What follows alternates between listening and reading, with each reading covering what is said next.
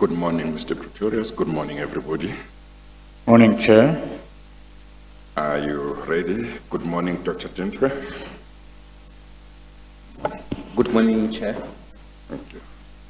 Dr. Dintwe, you'll have to put the microphone closer to you, please. They sometimes complain, witnesses sometimes complain about that chair, the seat. But the problem is that the other one seems further from the mic. But try and just make yourself comfortable.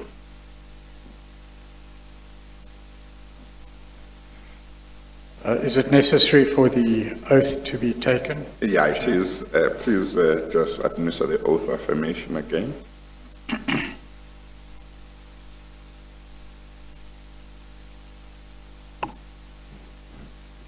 Please state your full names for the record. Setlhoma Maru Isaac Dintwe.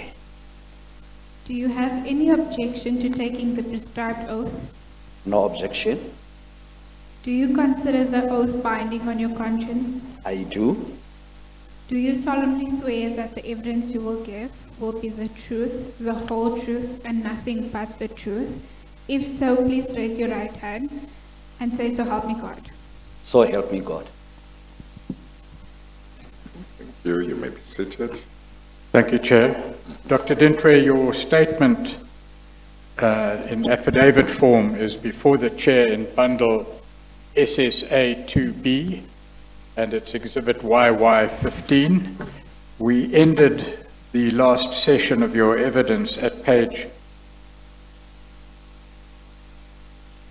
812, the black numbers in the top left-hand corner of the pages. I confirm that I can see that. You gave evidence before we adjourned in relation to an appointment or the approval of appointment, you say, without due process by Mr. Bongani Bongo. And you deal with that in paragraphs 119, 120, and 121 of that page. You informed me just before commencement of your evidence today that there was an issue that you wish to clarify. That's correct, Chair. Please do so. Yes, Honorable Chair, I am not amending what I would have written there, but I could have created an impression that the Minister accepted our findings and recommendations readily at first instance. But I've since checked my records again. There was some other correspondence that I would have omitted. And I think that the Commission and the Chair will appreciate that I'm sitting with about 200 complaints at any given time. So those mistakes do happen. But it does not really change the whole complexion of what I would have written in my affidavit. I, however, request your permission that I read something here so that I clarify that one step that I say that I would have jumped. That's fine. Thank you very much. And then I continue. So we've written to the Minister with the findings and recommendations, but she then wrote to us, and although she was not saying that the appointment was regular, she raised about 3 points. And we accepted them as inputs, because when you are doing investigation, you want to also give them an opportunity to input into that investigation. So we accepted that, but the following points were raised in her letter. And this was on the 27th of February 2020, where she said that, from the report, it appears as though the former Minister of State Security, Mr. B. Bongo, and the former Director General of State Security Agency, SSA, Mr. A. Fraser, were not interviewed with the aim of ensuring that the other version is heard. It is difficult for me to reach a logical conclusion without information from these two critical role players on this matter. And then she further concluded in her letter, and I quote, open quote, It will be prudent to guard against a culture that erodes the integrity of the organization and opens up such issues once the political principal has left, close quotes. So the investigators then decided to explain those matters and the reasons, obviously, why we didn't. And the following reasons were sent to the minister, and these are not direct quotations, but they will be in my report. In the, if you like, the report after the inclusion of her inputs. We said that there was no need for us to have interviewed the former Director General, Mr. A. Fraser, in light of the fact that Mr. Fraser, as the accounting officer of the SSA, then was excluded in the submission to appoint the aforesaid member to the position aforesaid. So you will have a number of signatories, and Mr. Fraser was not, in fact, one of those signatories. The second reason that we provided was that we are in possession of the approved submission wherein the member consent was appointed to the aforesaid post of program manager within NICOC, the National Intelligence Coordinating Committee. The approved submission as an official document under the custody of the State Security Agency constitutes prima facie proof of the appointment of the said member by the then Minister Advocate Bongani Bongo MP, as contemplated in Section 8, Subsection 2 of the Intelligence Services Act 65 of 2002. The third reason, it was clear on the face of the submission aforesaid that the appointment of the member consent by the then Minister of State Security, Advocate Bongani Bongo, was done in total disregard of the applicable laws and regulations. And then finally we said, the affidavit by a member of the SSA who implemented the approved submission confirmed that the member consent was appointed as a result of the aforesaid submission as approved by Advocate Bongani Bongo MP in his then capacity as the Minister of State Security. It was indicated to the Minister that with the evidence collected thus far by us, it was clear that the appointment of the member consent was irregular and unlawful. No useful purpose was going to be served by approaching the former minister and interview him. And then we sent that particular letter. Now, this is a significant point. Since then, the minister has never reverted back to us. Just to summarize then, you gave evidence last time of an appointment which was called into question by your office That's correct, as Chairperson. being irregular. That's correct. You conducted an investigation and made certain recommendations. That's correct, Chairperson. The Minister, Minister Lord Law, raised what appeared to be procedural concerns about who had been heard and who had not been heard. That's correct. You responded to those complaints, maintained your recommendation, and the matter was, from your point of view, not resolved. That's correct, to date. If we could go over the page then, please, to page 813. You deal in the paragraphs on that page and over the page with appointments to the cadet program and to other portions or departments within state security. Paragraph 122, just very briefly, what happened in relation to those appointments there or recommendations? It is a generally accepted practice amongst intelligence services that sometimes they will want to identify intelligence officers at an early stage. They could visit high schools, they could go to the universities and start recruiting there. And what they've done here is that in certain instances, they will identify the so-called underprivileged or previously disadvantaged students or individuals. They will give them a bursary and then they will go and study with already a commitment at that stage that they will be absorbed into the agency once they complete that. Same principle with the cadet program as well. So they've done a lot on that. Like a single cadet program could have around 30 or even more students will be taken to the college. We do not have a problem with that. It's a good practice, accepted. The only problem is that they do not have a criteria which says what are the requirements, basic or otherwise, that these cadets or students should comply with.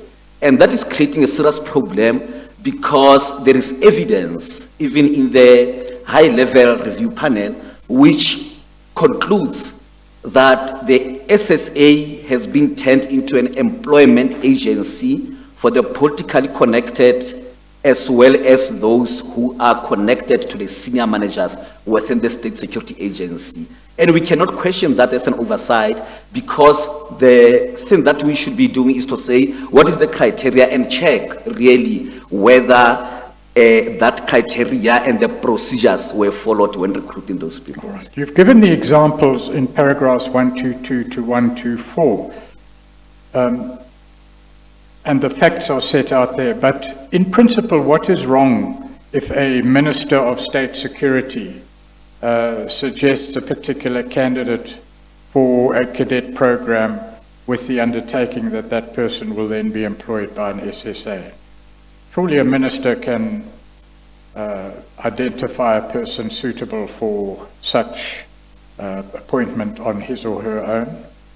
What is the problem with this ministerial overreach, as you call it?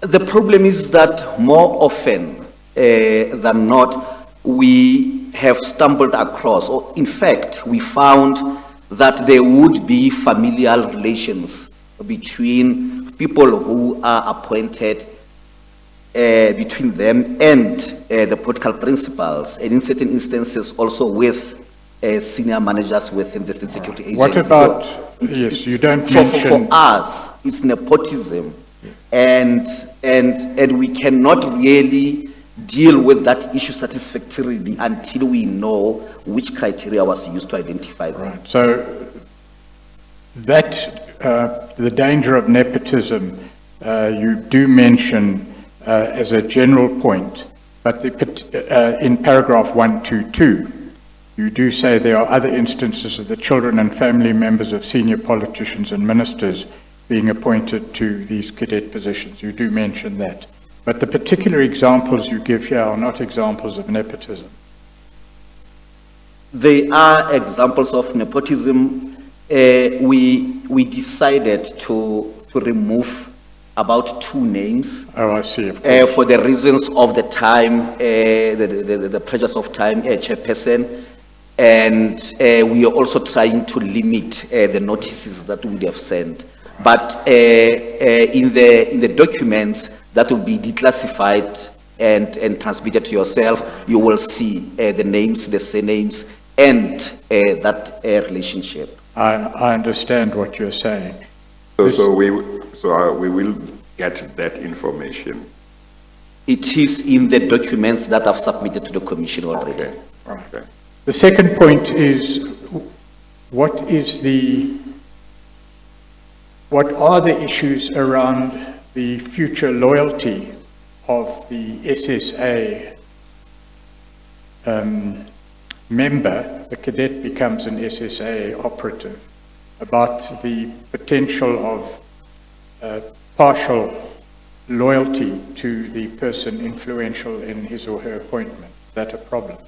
That is the problem, and I think that I would have raised it earlier as well, to say that they become beholden to the appointing authorities, and they are ingratiated in particular manner, because some of them will tell you that I didn't expect this, you know. Just imagine how easy it is, chairperson, if I get identified, I'm given a bursary, I get appointed, but our neighbor's child, who may even be more qualified than myself, is not really considered for that position. It's obvious that I will be beholden to the appointing authority. And then, in addition to that, you have testified to the chair that you're not clear whether the requirements, the appointment requirements, were actually followed in each case. That's correct. We wouldn't be able to establish that because each time we request the criteria, they say we do not have the criteria.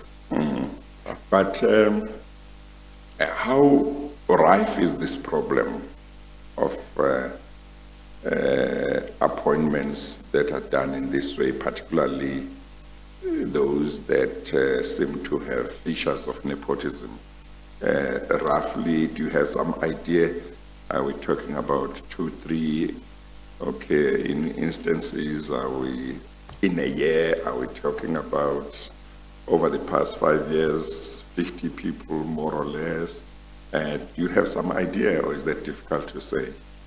It is a frequent practice, Chairperson. In fact, when I was drafting the affidavit and I wanted that documentary proof, I was given a list of about 40 cadet, yes. And at that particular point, I'm informed reliably that the then Minister of State Security, Minister Castrals, I'm not implicating him, so I think I can mention the name. He actually disowned those students because he said that when he was going through the list, he could pinpoint exactly that minister, that other former minister, that other minister, that other DG, that deputy DG. Yes. So he disowned about 40 graduates on a cadet program. The other ones, it was actually 2 students who had gone to university. But then the reason why I focused on that, it is because they would have written to us now complaining in turn that they were not placed on a level that they were promised before they went to university. It's a very, very, very frequent, issue at the State Security Agency. Do you have an idea as to whether there is a number that they seek or a target that they seek to achieve per year, that they must have got X number of people that will go into this training and then later on get employed by SSA? I do not remember. I think that we made that inquiry, but it should have been included in their annual report, if not their plan, the so-called annual performance plan, APP. Yes. But we could not get that kind of information. So I do not know in any given year how many people are they targeting to recruit. Because it would be good to have an idea whether one can say over the past 5 years or even more, it looks like on average per year, so many people get put into the program, even if to the training with a view to later being employed by SSA, even if not all of them are people who have been employed due to nepotism, but people who go into that programs to see its size. Yeah, I'll not have an intelligent, response to that. No, that's I fine. didn't work that out. It can be finished later in writing if it's information that you can get. Maybe safe to indicate that it is also happening loosely.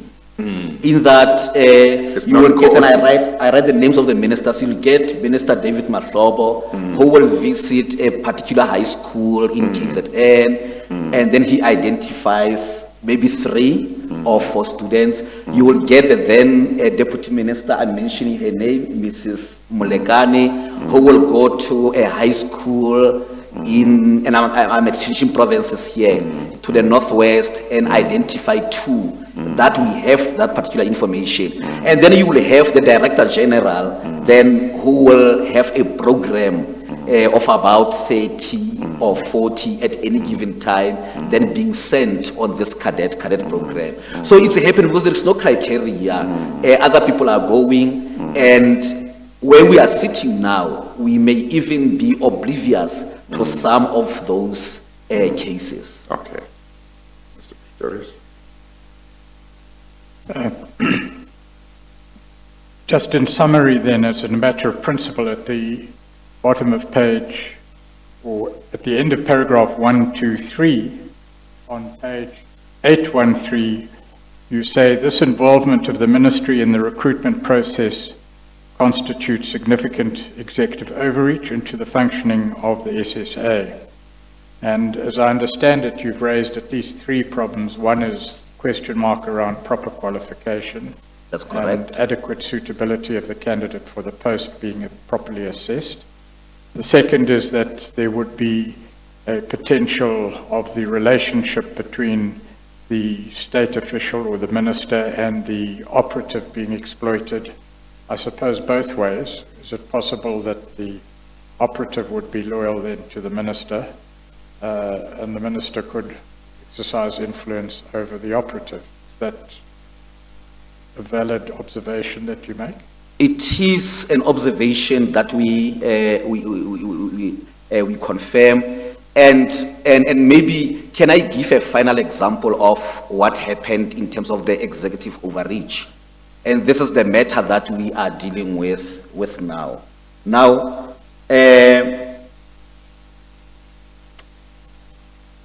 the State Security Agency starts writing a submission, and that submission appoints 26 managers.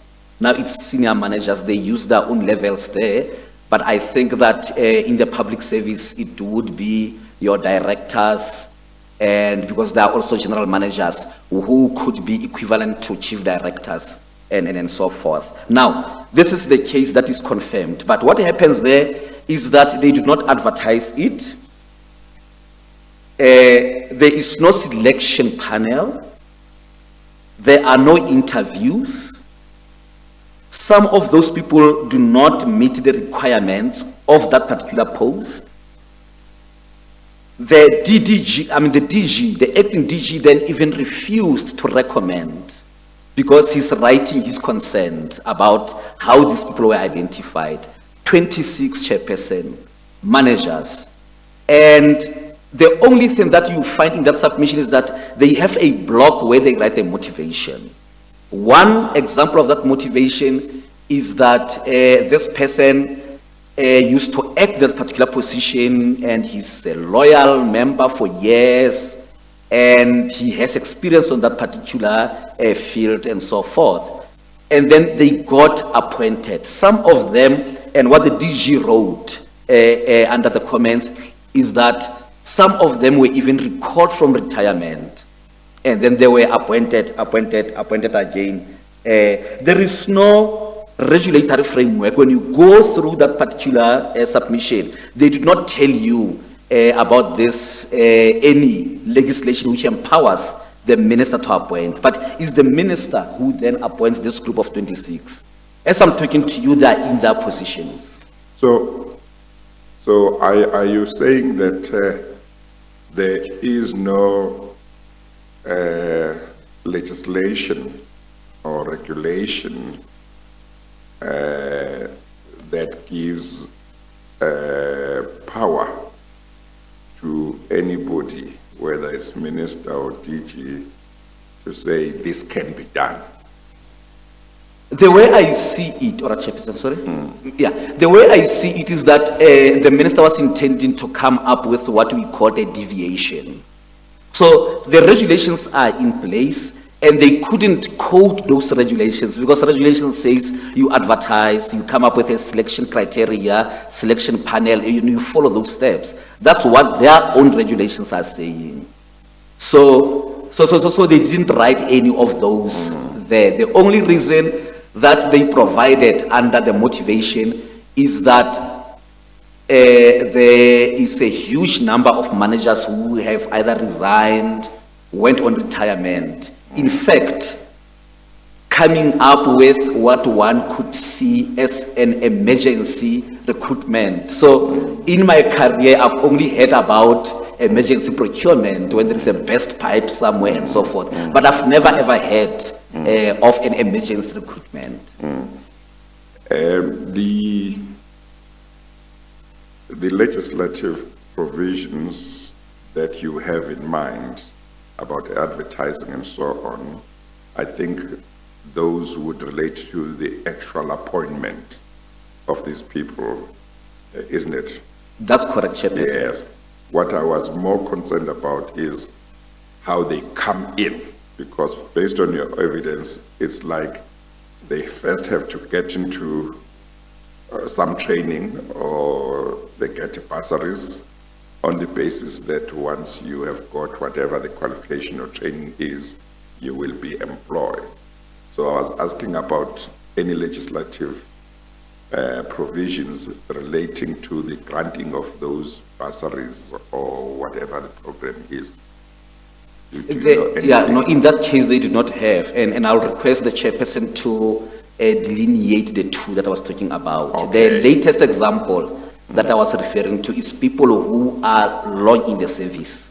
Oh. Now that are appointed into management positions. Okay. I had exhausted.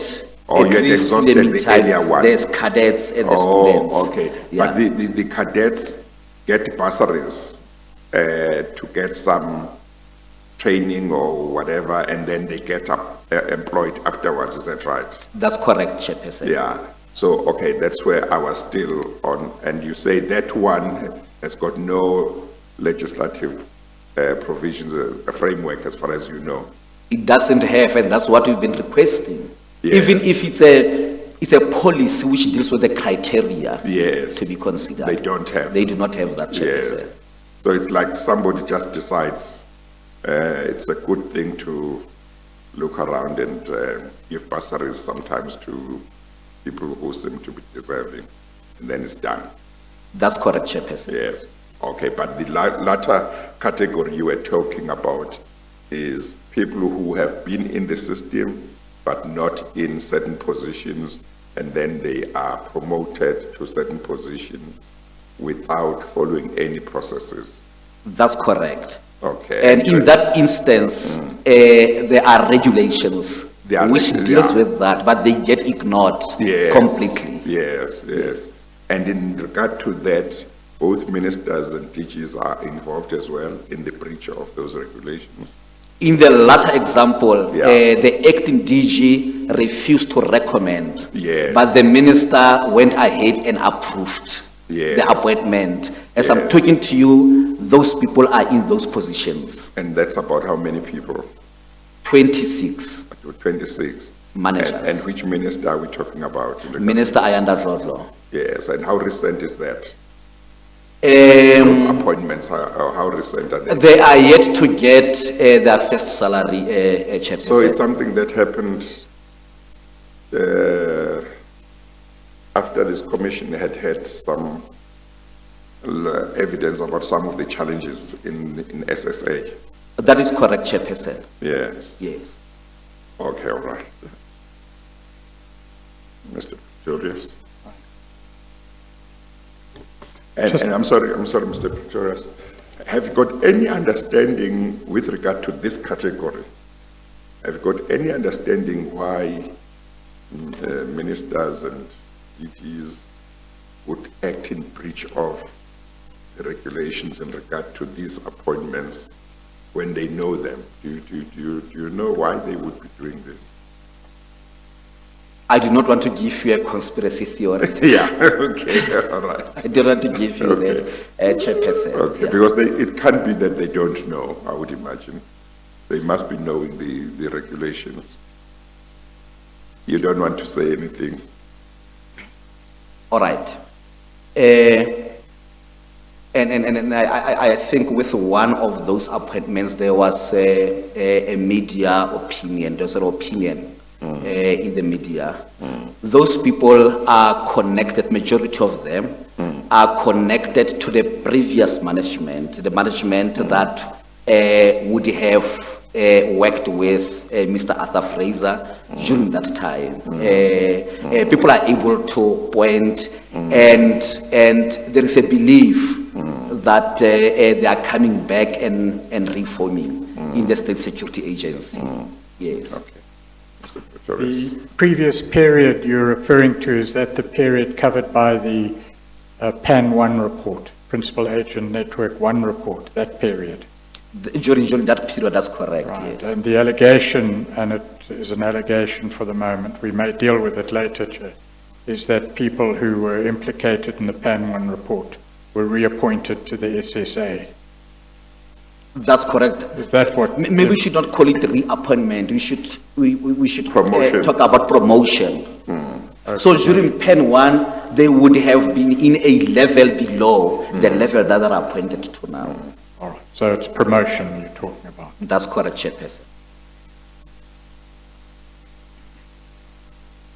Just to summarize then, the cadet program, the bursary program, has as its outcome appointment into the ranks of the SSA, correct? That's correct, Chairperson. And you've given examples of ministerial involvement in the selection and appointment, informally, of course, into that program. That's correct, Chairperson. And your concern is that the proper procedures are bypassed in that process. That's correct. In relation to the 26, you speak about irregular promotions to senior positions within the SSA. I confirm that, Chairperson. But all these are done under the direction rather than the recommendation of the minister, as I understand what you're saying. The approval of the minister. So the minister is the last signatory. And it will be written like on the submission to say that recommend, not recommended. So it will be the other signatories. You'll get an HR official somewhere, but the last part there is approved or / not approved. And the minister, the appointments happened under the approval of the minister. But what's wrong with that? Exactly what I'm saying, that the involvement of the ministry in the recruitment process constitutes significant executive overreach. And this is not, cannot be seen as my opinion only because it is also contained in the HLRP. So, as I understand it, the minister doesn't approve finally, but is involved in the process leading up to his or her own approval, irregularly. That's correct. In paragraph 124, page 813, you record an interesting observation. You say, this was also the case in the Free State Provincial Office of Crime Intelligence, where the provincial head, Major General Makele, has acknowledged this practice. According to her, the appointment of children and family members of senior police officials, as well as a girlfriend to one of her brigadiers, assisted in ensuring that they recruited trustworthy people. These members were then placed in a very sensitive environment without the necessary experience to the detriment of crime intelligence. Leave aside the formal qualifications issue which you raise in the second sentence, but are you then aware of the statement actually being made that family members are appointed because they're trustworthy? And I'm still shocked, even today, Chairperson. But what happened is that when my staff members go and do what we can call like verification, like when they visit these offices, I sometimes accompany them and we will deal with, or we'll have a meeting on the first day and then I will leave them because sometimes they will work there for a week or so. So in this specific meeting, I was sitting there with the provincial head, Major General Makele, and I posed that question just from myself to say that, but we are informed by somebody in that meeting, in fact, a component head responsible for counterintelligence, because counterintelligence in the SAPS will investigate the other officials within crime intelligence. And I sought her response to that. And that is the reason that was given to myself, because the names were mentioned, and next to each name, it will be a station commander of that station, police station in Bloemfontein or around the Bloemfontein area. It will be a major general somewhere in the provincial office. It will be a brigadier in the same office whose girlfriend is appointed in that space. And then you will also have a relative of Advocate Makgele herself. And the reason that she provided to us was to say that these children or these kids are well bred up, because they belong, I mean, they are children to senior officials of SAPS and so forth. And that was the reason that was provided to us. I'm still in disbelief, even to date, that that was the reason used. Right. You go on in that paragraph to say that there has also been a complaint that because they, and I presume it's these appointees, owe an allegiance to the provincial head, they only share the intelligence that they gather with those members of management to whom they owe allegiance.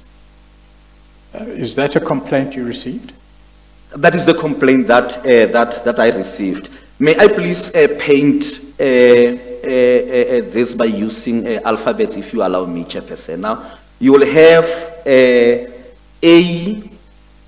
and A is a head of counterintelligence, and then you'll have B, who is a head of surveillance. Now, because this group falls under this other group of B, for instance, they will then provide information only to B, so that B could appear more successful than A. So they will be sitting there, and I'm just being careful because this is one of the methods that they are doing. But let me use a cynical or simplistic example. Let's say they're responsible for listening to conversations, and they come across, for instance, people who are planning to commit cash in transit heist, for instance. Instead of giving that information to A, they will not do that, but they will rather give it to B, because B was on their side and would have influenced their appointment. So that kind of a competition also exists, and which poses a serious problem then, because it means that the other people may not even come across that information.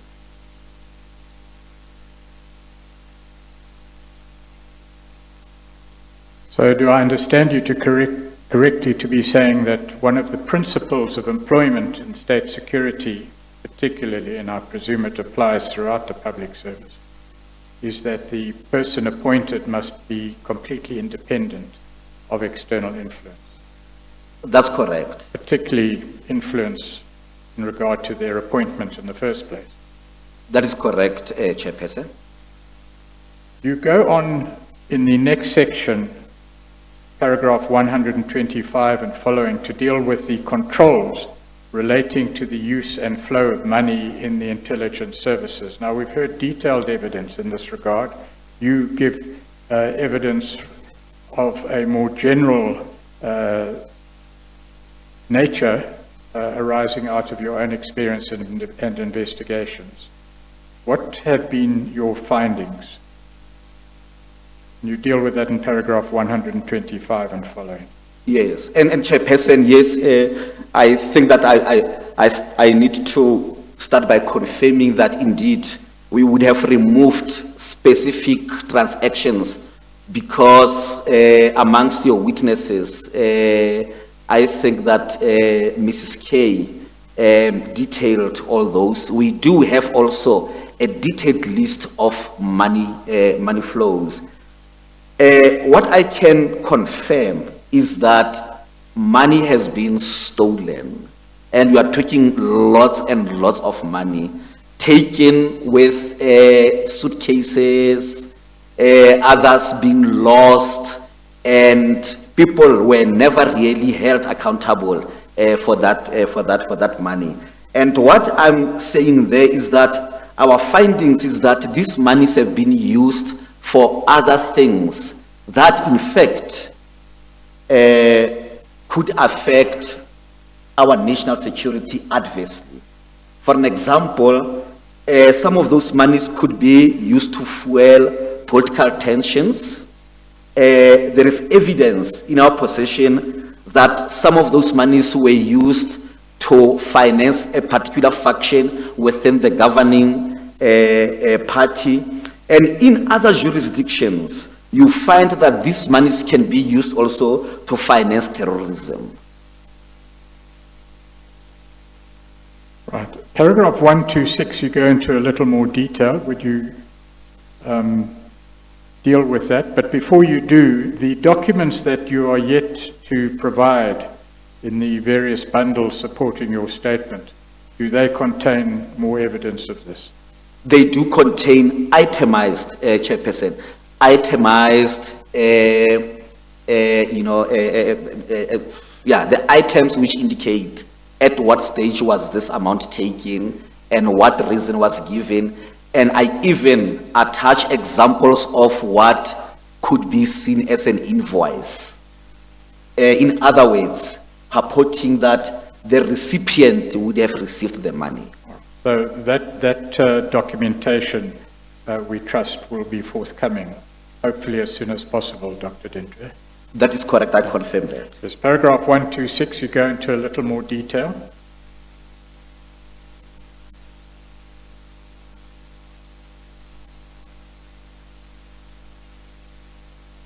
Yes, and I also refer then to that. I think, I am aware, Chairperson, that during the evidence of Mrs. K, you were shown an example of a Word document. So I take the money and say that I'm taking this money to Joseph.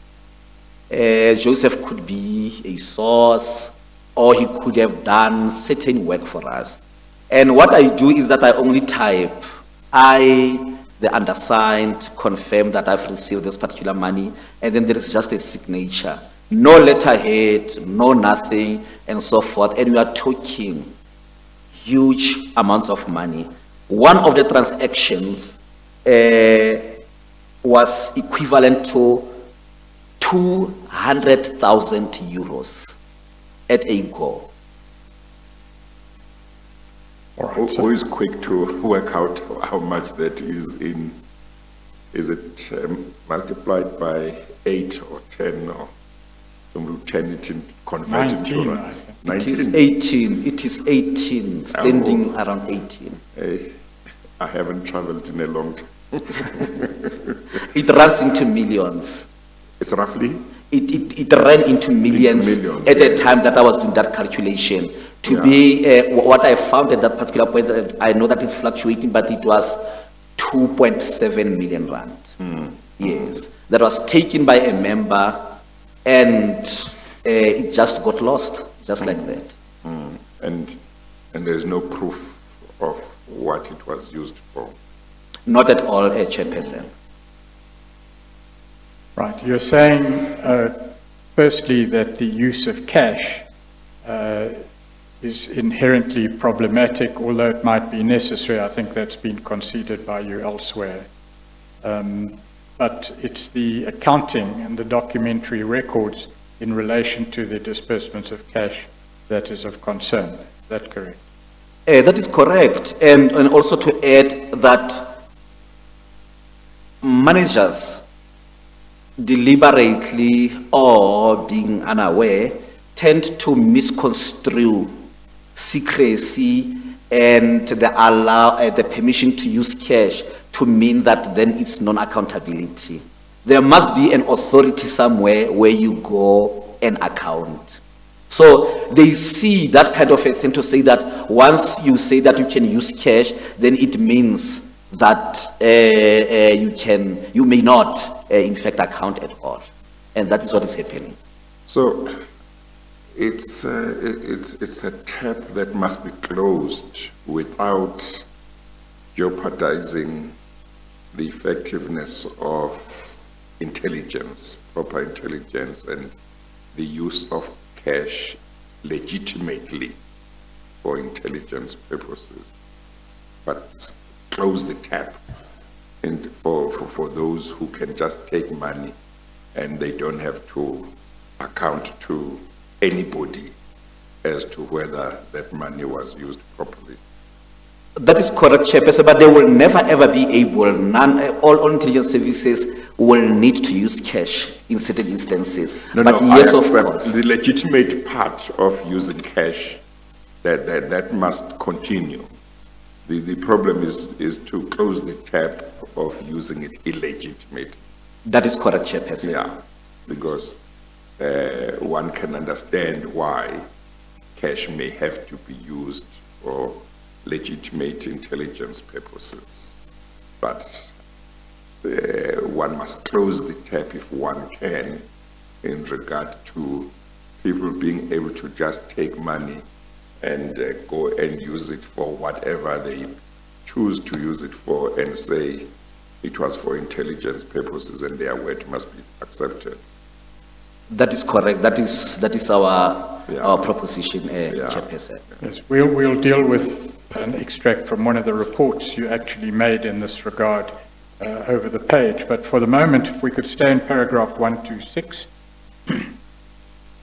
You say you raised concerns about the prevalence of large sums of cash being withdrawn at the SSA, and that is in relation to the 2017 financial year of SSA operations.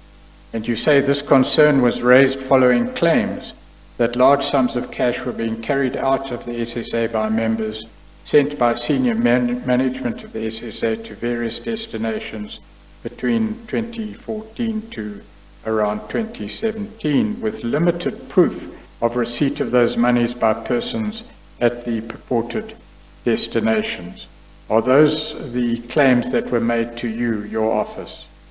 Yes, but we would have investigated them. So what we include in our certificates, remember the certificate that I referred to last time? Coming to Yes, it will basically be findings, not really. So we would have received a report and we will get into the system and check whether that money indeed went out, and we will check whether there was some kind of invoice or settlement of that particular money. So what I list in the certificate will be our findings to say that this X amount of money went outside, and we do not have proof that it was really received by the intended recipient. Right. Now, these claims that were made, complaints that were raised with your office, you say you investigated and you made findings. That is correct, Chairperson. And those findings highlighted concerns over the use of cash and the improper or inadequate accounting for that cash. That is correct, Chairperson. Now, you say that you raised these issues in certificates. Who receives your certificates? Firstly, it will be the minister responsible for a particular service. In other words, Minister Becky Cele will get on behalf of the police of Sub-CI, Minister Mapisa Ngakula will get on behalf of Defense Intelligence, and Minister Ayanda Zozo now will get on behalf of the State Security Agency. That is the first authority. The second authority will be the heads of services. So it will be the DG and the divisional heads, commissioner. In the case of Sub-CI, it will be Chief Defense Intelligence Officer in that other case. The third authority will be the Joint Standing Committee on Intelligence. Now, in regard to the latter, without the intervention of the minister or the Director General or Acting Director General, as the case may be in each security establishment, there is a direct reporting between your own office and the Joint Standing Committee of Intelligence. Do I understand it correctly? You understand me correctly. What did the JSCI do on receipt of these certificates in relation to the improper use of cash, as you found? The previous committee really never acted on this. You know why? One of the other reasons that was provided at a particular point was that they want to really keep the separation of powers.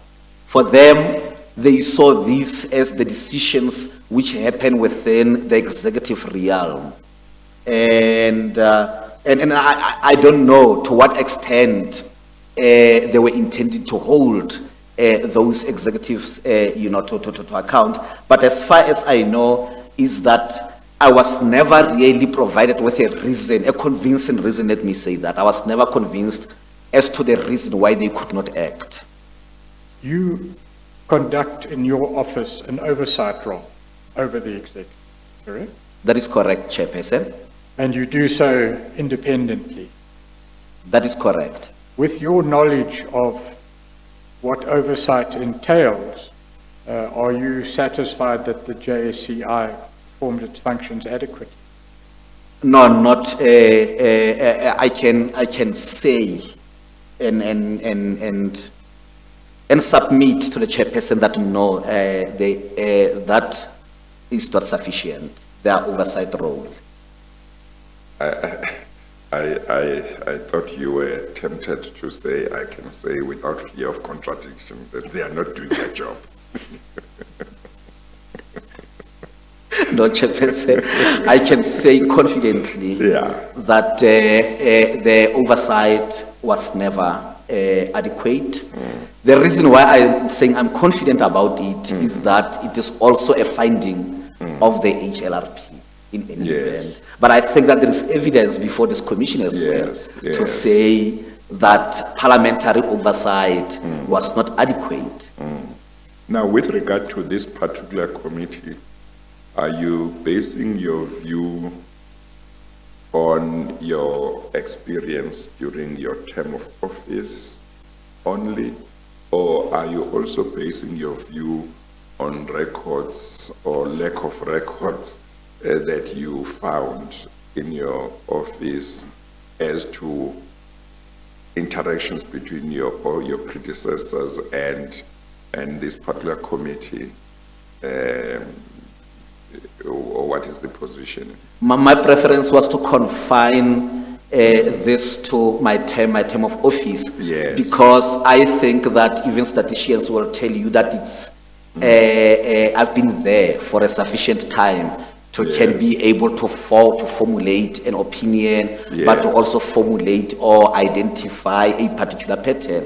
So I mean, I've been there now for 4 years and a couple of months. That's a long so I confined myself to my term of office. By the way, who was your predecessor?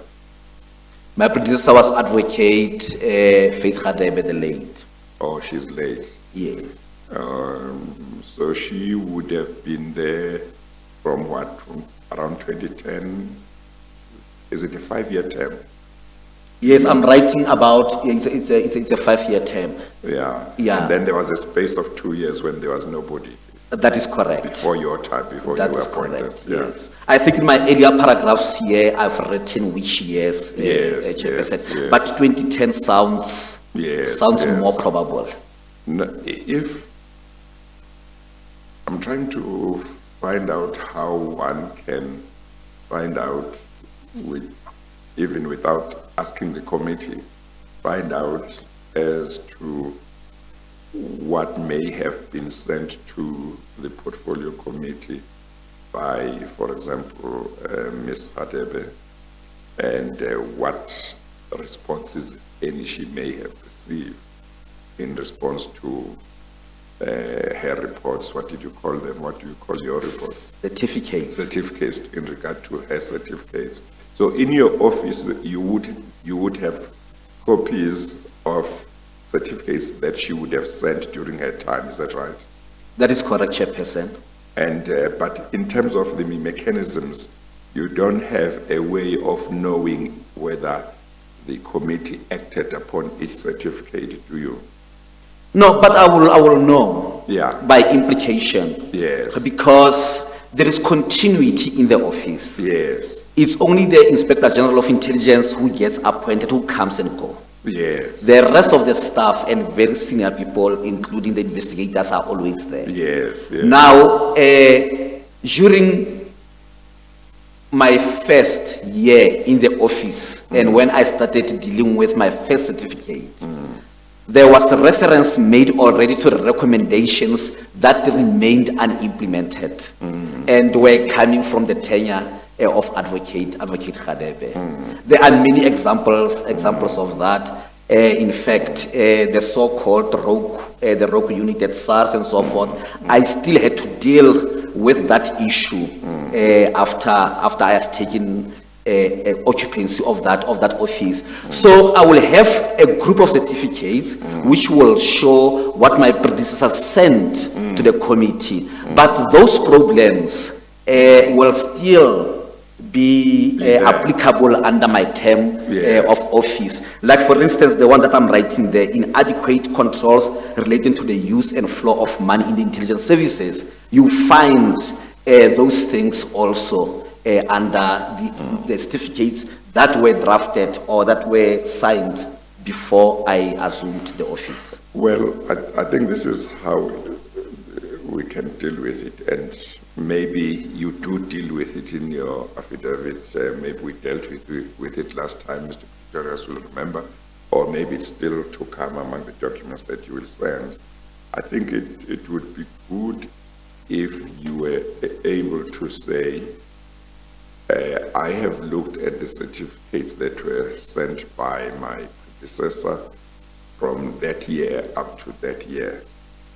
I'm aware of what she recommended or whatever, what issues she raised for the committee to look at or deal with, as well as the ministers, the relevant ministers, because we have said that the certificates goes to minister, the relevant minister, the relevant DG, and the committee. So if you could identify those for each year and be able to say the following, this problem that was raised during that year is still there, or when I arrived, it was still there.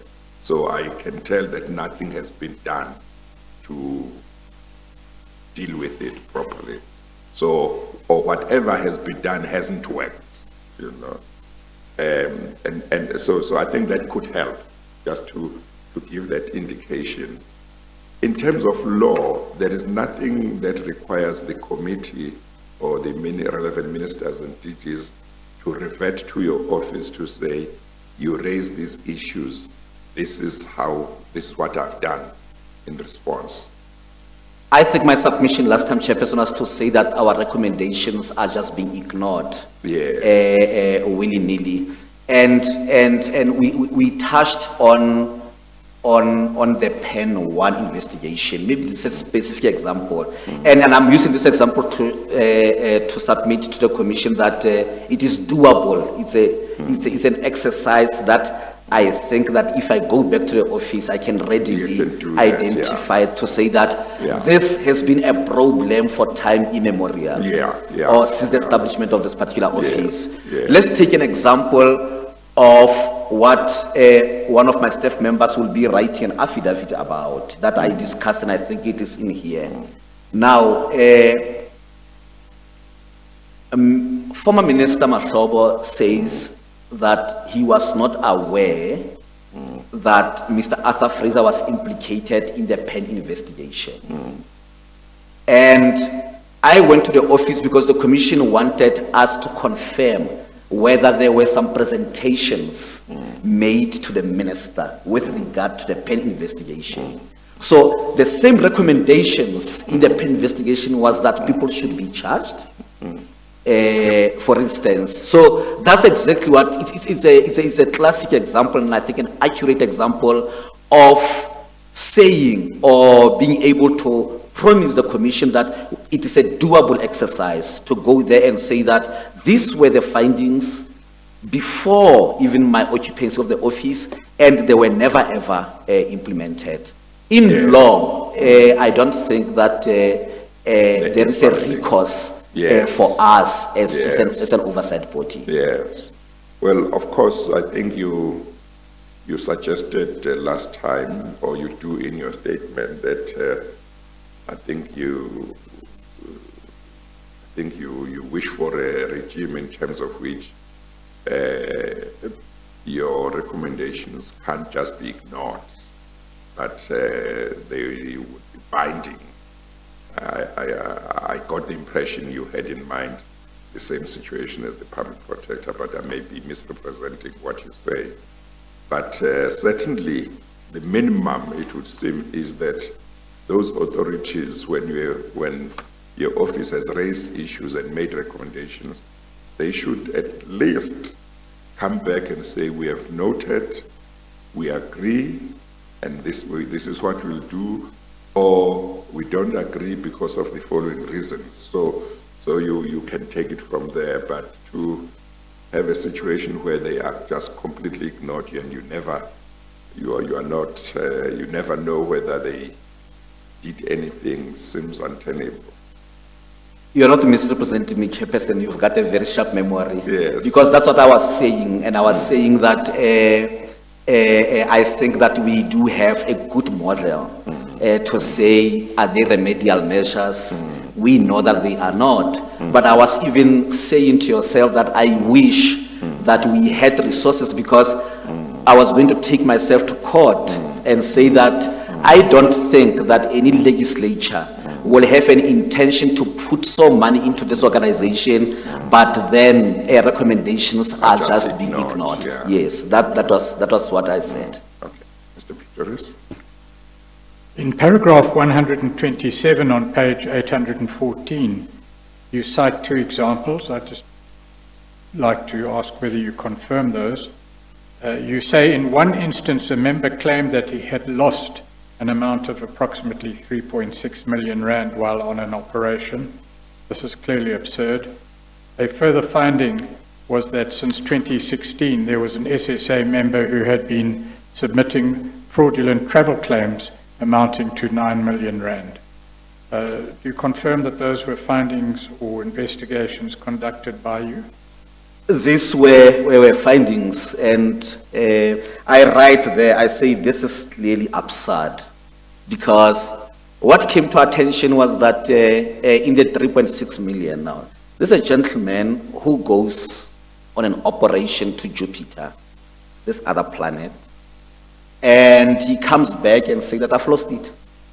They've taken it, or I misplaced it, or whatever. But then he doesn't even create serious attention or, attract serious attention, because he then tells them that I've lost it and you can deduct it from my salary. In fact, the gentleman went on an early retirement during the course of 2020. And others will know that their pensions will not even get to that particular amount. And in this instance, he just came back and said that, I've got no reasons. I've lost it, and please start deducting it, and so forth. I'm told that they're deducting that money, and they would have attached his pension, if not part thereof. Now, there's a problem, and it came in the analysis of our evidence. If I got 3.6 million and I went and bought a property, I will be saving about another 100%, because if I'm buying a property for 3.6 million rand and it's bonded, I'm going to end up paying about 7 million rand. But if I buy it cash and I say that, no, you can get that money from my pension, it means that I would have received an interest-free loan to do other things. That is the first example. The second example of 9 million rand is a finding also. This person is a protector. He's a protector who accompanies a principal when he travels both internationally and locally.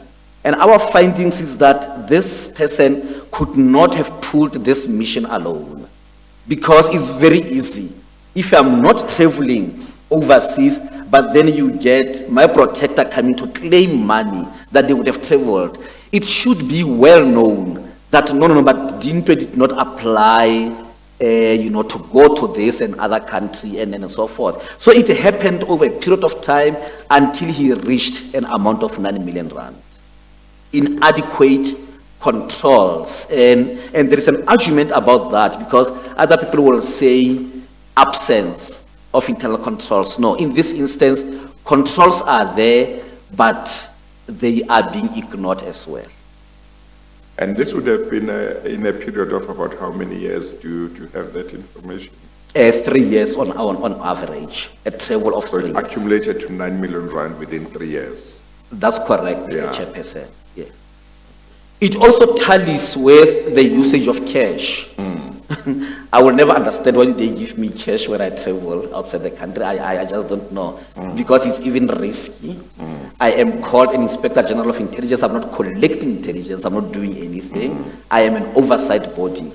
But believe you me, when I travel, they give me that kind of cash. So when I come back, normally I will But return some. not millions, I beg your pardon? not millions. No, it will not run. It will not run into millions. Yeah. Yeah. Yes. Yeah, Is this a convenient time, Chair? it is. Let's take a 15 minutes break. We'll resume at 11:30. Thank you, Chair. We are adjourned.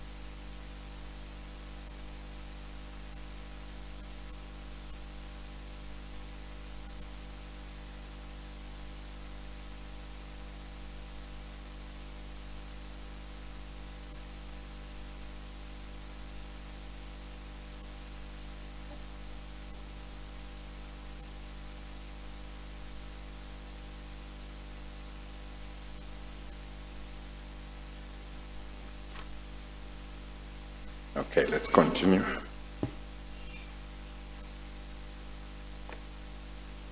The examples that you've given to the chair, Dr. Dintwe, both at a general level and at a particular level, were these included in the certificates that were given to Parliament and to the Minister and the heads of department? I confirm that, Chairperson. In paragraph 128, you raise a concern about the possible use of these monies.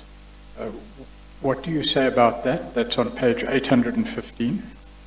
I'm saying that they were used to fuel or to finance a particular, a particular faction, depending on who is taking that money. Our finding in that regard is not one-sided at all. So it's like different people may have taken monies to finance different factions. That is correct, Chairperson. And that information too would be in the certificates, It will be in the certificates. having been reported to Parliament, That is correct. or at least to the Joint Standing Committee on Intelligence. That is correct, Chairperson. You say in paragraph 129 that you made certain recommendations in a report.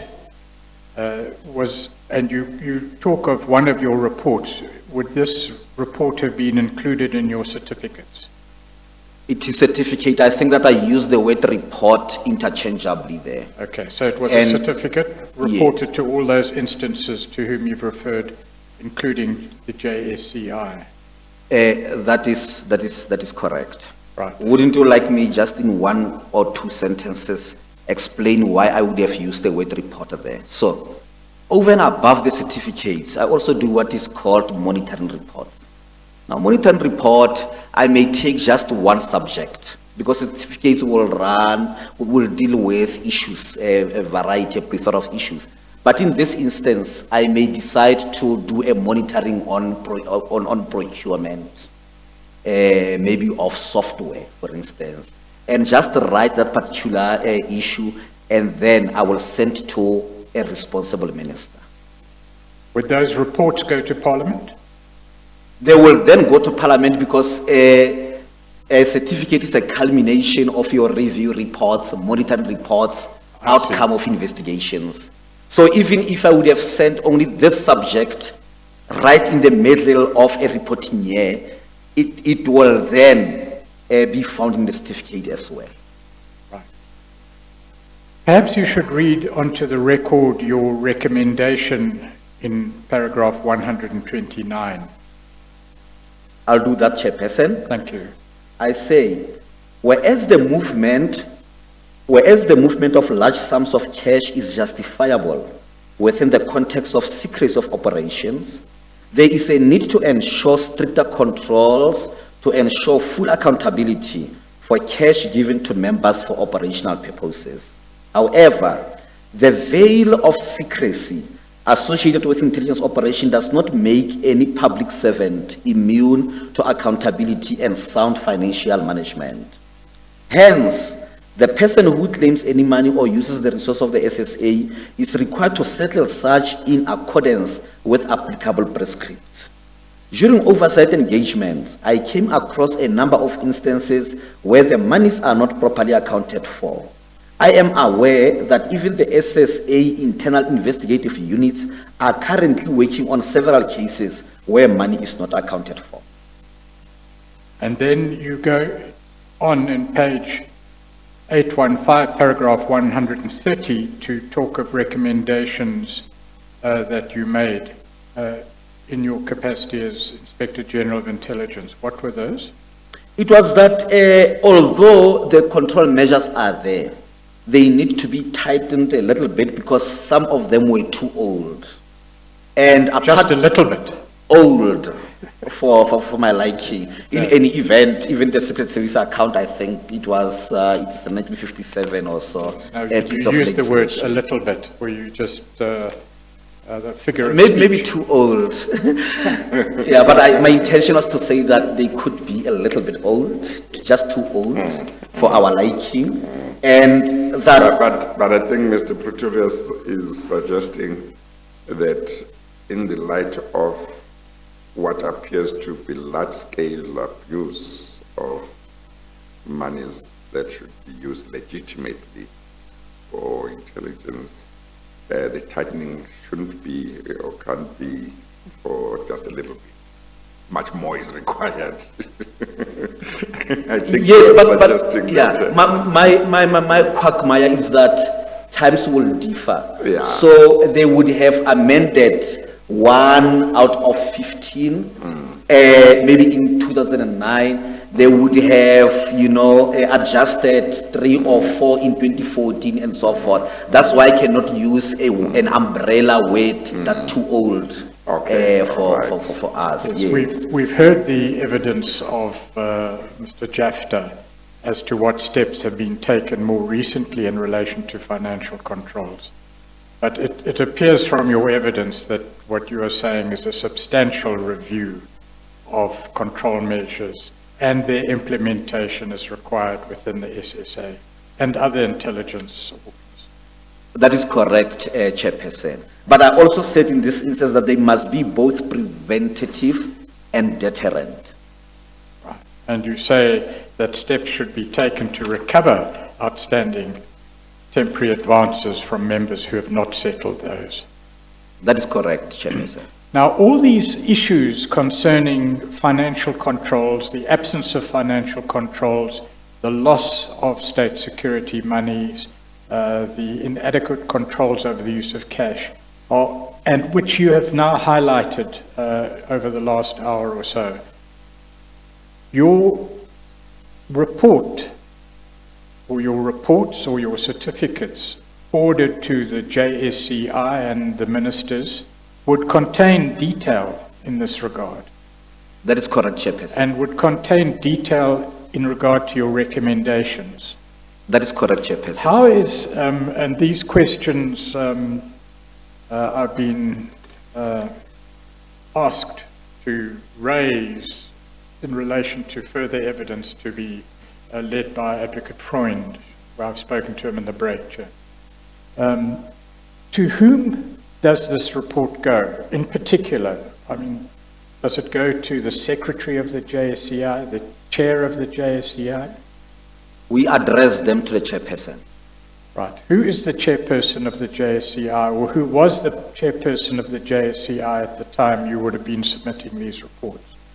Previously, it was, now there is a previous committee, the immediate previous one.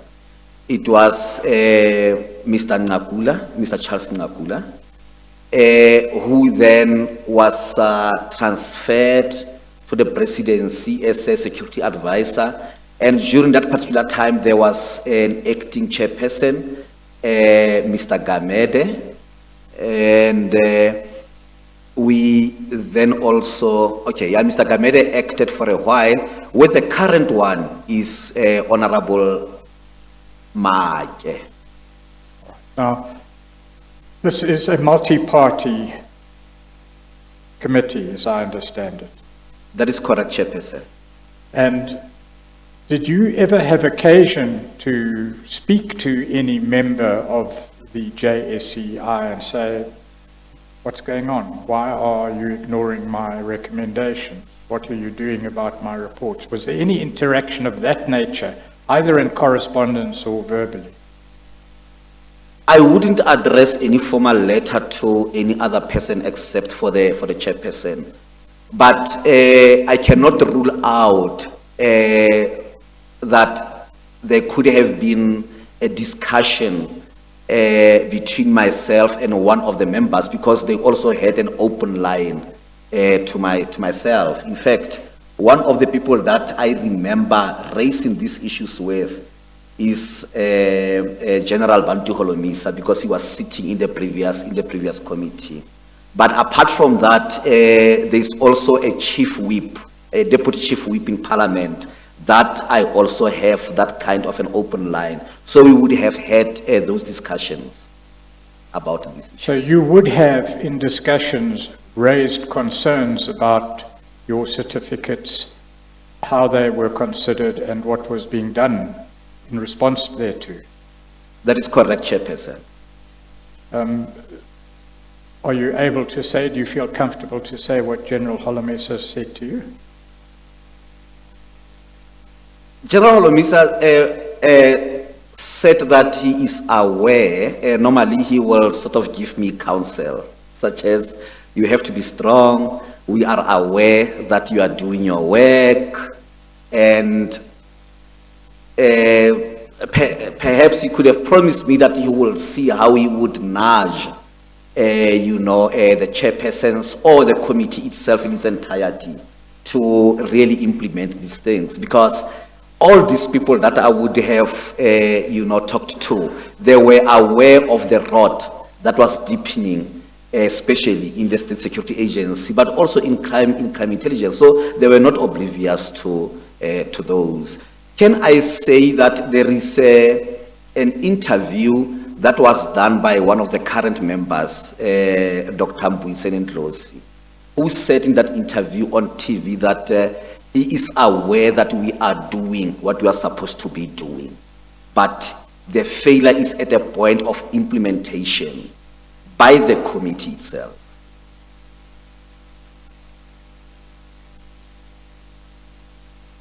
But somehow it seems that even though different members of that committee may be aware, including members of opposition parties serving on that committee, may be aware of the problem, it looks like they can't get action to be taken by the committee. Because from what you have said, it looks like no action seems to have been evident or seems to be taken that is effective. At least if anything has been done, it seems not to have been effective. But That is you my can't submission. tell what it is that may have been done. That is my submission, Chairperson. Yes, yes. And one doesn't know whether it might be the same problem that has been experienced by some portfolio committees in Parliament in regard to oversight, where members of opposition parties say we can push as far as we can if the ANC members of the party who are in the majority don't agree. We can't do anything because the decision must be by majority. So one doesn't know whether that is the situation with this committee as well. Well, whether that's a satisfactory explanation or not, Yeah. from a member of Parliament, is something we will make submissions on in due course, Chair. Yeah. No, that's fine. Thank you. Let's continue. But in summary then, the problems that you've raised, the impropriety, the illegalities, the loss of monies, the inadequate accounting for monies, the looting that you've spoken about, the improper use of monies in factional battles, those are all in your reports. They are all in my reports, Chairperson. No member of the JSCI can claim ignorance of what you have reported to the JSCI. Not at all, because to confirm that, I would have submitted the certificates in a redacted version for the chairperson. All what I removed was methods that they use, sources, but I also removed organizational weaknesses. But in terms of the transactions, I made it a point that the commission, becomes aware. So when we get those certificates, the chair will be able to see exactly what the JSCI knew, apart from the redaction. That is correct, Chairperson.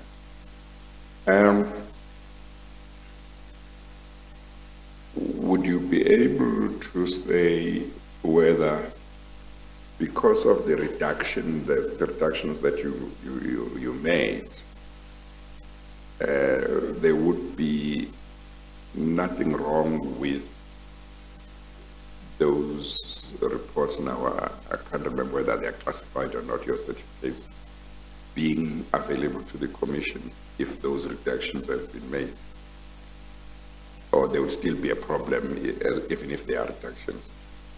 No, there wouldn't be problems because I deal with administrative issues. Yes. With regard to procurement, for instance. Yes. And I think I would have made submissions earlier or later Yes. to say that there's generally overclassification Yeah. and it is done to hide malfeasance. Yes. So I've worked on the certificates Yes. to an extent Yeah. that I am satisfied that they can be made public Okay. also. That is the reason why I would have removed the other Yes, issues. yes. Well, I would be very interested in seeing those certificates, those reports, insofar as one can look at them without any problems in terms of security and so on. Thank you, Chair. Chair, our understanding, we've looked at this quite carefully and have consulted Yeah. externally as well, is that you would be entitled as chair to see the unredacted versions Yes. of the certificates. Yes, okay. However, for the purposes of your report and whatever Yeah. goes public, Yeah. the redacted version Yeah, would be necessary to Yeah, be revealed. okay. Provided, of course, the person in control and who has the lawful power Yeah. to deal with it agrees. Yeah, okay, no, that's And fine. that is Dr. Dintwe.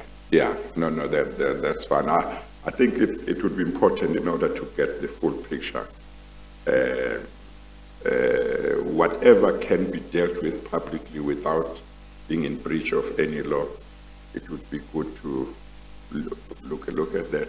Whatever I can look at out away from the public, that might also be important if it can be done. We'll consider the position. Yeah, okay. I have considered that position. It is, in fact, my administrative decision that I sent to the 4 functionaries that I consulted with to say that there are 2 levels of disclosure here. The first disclosure is to yourself, Chairperson, and maybe I also mean the legal team. The second disclosure is then to the public. Yeah, yeah. Okay. Thank you. All right. In paragraph 131, page 816, you deal with what is another serious issue in your terms in relation to crime intelligence. And you say in paragraph 132, our investigations have revealed that the systematic and endemic institutionalized looting of the Secret Services account is carried out and perpetuated by senior managers within crime intelligence and their trusted subordinates under the guise of legitimate intelligence operations in order to avoid culpability and accountability in the event of detection. Now, these issues, or some of them at least, are in the hands of law enforcement agencies at present. But would you tell the Chair, please, in general terms, what you say in paragraphs 131 and following? And you give an example in paragraph 133. Yes, I give an example of that, and I used the word looting deliberately because it's pure looting. Yes, of course, there are investigations that are taking place. We were also promised that the crime intelligence itself will conduct its own internal investigation. To date, we are aware of about 2 members who are dismissed. I think that they've appealed and so forth based on those findings. Now, what was happening there, and I'm giving an example later, is that we were even calling the subordinates the runners. What will happen is that a chief financial officer based at crime intelligence, will be involved in operations. An example of an operation here is that he will handle a source. And it's not acceptable. But because he cannot go and claim money for that particular source, he will use a captain or a colonel or a warrant officer somewhere because he will be a major general. So a poor captain will go, collect money, give it to the CFO. The CFO will then claim that I would have paid a source. And the settlement will then be done on behalf of the captain, not on behalf of the person who claims that they are actually real handlers of that particular person. So we are calling them runners, that these senior managers will then have these other people. So a senior official would require a subordinate to go and collect money allegedly for the payment of a source. That's correct, Chairperson. That money would be given to the senior official who had no authority to deal with sources at all. That is correct, Chairperson. And that senior official would then say or claim, perhaps not, that that money had been handed to a source. Correct? Yes, he will just return and give him something and say that I've given to the person that I've given, so you can go back. But the person accounting to the system, as it were, the accounting system, would be the runner, the person deputized by the senior official. Is that correct? That is correct, Chairperson. And during the investigation, what was also surprising is that I think that we'll have an affidavit. I stand to be corrected here by the staff members in my office. But in an instance where a subordinate will tell us that I do not have any proof that the money was given to a source. I don't even know who that source is. Yes, that's the point I wanted to raise. The subordinate or the runner who is used to collect the money, allegedly to hand over to a source, and is used by the senior officer. That subordinate or runner is never seen in this example, the source. Not at all. Cannot, but nevertheless accounts and says that the money has gone to the source. Yes, that's what the account will say. Let me also just make sure I understand it. So you have somebody such as a CFO who, in terms of his authority and job description, is not supposed to have a source. That's correct, Chair. And a source here is an operative. Is that right? Or it can be. I don't know. I don't know if I'll not be discussing the method here. Yeah, but a source could be somebody at Somebody a who gives taxi rank. information. Yes, it's somebody at a Somebody taxi gives rank. Yeah, it's not a police official.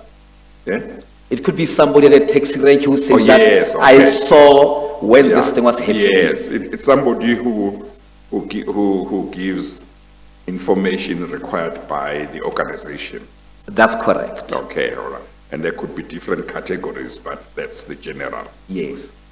So if I, as CFO, want some cash, maybe from time to time, I could just have somebody that I connect with, a subordinate of mine, who, in terms of the law, is entitled to have a source.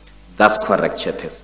And then I give the money to my subordinate to give to the source, and then I get it in some other way, or no money gets given to the source physically, but the records are written in such a way as if my subordinate gave money to a source.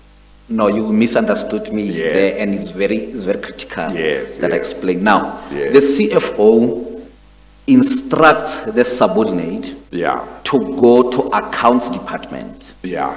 and collect money there. Oh, And the reason that he's using there is to say that, you know, that I have source. a responsibility to handle a source. Yes. So this money that I'm taking from you is for a It's source. for a source, okay. But he never goes to the source himself. Oh. He gives it to the CFO. To the CFO. Yes. Oh, okay. So, And then the CFO tells him that, no, don't worry, I'm going to give to the source. so suddenly the CFO must give to the source. Yes. But, that is the claim made yeah. by him. But would both of them know? I guess the CFO knows, the subordinate would know what is going on, that this is criminal. They know, the CFO knows, the subordinate knows. The subordinate also knows. Yes, that's why we are calling them runner, because Yeah. I think that there was a suggestion by the evidence that they could have been getting some kickbacks, Yeah. but we really Yeah. do not have Yes. that kind, because why would you go there? Because when questions are asked, Yeah. they will not be posed to the CFO, they will be posed to Posed to them. yourself Yeah. as a real handler, Yes, as you claimed. yes. Okay.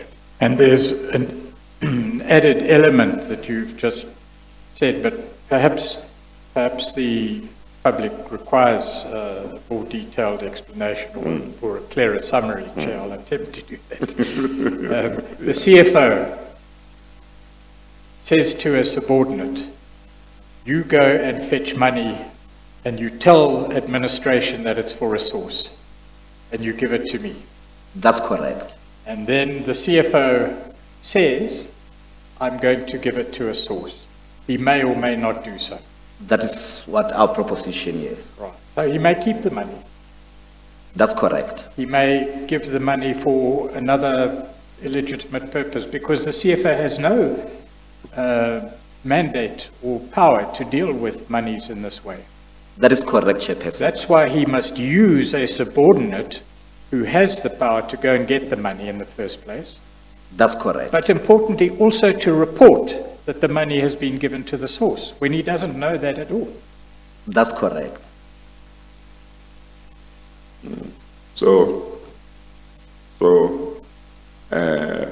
But the subordinate also knows that what the CFO is doing is criminal because he knows that it's not part of the CFO's job to be paying sources. Or is there no such, or is that not the position? Or they would not have concrete evidence to say that they were getting kickbacks. And that's why I'm using this word selectively of a runner. But he is aware that in terms of the prescripts, that is not allowed. Yes. And if he was oblivious to that, he would ask the CFO as to why don't you go straight there? So Yes. this is an activity of a person who is fully aware that the CFO cannot handle a source. Well, I guess the bottom line is the law doesn't allow the CFO to be taking money to a source. Because if the law allowed that, the CFO, if he was acting lawfully, would go to the accounts department himself. That is correct, Chairperson. Yes. The reason why he must use the subordinate is because he is not allowed to go there and claim money from the accounts department for purposes of giving to a source. That is correct, Chairperson. Yeah.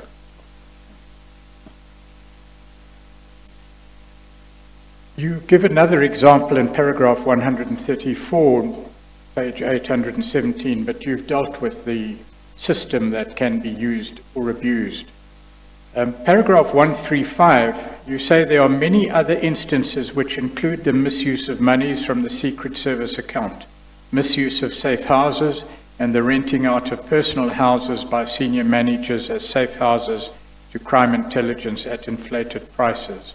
Investigations into these abuses cannot be concluded because there is a refusal to declassify documents. Let's deal with the first issue first.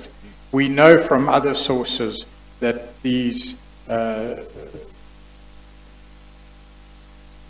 type of misconduct or illegal use of monies and assets has occurred But was this also part of your investigations, and were these your findings These are findings, Chairperson. on investigations into the detail? Yes, with the details. And you've summarized the findings here, or you've summarized the type of malfeasance that occurred. That's correct. Right. Would these issues and reports and findings also be included in your certificates? That is correct, Chairperson. Right. You then say something in addition, in paragraph 135, you say investigations into these abuses cannot be concluded because there is a refusal to declassify documents. Before you answer the question that I'd like to put to you, I'd like to put you a preliminary question. Is it clear to all concerned that classification cannot be used to conceal criminality? That is the general principle, the general rule. Is it also clear to all concerned in terms of the legislation that classification cannot be used as a reason for not giving you documentation? That will be my response, but there is a rather to that. That last sentence does not refer to us. It does not refer to the investigations conducted by the Office of the Inspector General of Intelligence. I don't know, I may have, it sounds as if that is the submission, but it's not a submission. When I say investigations cannot be concluded, now I'm referring to criminal investigations, and we've got instances such as those.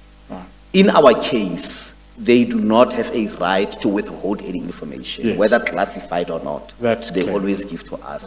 So our investigations in the certificates will be concluded, but the other investigations that follows will be hampered by refusal to declassify. Right. So I'm referring to investigations such as those conducted by IPID, for instance, and those maybe conducted by the Hawks. if you will. We'll come to those in detail in due course. The regulations in terms of security are unfortunately and ironically and quite improperly, Chair, in our submission, themselves secret. So the law or the regulation which says you cannot use classification to conceal criminality is secret. But that principle is widely known, as I understand it. It is widely known, and I think that it is laughable. In fact, the team have always laughed about it. Maybe I should just explain what Yes, happened with the please. specific one. Now, the SSA wanted to develop a regulation which will sort of put into effect the provision of the missed document.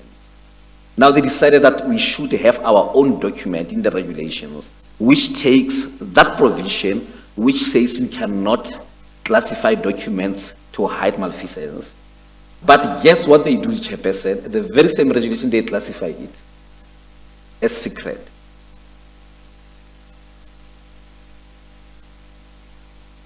So it has the consequence, Chair, that any person affected or interested in unlawful classification of documents cannot source the very regulation that deals with the issue. But the classification of the law, or the classification of such a document can't be legitimate. I mean, if you do that, how do you expect that people will benefit from the principle that you can't use classification to hide criminality? Well, Chair, the idea that one could classify the law, I mean, you just have to say it to realize how absurd it is. There's another dimension to that, Chairperson, and I'm just imagining then if it was myself and I contravene the same regulation and they wanted to ask me questions. Let's maybe I'm an operative and I overclassify, and they say that no, but you've contravened that.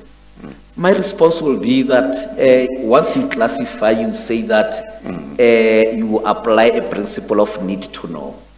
So, which means that I may not have been considered as a person who should be aware of that particular thing. And I can easily say that what is classified, I did not have access to it. So you are defeating your own purpose, your own objective, by ensuring that people do not overclassify, because they will say that I'm not aware of that. Yes, and it goes a lot further than criminality. It talks about administrative abuse as well. That classification cannot be used. We can get the wording. I think you deal with it somewhere in your statement. You deal with it, the expression in the missed document, but let's deal with it when we get there. In paragraph 136, well, perhaps we should then just clarify what you say in paragraph 135, that these abuses, this criminality is reported to a law enforcement agency. Yes, but over and above that, the management, divisional management of crime intelligence, also promised us that they are going to deal with these issues and are going to refer them to law enforcement agencies, because our recommendation would be that here it's a clear case of criminality, so please refer it. We do not want to replace the management of these agencies. We can only flag and point out to where malfeasance or especially criminality would have taken place. It's up to them to take it further in terms of law enforcement, prosecution and the like. That is correct, Chairperson. And I think that they would have developed an access card for me if I really had to do that. I mean, into the courts. I could be at the magistrate courts and the other courts every day of my life because of the level of malfeasance in those services. Now, but you say that in paragraph 135, you make the point that these law enforcement agencies, their investigations and prosecutions are hampered by the refusal to declassify documents. That is correct, Chairperson. And in paragraph 136, what is the evidence that you give there?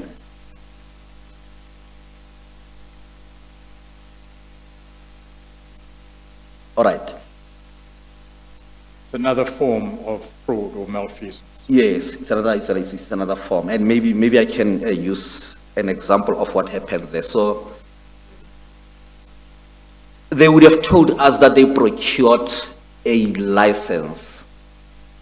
Chairperson, I do not want to, because it will be names of companies normally.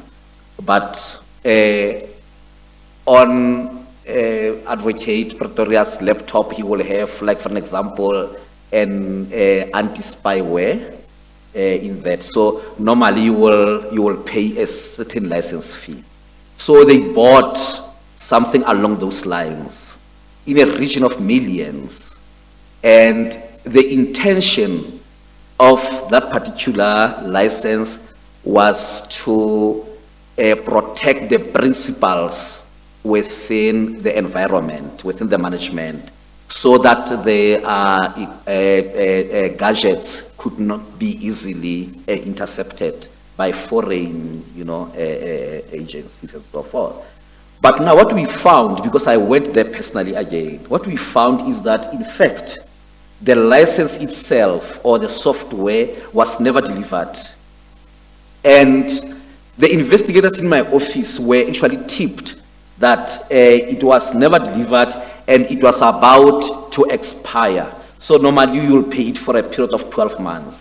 But when we went there, we satisfied ourselves that it was supposed to be still there, and we requested that we should be taken there so that we can observe it, and there was a confirmation that it was not available.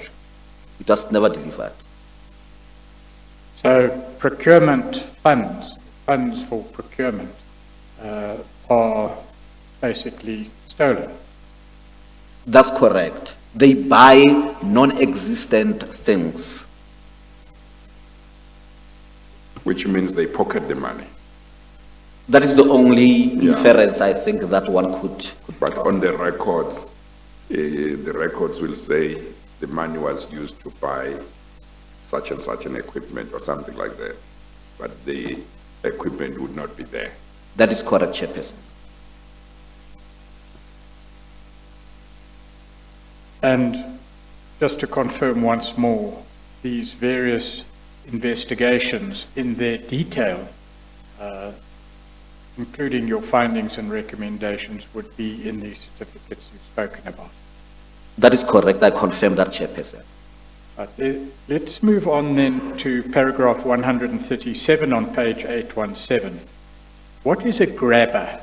Grabber, without revealing too much. Well, it's a general term that they use, and there is a certain gentleman who's appearing before a court in Centurion who was charged with that, so it is in the public domain. Okay. But a grabber is an equipment that can be placed within a particular radius, and it will be able to create a tower. Now, there's scientific issues, but it will create a tower. So, in other words, when I call the chairperson, you will have the other line.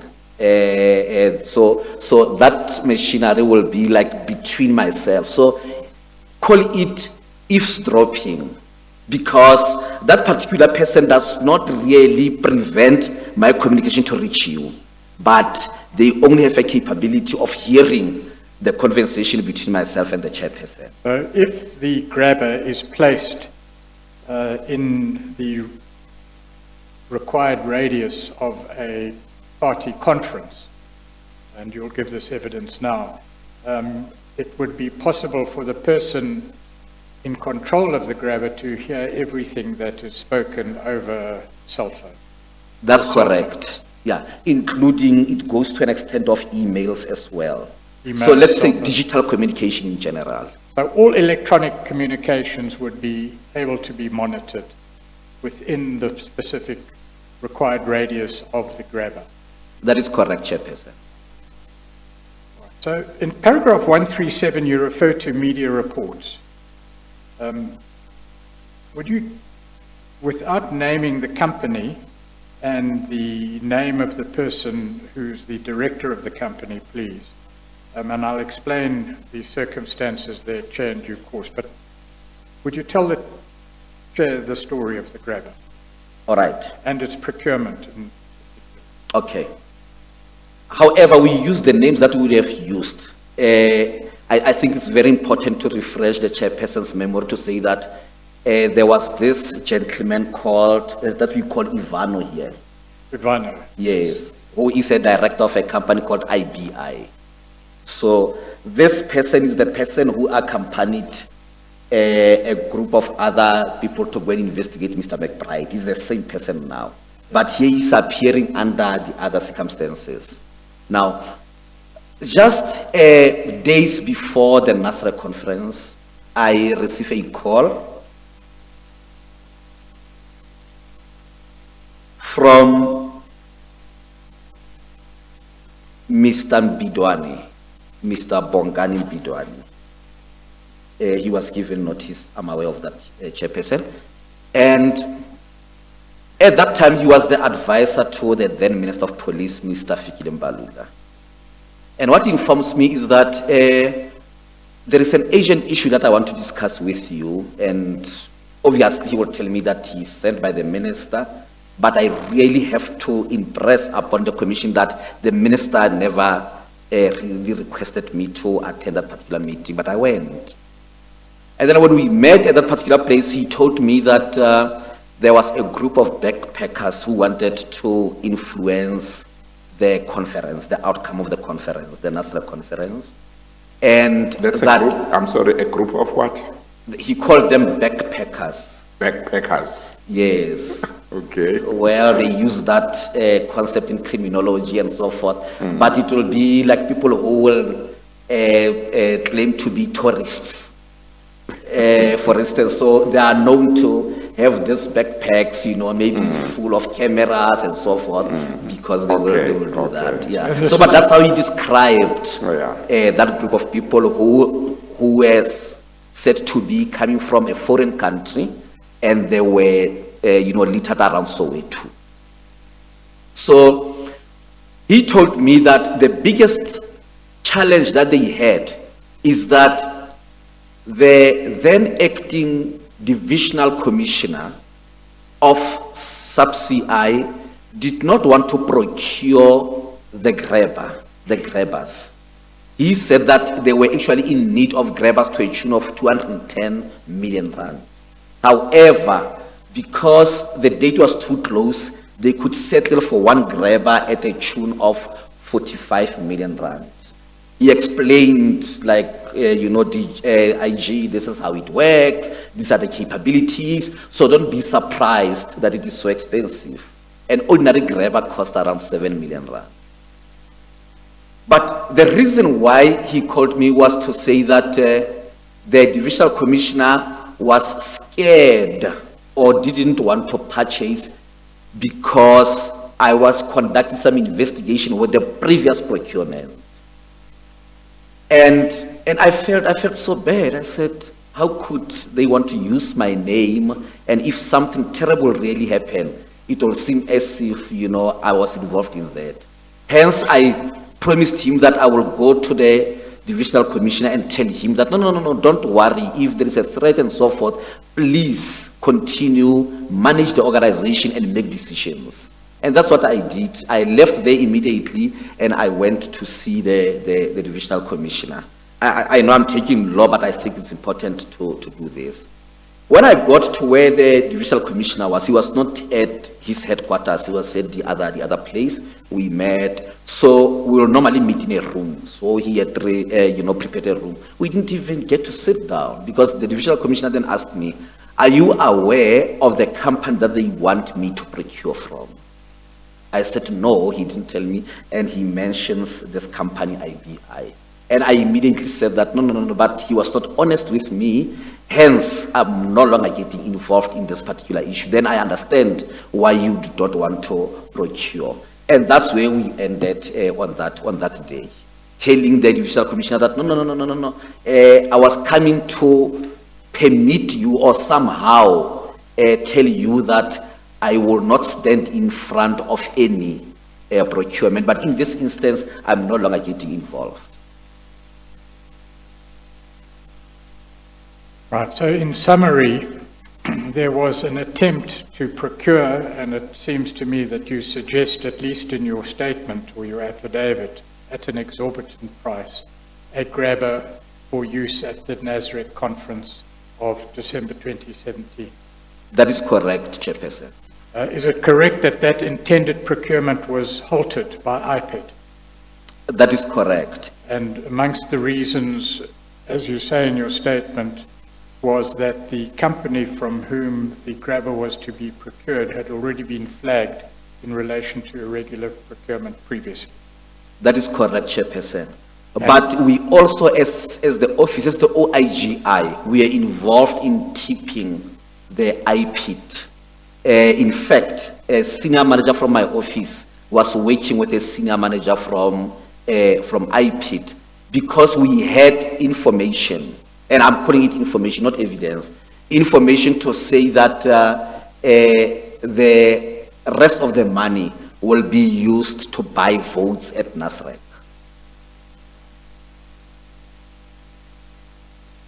So not only was the procurement process irregular, not only was the party from whom the grabber would be procured already under investigation for irregular procurement, but you had information that the use to which the grabber would be, not the grabber, the use to which the money would be used either through inflated procurement or otherwise, inflated procurement prices, was the information you received was to buy votes at NASREC. That is correct, and it sounded probable. That's why we interrupted or intervened because the grabber original price or average price will be 7 million rand. But here in this case, they want 45 million rand to buy only one grabber.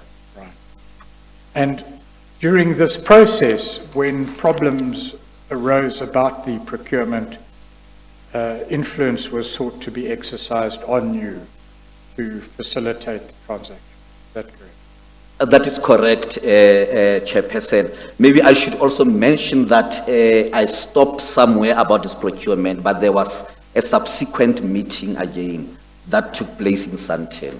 Well, just tell the chair about that, please. All right. Now, after withdrawing, telling the divisional commissioner that I will not get involved in this because I did not make those decisions, I then received a WhatsApp message that I'm attaching in the documents that will be coming from Mr. Bob Bidwani, saying that, IG, I had thought that we agreed on a particular position. And my understanding is that that WhatsApp message came as a result of the DIFCOM. DIFCOM is Divisional Commissioner telling Mr. Bidwani that no, that guy did not, agree, or he didn't want to be involved in this particular process.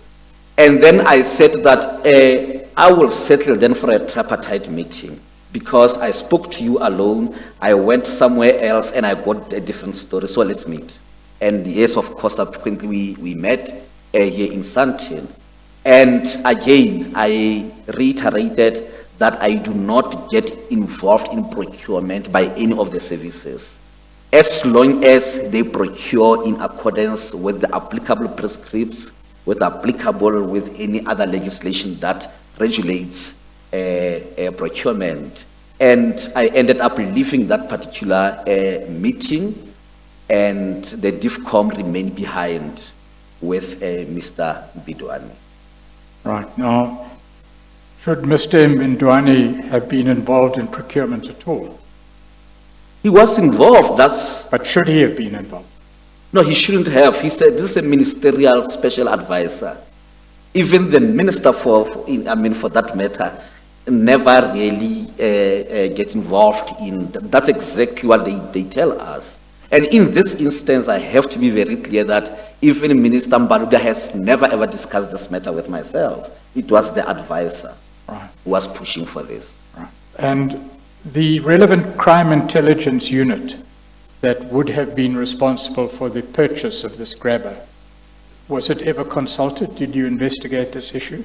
I investigated that and they were never told. They didn't even know? They didn't even know that there was a process to try and purchase this particular equipment. Now you say... And sorry, Mr. This could be very much important to say that if I'm heading surveillance in crime intelligence, they call me end user. In other words, I'm the one who initiate the process. Go to the procurement people and tell them that I'm in need of these 3 bottles of water.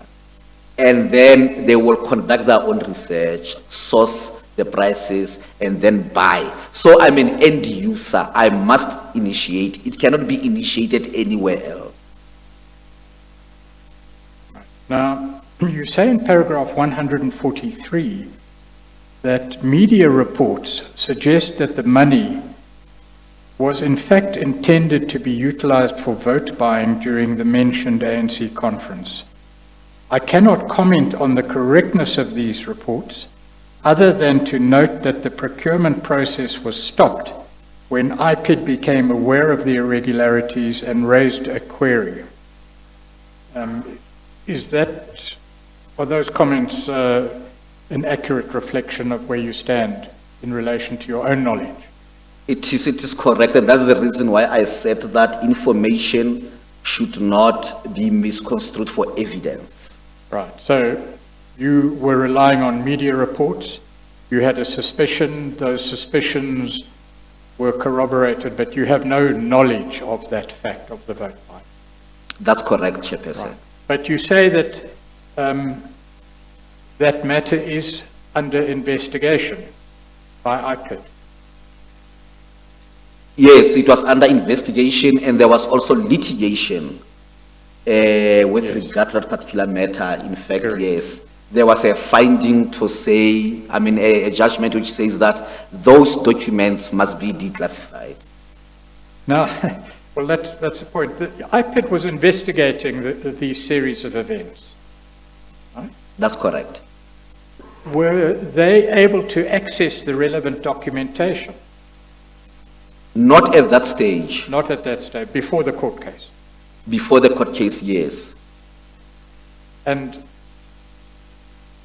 how did this affect their ability to investigate this obvious, well, certainly obvious allegations of criminality?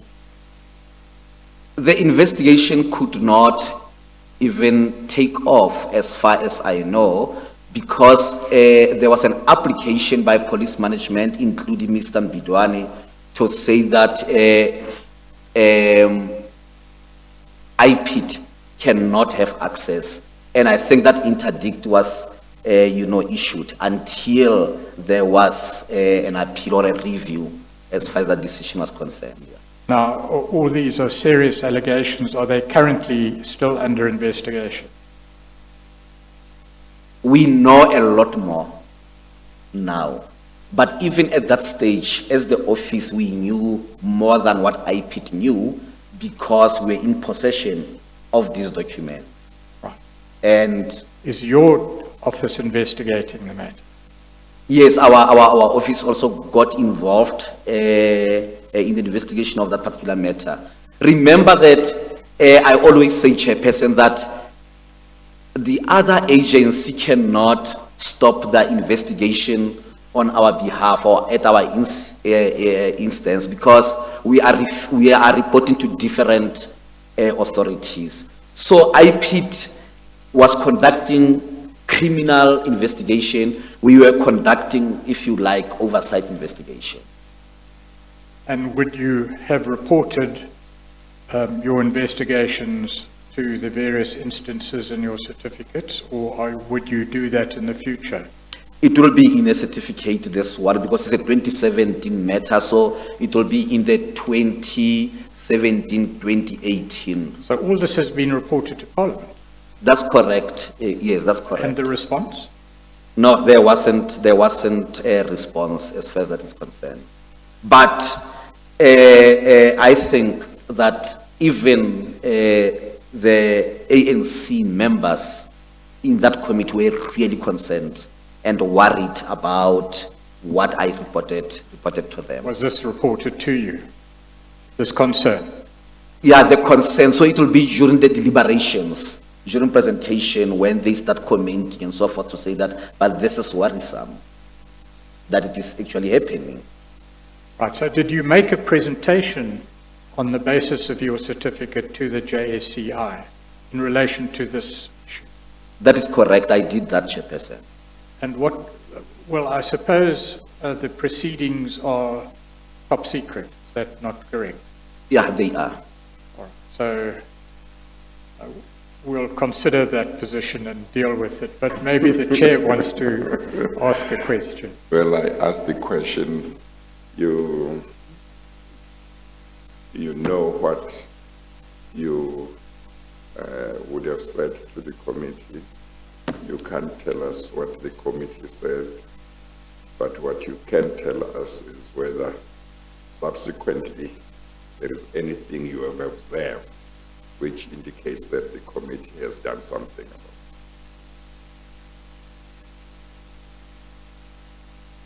I don't think I really understand your question, Chairperson. Okay. Yeah. I'm trying to deal with the problem that you can't tell us what the committee says.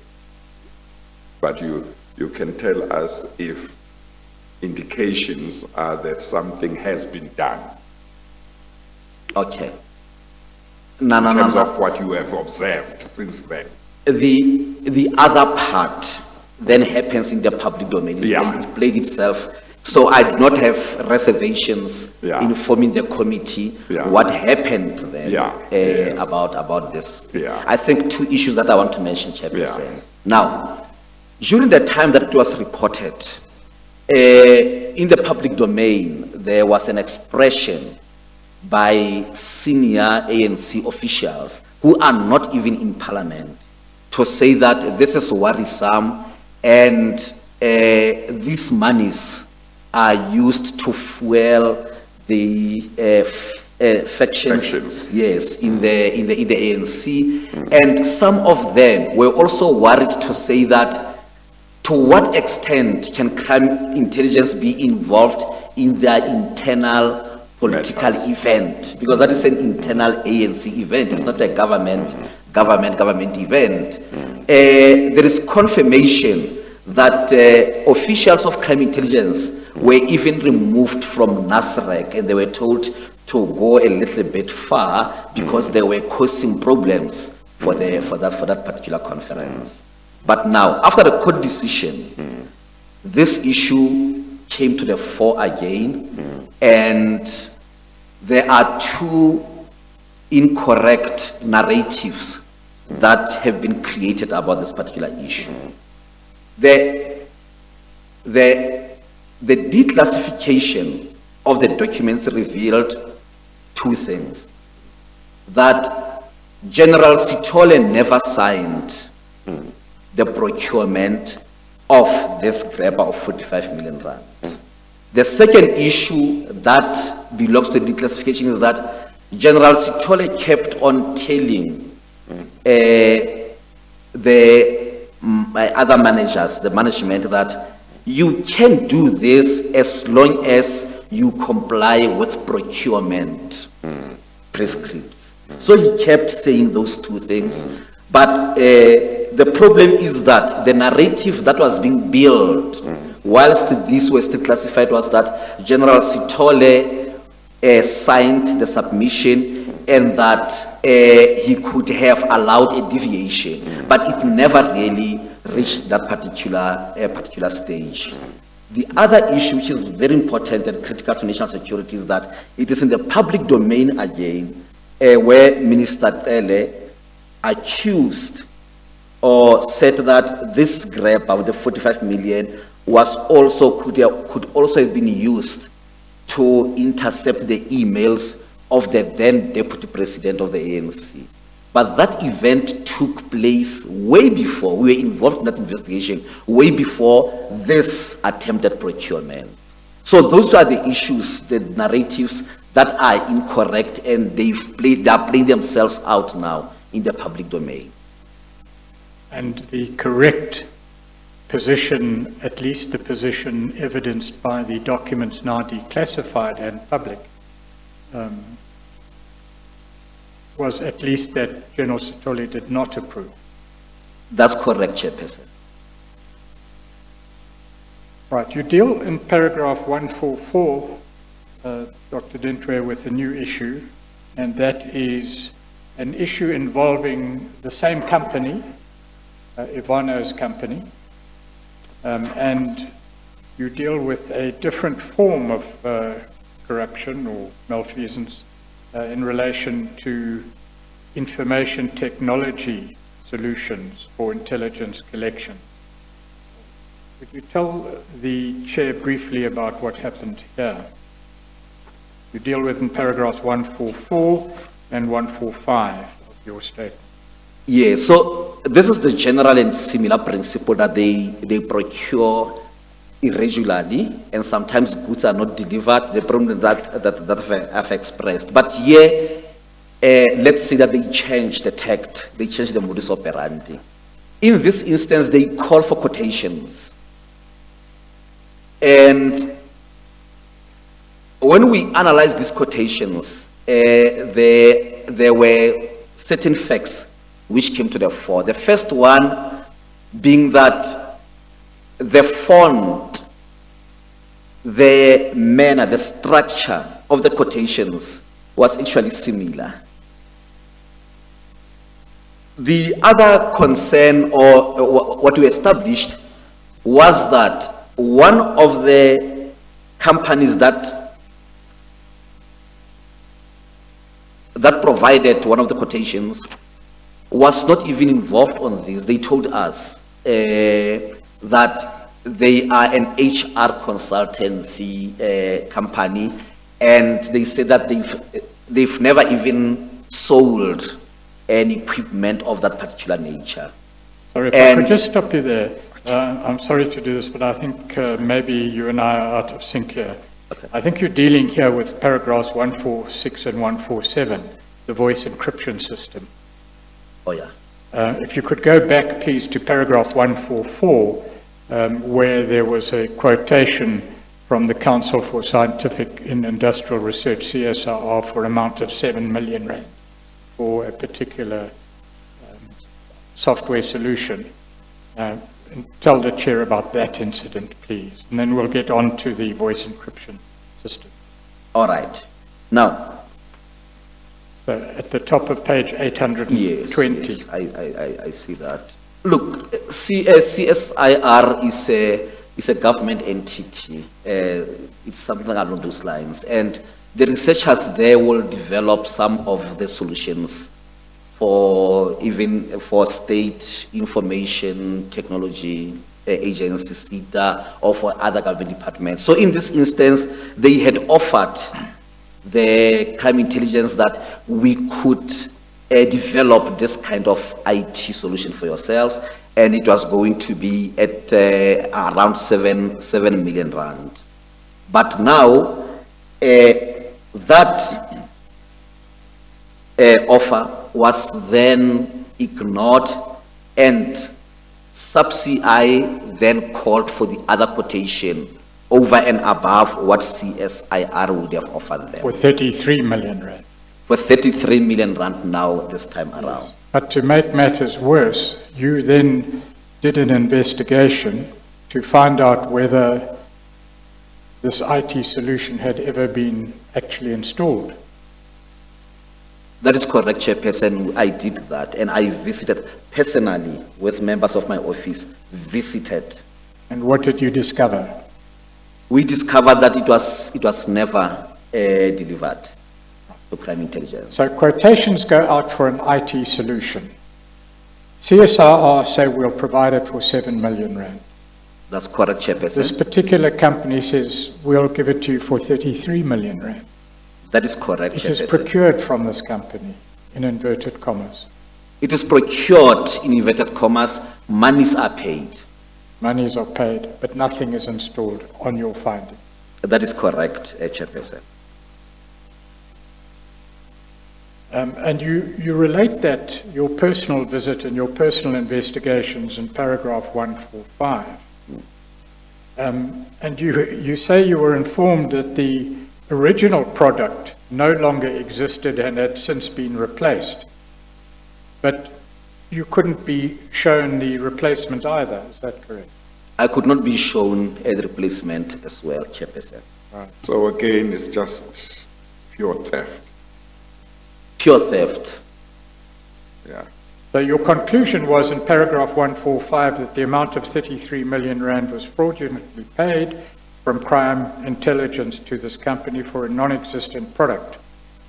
And you then say IPID has since been investigating this matter, but has to date again not succeeded in securing pertinent classified documents relevant to its investigation. That is correct, Chairperson. What would be secret about these procurement documents? I'm always argue that you cannot overclassify this issue. This is a pure procurement issue. There's nothing national security about it. There is nothing intelligence about it. It's like procuring a car. And then in paragraphs 146 and 147 on page 820 and following, you deal with the voice encryption system procurement process. What happened there, just briefly?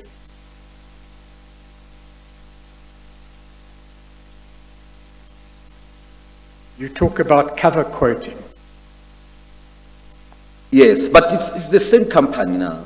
This company gets involved in all this kind of procurement, which are actually surprising and irregular in certain instances, not even getting delivery. But in this instance, that system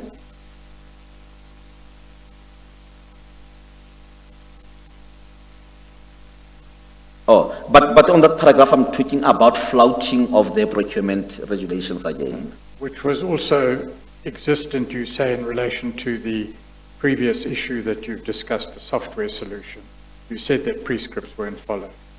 That is correct, Chairperson. Here, prescripts were also not followed in relation to the voice encryption system, where it was procured for about 23 million rand. That is correct, Chairperson. And you say that all manner of procurement requirements were flouted. I submit that, Chairperson. Yes, you say the system was not, however, procured for any crime intelligence section responsible for any counterintelligence function. Is that correct? Yes, that's correct, yes. Right. But what So in the instance where I said, Chairperson, that an end user will be somebody who's responsible for that particular thing. So if you say that it's a voice encryption, if you say it's a grabber, we are looking at somebody at surveillance, and all those issues. But the end user will be somebody somewhere. The cost of this procurement, you say in paragraph 146, was 23 million rand. That's correct, Chairperson. However, you investigated the matter and you saw competing quotes, one for 58 million rand. Were those genuine competing quotes? They were not genuine, and as I say, that paragraph that we picked up some of the other things. For an example, in one of those, there was no VAT number, a VAT number.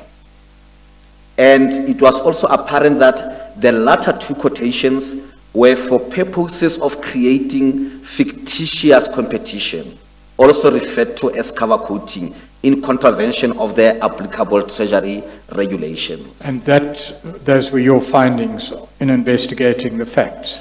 Those were my findings because the name of the director of Company B was also the director of Company C. Really? All right, so a related company issues a quote for 58 million rand, and I understand what you mean by cover quoting. It makes the quote for 23 million rand look reasonable. That's correct, Is that the Chairperson. point you made? Yes, yes. Chair, I must place on record that we have a response from this company. The director is Ivana. But what they say in this response is, we're giving you this information. We don't know whether it's classified or not. That's your problem, they say to us. So as a precaution, we've had to consult with the Director General of the SSA, the Acting Director General, to first see whether we can deal with the whole or the part, and if so, how we can deal with it. So I'm not in a position to put that now. We must go through the process first, and then we will put it up to you. But we might just put it up to you anyway, under the rubric that it's for your eyes only. Yeah, well, that's fine. Can we move on then on page 871 to the failure of oversight over the intelligence services? We've dealt with this piecemeal in several parts of your affidavit to date, but if you could just summarize what you say in paragraphs 148 to 150, please. And you can do it in summary form because we've dealt with these issues. Yes, and I'm admitting on paragraph 148 that I'm not attributing that failure only to the Joint Standing Committee on Intelligence. I'm saying that we have failed also as the OIGI.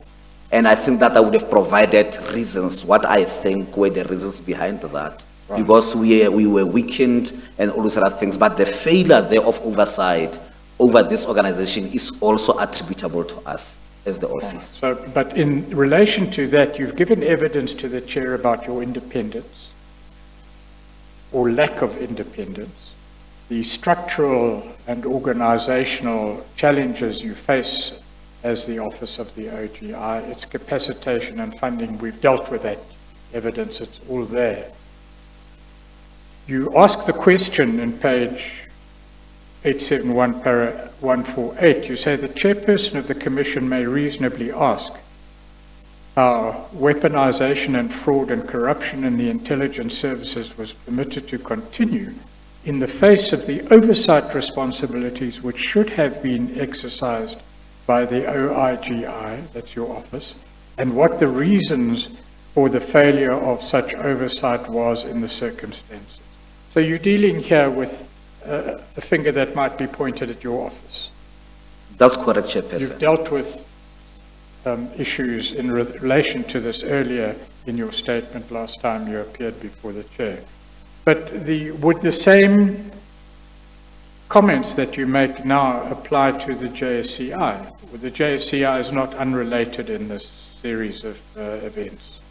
It is related, and I think that's where previously I said to the chairperson that no one within this fraternity should come to you and mislead you that we are not aware of this.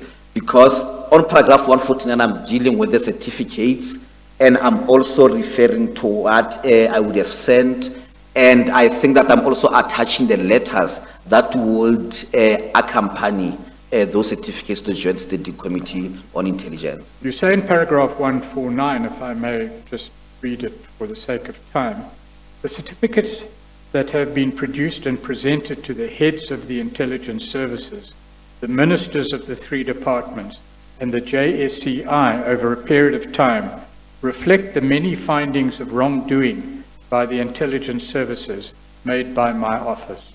Monies have been stolen from the intelligence services, and in certain instances these monies were used to fund parallel intelligence capacities and to achieve political ends and or to fight factional battles. These certificates of different intelligence services that were issued during my tenure indicate how the resources of the intelligence services were misused, stolen and squandered. These certificates are annexed. Well, they're in the documentation that you will provide to the chair in due course, hopefully sooner rather than later. You list in paragraph 149.1, 149.2 and 149.3, you list and identify the certificates for the years 2016, 2017, 2017, 2018, 2019, for the three intelligence structures, that's Defense Intelligence, Crime Intelligence, and the State Security Agency. I confirm that, Chairperson.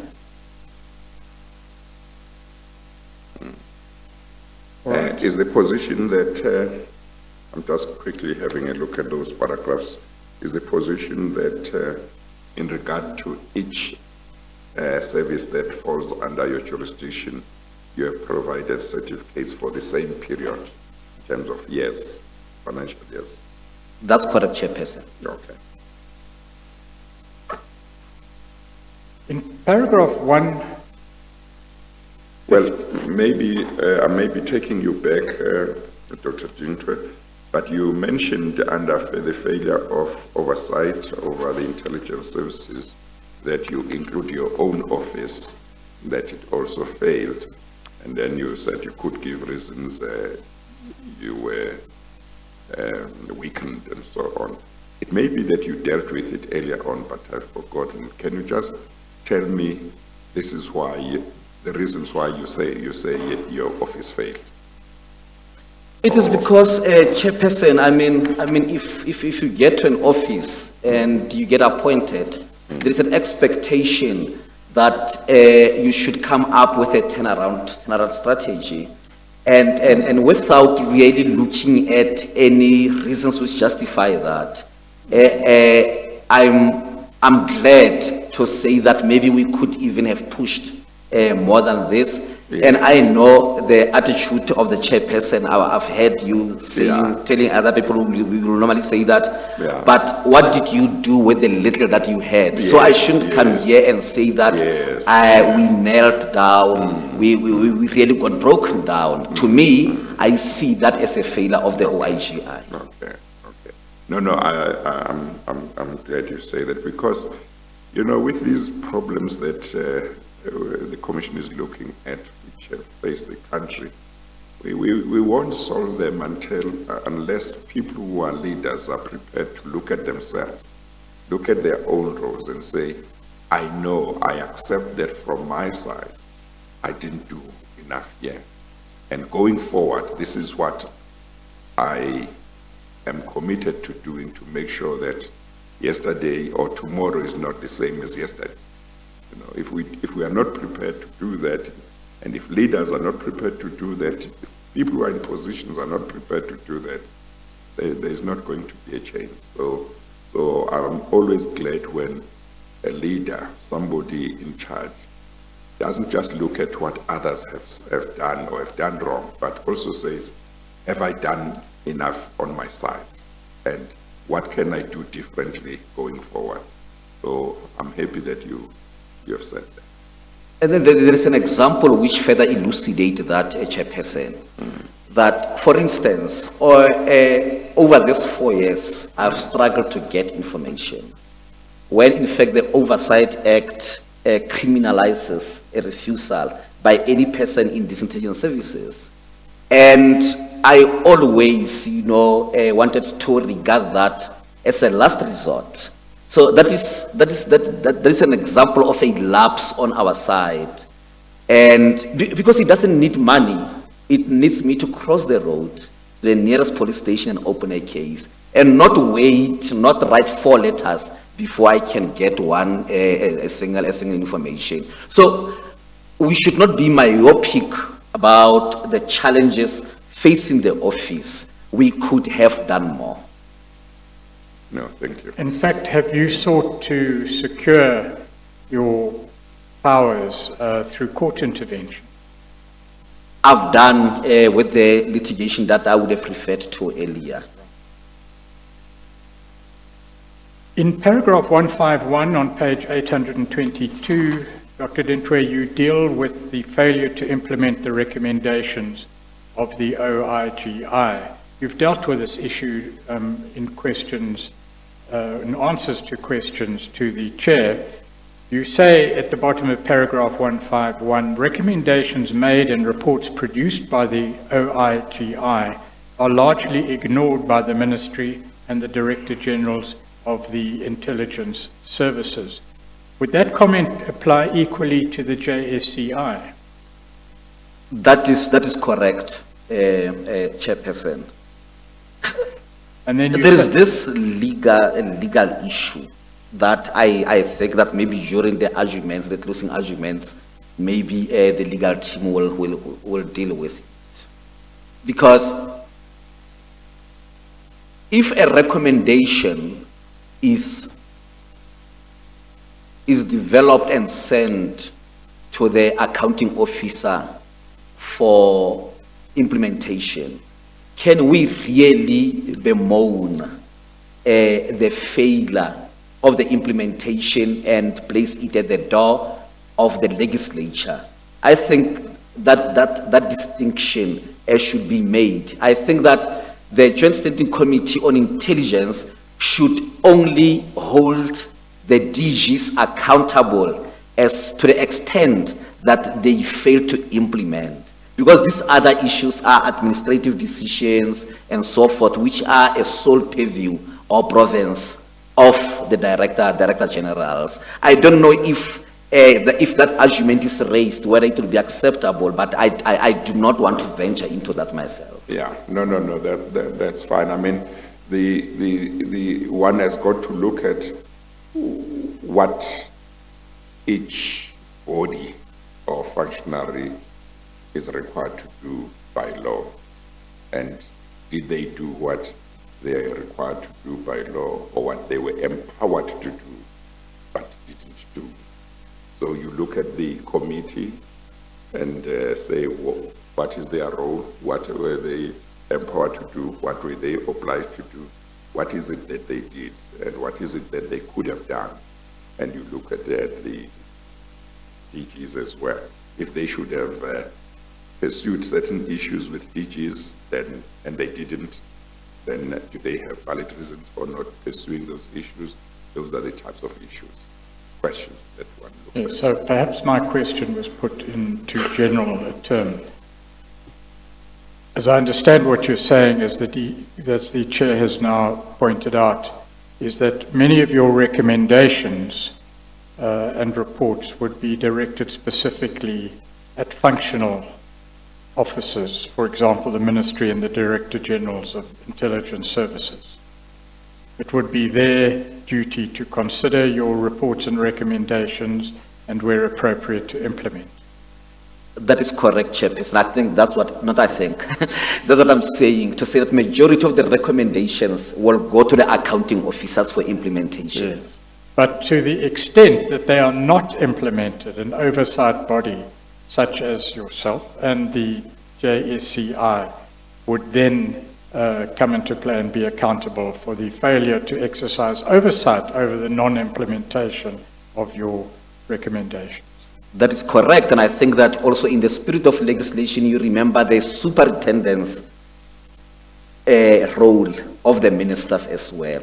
So in any event, if a decision is done, I've recommended to the DG, the minister is aware of that recommendation, I think that her role then should have been that of a superintendent. So she has more powers to ask the DG, why aren't you implementing this? And then in paragraph 153, you say it is my submission that it is necessary to provide appropriate enforcement mechanisms to the OIGI to ensure that its recommendations are implemented and that a failure to do so should be visited with serious penalty. Yeah, that's my Your submission. recommendation. The chair will have to think about that further. Chair, it's 1 o'clock. I see it is 1 o'clock. Do you have an idea how much more time you need? Because if, for example, you were to be done in 30 minutes, maybe we could delay taking lunch and then take lunch after you are finished. But if it's going to be longer, then we could take lunch immediately. I'd be at least another hour, and I will try Yeah. my best to finish with it now. Okay, no, that's fine. Let's take the lunch adjournment then. We will resume it at 2. Thank you. And I have communicated this to Yeah. the next No, that's person. fine. So for them, probably 3 o'clock would be, they could be here. Okay, we'll take the lunch adjournment. We adjourn.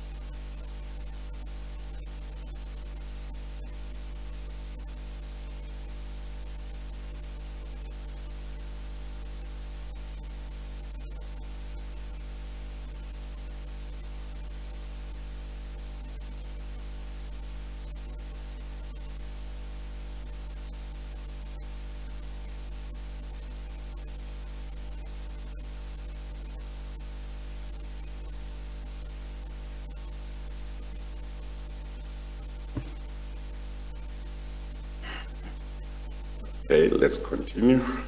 Thank you, Chair. Dr. Dintwe, much of what follows to the conclusion of your affidavit we have dealt with, albeit piecemeal and out of order already. So given the constraints that we have in regard to time, I'm going to summarize and extract what I think are important passages from your affidavit. Of course, if I leave anything out, you will take me to task on that issue and intervene. You deal in paragraph 154 on page 822 with, May I please address the chairperson on Of one course, point? of course. In less than a minute. I know I'm surprising the evidence leader. I just deliberately didn't want to discuss this issue with him. Yes. I want to provide the commission with the date on which the submission was signed with regard to the 26 managers. Oh, okay. Just Okay. that part. Just that, okay, no, that's fine. It was signed on 6 March 2021. Minister approved appointments on 6 March 2021 for the 26 appointments. what Yeah, document was that? So that's a submission, you say? Is that the submission to the minister? No, it's an That's approval. the approval of the appointment? Yes, that's correct. Oh, okay, okay, Yes. of the 26 managers? Yes, on 6 March.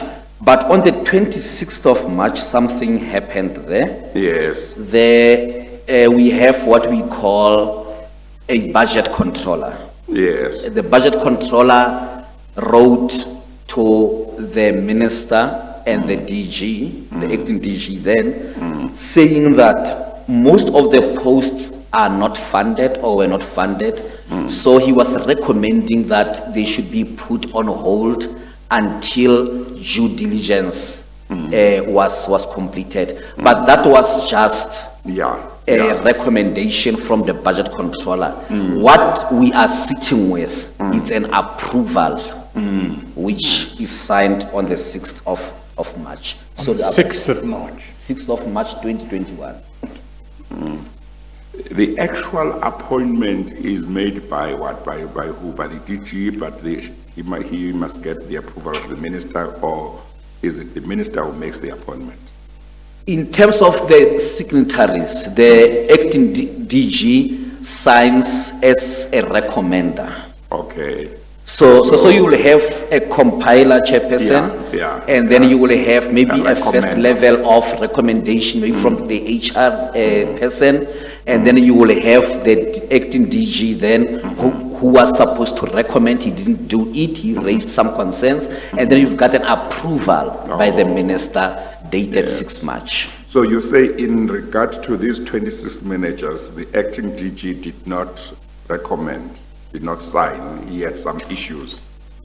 Yes, so what he did is that he scratched both sides. Yeah. or And to then spoil it. he wrote amended. Yeah. So which means that, in other words, why don't we say that he chose to abstain? To abstain, yeah. Yes. It's like spoiling your ballot. Yes, he spoiled his ballot. He spoiled his ballot.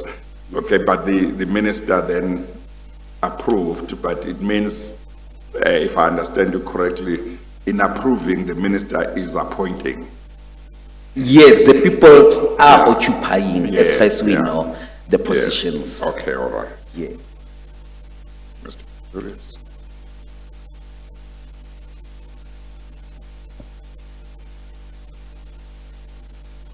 So you don't know what the response was to the budget controller's concern? No, we do not know that. What we know is that the minister, upon signing that, she also made comments, handwritten comments. And one of the comments there was that the concerns raised by the acting DG will be discussed between herself and the DG. Oh, That's all what we know now. yes, yes. But I would have thought that the appointing authority, before he or she appoints, would need to certify themselves whether there is budget for these posts.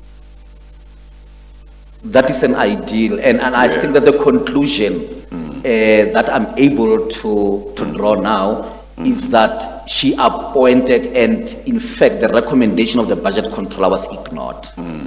Okay, all right. Mr. Pretorius. Thank you, Chair. On page 822, at the bottom of the page, you deal with the issue of limited access to information, and you've, throughout your evidence, raised the issue of in regard to the facts that you and law enforcement agencies do not have free access to information enabling you to do your job adequately, That is correct. let alone ideally. In paragraph 154, you say members of my office and I have been allowed only restricted or managed access to information from the Director Generals and other heads of services, evidenced by the protracted delays and or their lack of response to our numerous requests for information. Is that a fair summary of the position? It is the summary of our submission, Chairperson. And you say in paragraph 155, in light of the consistent constructive refusal, and I'll ask you what you mean by that in a moment, to provide information on the part of the heads of services, I have come to the conclusion that there has been a conscious move on their part to progressively and incrementally restrict or manage my access to information in order to frustrate the OIGI's intelligence services oversight mandate. Do you persist with that contention? Yes, I still stand by that contention. When you talk about constructive refusal, what do you mean? And I can only explain it, but we borrowed that word from a constructive dismissal in terms of the labor relations, legislation, to say that on face value, you cannot say it's a dismissal, but it is, done in such a manner that it could confuse other people. So what I mean is that in most cases, we will still be given information. But where there is refusal, you will not get a letter which says that we will not give you that information. Let me make an example. I will have a letter that will reach the commission at a later stage, where I was requesting information with regard to the deployment of operatives at party political events, for instance. And the letter that I got in response was to say that, may you please explain how this request falls under your mandate. So I had to explain back to them to say that apart from monitoring and all those other issues, I also have a function called investigation, which includes maladministration, which includes corruption, but which also includes abuse of power. Because at that stage, I had received complaint from one of the political parties who were saying that we don't even want this number of intelligence operatives attending our events. So constructive, because they will not say that we are not giving it to you, but they will say, explain to us how does it fit into your mandate. So whilst there may not always be a direct refusal of information, the conduct of the party from whom information is sought might make it clear that you're not going to get the information, whatever you do. That is correct, Chairperson. Well, you told me last time that you are not a lawyer, but constructive refusal seems also consistent with a judgment of the Supreme Court of Appeal that Mr. Pretorius will probably remember, where the Supreme Court of Appeal says, well, if a judge has given a judgment and the party who lost applies for leave to appeal, and that application for leave to appeal is not adjudicated for a long time, it's a constructive refusal of leave to appeal. So it has not been decided, the judge has not decided that he's refusing leave, but because it's left hanging for too long, it's constructive refusal of leave to appeal. That's an interesting example. Yes, Chairperson. Can I mention, Chairperson, that this is my third year of completing an undergraduate degree in law and LLB. That's good. Yes, so I just decided good. to study that. Oh, because- no, that's good. Yes, That's good. so I'm not a lawyer, but I'm a But, good student of law. Yeah. Well, I have every reason to believe you are going to pass and pass well. Thank you, Chairperson. We may be the opposite on the other hand. One day. Lawyers, but not good students of law. Paragraph 156, you mentioned that in crime intelligence, there appears to be a reluctance on the part of the Divisional Commissioner's Office to pursue disciplinary processes against senior members implicated in infractions. Is that consistent with your findings? It is consistent with my findings, Chairperson, and I think that we will also have submissions or affidavits in our possession where junior members says that I would have stolen this particular amount, but it will just be a fraction of the amount stolen by somebody senior. And they just get, they just dismiss them in a short period of time. So there is a pattern there, and it is our observation and finding. But also, does it mean there seems to be a culture that this is small, why are you bothering about it? Somebody else has taken much more. Is that part of what you are saying, that there is that culture with the junior members or not? Some of them may not take that angle in Okay. arguing. They will almost admit, let's say they will confess. Yeah, And say that, okay, I'm dismissed, I'm here, I have stolen, but there is somebody somewhere who it is known that they would have stolen more than myself. But he's not not saying that dismissed, yeah. he shouldn't have been dismissed. Yeah, They yeah. only say that our dismissal happened So quickly. so quickly Yeah, easy. if compared to senior managers. In paragraphs 158 and 159 on page 824, you deal with your conclusion that there has been some resistance by the intelligence services, and you're talking there crime intelligence, I understand, to criminal investigation by law enforcement agencies. And you say in paragraph 159, the law enforcement agencies, in particular IPID and the DPCI, that's the Hawks, have been struggling to investigate and prosecute criminal cases of malfeasance and corruption committed by crime intelligence officials or committed by members of the public with the assistance of the officials of crime intelligence. And you talk about investigations being stalled or delayed by, amongst other things, refusal to declassify documents. Is that consistent with your experience and findings?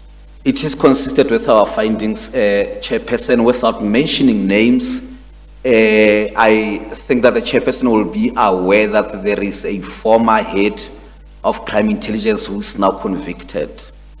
And there is a matter which is enrolled, which happened more than 10 years ago. So you ask yourself, why couldn't you just enroll this particular matter at that particular stage? But there is something, again, where we get, we get approached by some of, there is this other captain who comes to us, and he complains, he writes, we have the file, and he says, I may have committed this particular crime and whatever. However, our preference, my preference is that it is you who should investigate us. So they know that we can only make recommendations. And he even went to an extent, because you'll ask them, what kind of a recourse or recommendation that you are wishing for. And he said that if you have those powers, could you please tell IPID that they do not have powers to investigate myself because I'm in crime intelligence.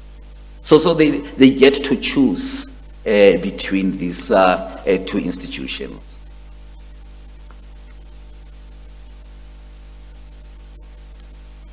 On page 824, paragraph 158, you deal with the concerted effort, as you put it, by management of crime intelligence to ensure that pending cases do not get off the ground and avoid detection by oversight bodies. And you go so far as to say it has become clear that the implicated persons and entities enjoy the continued protection of the divisional management. You've just referred to one exception, and General Lazarus and the proceedings against him would be another exception. That would be another exception, Matters Chairperson. were pursued against him. That is correct. And of course there may be others, but you deal with your findings, I presume, of your investigations and summarize those in paragraph 159, am I correct? You are correct. And you then go on in paragraph 160 on page 824 and following to deal with, in general terms, the refusal of intelligence services to declassify information that relates to suspicious transactions or criminality. And you've given examples and you've stated that on a few occasions in your evidence. But for example, in paragraph 161, you deal with the contention that it would be palpably wrong for intelligence services to hide behind classification of documents in instances of suspicion of criminality. Procurement issues, for example, need not be regarded as secret. And if there are secret elements, they could be redacted. Am I correct? You are correct. Issues relating to safe houses, and I'm told by you that many of those issues are contained in documents which are refused declassification. How could that be dealt with? That is correct. There is another case that we were involved in, and I think it is one of the enrolled matters now, where one of the senior managers traded in his own personal vehicle, and there was a shortfall. So he used the monies from a service, from a particular intelligence service, to pay for that particular shortfall. And this case could not be concluded. The investigation was concluded a long time ago, but they could not prosecute merely because that administrative part was classified also, and it has always been hidden under information that on face value one may think that it is intelligence, and it is not intelligence at all. It is a pure criminality and theft of state funds. And in relation to safe houses, I think you suggested in consultation that one could just redact the address of the house. You could do that in the documents that I will be submitting, or that are in my bundle, Chairperson, which is not in front of us now, is that I make an example of them purchasing groceries from one of the supermarkets that we all go to. And they classify that particular submission. Instead of just removing the house number and the address where these things will be taken to, because it is a safe house, yes. Then in paragraph 163, you deal with the MIS document. And that document, as I understand it, adopted by Cabinet on 4 December 1996, is available on the internet. It is available and they only write or wrote restricted. Now, restricted documents are not necessarily classified documents. In any event, you say in paragraph 163, the MIS document deals with classification and declassification of information. Of particular relevance to the issue at hand is paragraph 3 of the MIS document, which sets out guidelines on the procedure for classification and the declassification of classified documents. And insofar as it's necessary, we can deal with that in submissions to you, Chair. The MIS document provides an explanation on classification documents, and in particular paragraph 3.4 gives an injunction that security measures are not intended and should not be applied to cover up maladministration, corruption, criminal action, etc., or to protect individuals / officials involved in such cases. The point about that is that the MIS document precludes classification in categories far wider than just corruption and criminal action. It includes maladministration. And I think Regulation 3 of the Security Services document goes so far as to say that classification cannot be used to preclude or prevent embarrassment to officials. Words to that effect, I may not have the precise words.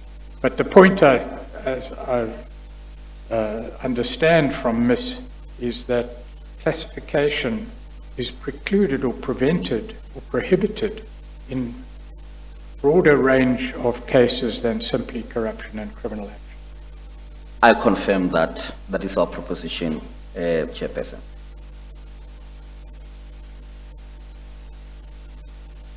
And you say in paragraph 165, the MIS document enjoins the head of an institution to test on a regular basis classification of documents generated in the institution, and further provides that overclassification of documents must be guarded against. It seems that the point that is made there is the duty to manage classification is an ongoing duty. It's not as if a document once classified remains classified forever. Is that correct? That is correct, Chairperson, and maybe one should hasten to add that what is a secret today may not be a secret 2 weeks or 2 months to come, you know. So that is why it enjoins the head of services to keep on testing or retesting and identifying those issues that should remain classified and those that need to be declassified.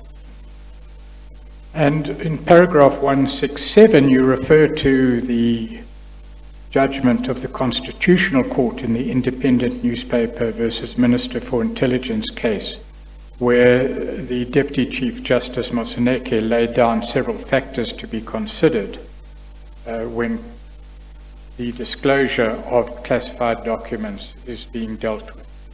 And he lists there a number of factors that must be considered when a document which is formally classified is sought to be declassified.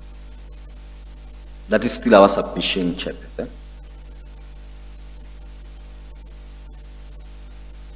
And you say in any event in paragraph 170, it has been said that members of IPID, as is the case with members of the OIGI, have security clearance to the level top secret. So there would be no reason for refusing classified documents to you. The law prohibits that anyway, but to IPID, they have security clearance anyway, I understand. They do have that, Chairperson. There are often some internal arrangements, such as if one of the investigators is still waiting for the revetting and so forth, that they remove them from cases of that nature. But they are always alive to the requirement that only people with top secret should access these documents in crime intelligence environment. I think that is now happening also with the investigative directorate. It is also happening with the Hawks as well, to say that If you are waiting, please step aside for a while until you are revetted. Right. And then in paragraph 171, you put before the chair several examples of the misuse or overuse of classification. For example, a case involving the procurement of blinds and curtains by crime intelligence officials. Any reason why those documents should be classified? They shouldn't have been classified at all. The matter is yet to be prosecuted because we've got a Centurion case number and the prosecutors could not proceed with that issue. 10 or so years. That is actually a 2013 matter. Yeah. And that's because of overclassification of documents. That is correct, Chairperson. It's overclassification because it's purchasing of blinds, of curtains. In any event, you've given examples and you have spoken already of examples in relation to procurement of IT solutions and the like. They're there for the record. So knowledge of curtains that were bought is a threat to national security. It can't. My argument is that it's the delivery thereof which becomes a national security issue. To a particular house. House. But Yes, not yes. the actual purchase of curtains. Yeah. Yeah. Chairperson, I don't know if I'm dealing with it, but I think this is a critical issue. We've been dealing with a case where the management of crime intelligence decided to buy PPE for COVID-19. I'm talking masks, sanitizers, and all those other things. And they decided to use what we call secret service account. Now they've got two accounts. The other one they call it open account. The other one they call secret service account. And you ask yourself, because secret service account is used for cover operations.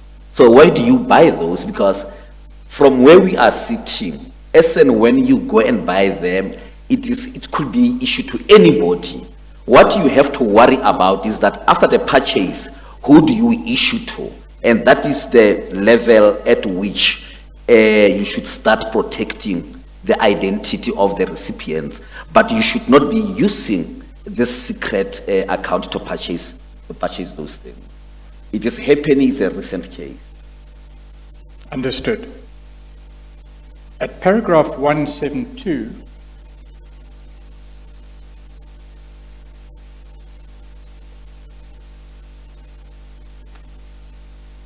you deal, and that's on page 829, you deal with quite an ironic situation, and that is where the law enforcement agencies are saying, in relation to criminality, misconduct, and the like, only you as the Office of the IGI have jurisdiction. That seems rather strange in the context of the evidence you've given. Could you explain the problems attached? Let me that explain approach? that, and yes, and it is a finding of the Mokoro Commission, where we have letters that were written by seasoned and very senior prosecutors to our office to say that this and that other issue, it falls under your exclusive jurisdiction. The police can never ever, investigate that particular matter. And I think that the Justice Mokoro would have made a finding on it, and it led to the removal of two of the very senior prosecutors. So that is an example of that absurdity, where people say that it's only you, because I think that they've reconciled themselves with the fact that this office is so weakened that nothing will happen. Yes, and you have restricted powers anyway. You have no powers to prosecute. I cannot Or even prosecute. discipline. You have recommendation powers only, as I understand it. That is correct, Chairperson. Obviously investigative powers, but ultimately powers of recommendation. So do I understand it correctly, as you put it in paragraph 173, that in countering the investigation efforts by IPID and the Hawks, an argument is routinely proffered that these law enforcement agencies do not have a legal mandate to investigate any conduct of criminality, fraud, or malfeasance of persons within crime intelligence. This argument is proffered on the basis that the OIGI has exclusive jurisdiction over the intelligence services. In bolstering this argument, it has been consistently maintained that the OIGI is the body that is legally mandated to have access to classified information of crime intelligence. So do I understand it correctly, when it comes to prosecution of criminal acts, fraud and corruption within the state security agency, the response of some law enforcement officials is, we have no jurisdiction, go to the IGI. Is that correct? That is correct. And Chairperson, this has led at a particular point where I convened what we called, we used the word tripartite workshop. We sat around the table because crime intelligence kept on using a term. They were referring to us as a clearinghouse. So when an IPID investigator approaches them and says that I'm investigating this particular matter, they will say that, but the OIGI is our clearinghouse. In other words, they were giving me powers to decide which information can be given. So they will say that, no, we can provide the information, but only subject to you going to the OIGI instead of you getting it directly from us. What was your response to that? I said that we cannot be regarded with that, and there were lots of deliberations. We then made a resolution about that issue. They withdrew in that meeting the usage of that concept, and we signed those minutes. They are part and parcel of the documents that I would have submitted to the Commission. You were told by IPID, and you relate this in paragraph 174, that this view that only the IGI can deal with the issue of criminality, fraud, or malfeasance within crime intelligence, that this view was relied upon in the investigation of the criminal charges against the former Divisional Commissioner General Ndudli during or about 2011. Is that correct? Can you confirm that? I confirm that, Chairperson. And you say it has been raised frequently during your tenure? That is correct, Chairperson.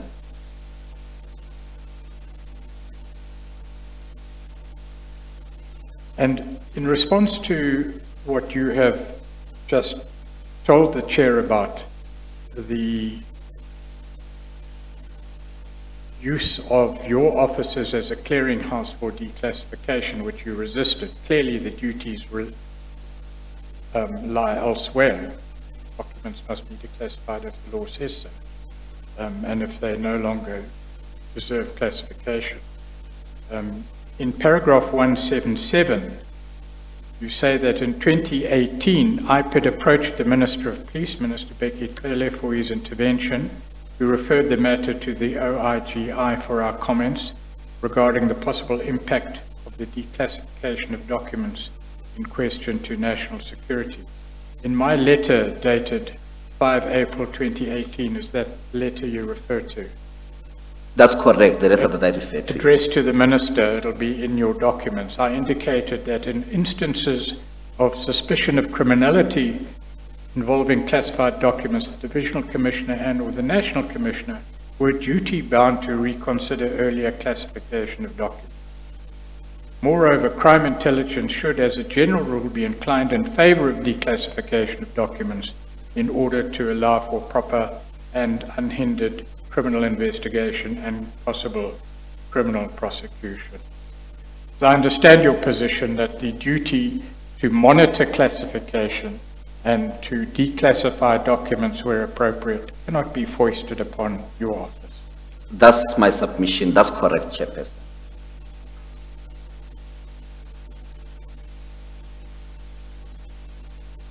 paragraph 182, it seems that the JSCI became quite active in summoning you to appear before it. What was the issue you were required to explain? Which paragraph is that? 182. Concerning the leakage of information. Just read the paragraph and tell the chair, please, what point you're making there. All right. Now, there was a stage that General Jacobs wrote to Parliament, and he titled that a complaint against the OIGI. There were several complaints. The first one, he was complaining that I was threatening him. There was a letter that he thought it was a threat. And secondly, that the information in our possession would find itself, somewhere else. And in this instance, if I have to be specific, is that there were parts of my certificate that were sent to the National Anti-Corruption Hotline of the Public Service Commission. And I was called to come and account and explain whether it was not my office that would have leaked that information. I have no business leaking information to that because I have clear reporting lines, so I don't need to do that. But anyway, there the JSCI was active in calling you to account. That is correct, and my explanation was accepted, and the allegations were seen as being unsubstantiated. Then in paragraph 183,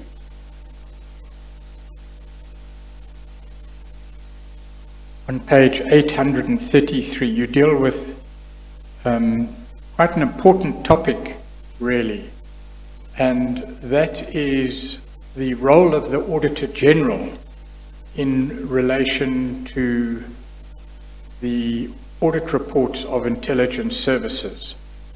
And you say in paragraph 184, in their audit reports of the intelligence services, the Attorney General of South Africa has always had to provide qualified audits owing to its inability to access certain areas of the intelligence services that were deemed to be too sensitive for access by the AGSA.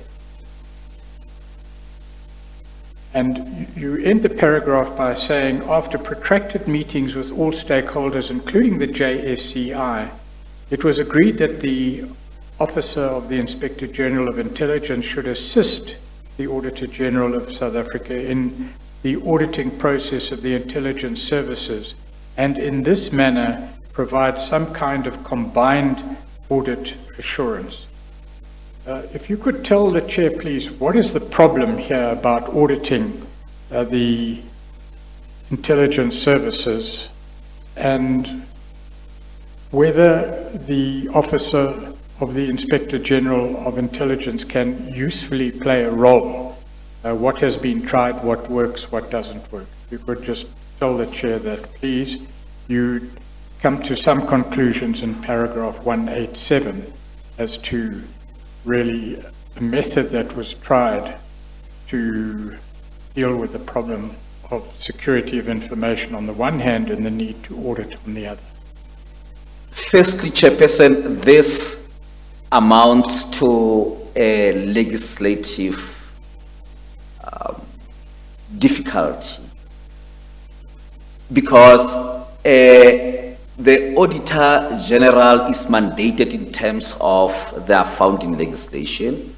We are mandated with that. In our legislation, the Oversight Act, we are not given auditing mandate or function. And if you like, whether you differentiate it between financial auditing, performance audit, and all those other things, we do not have any business to do that kind of work.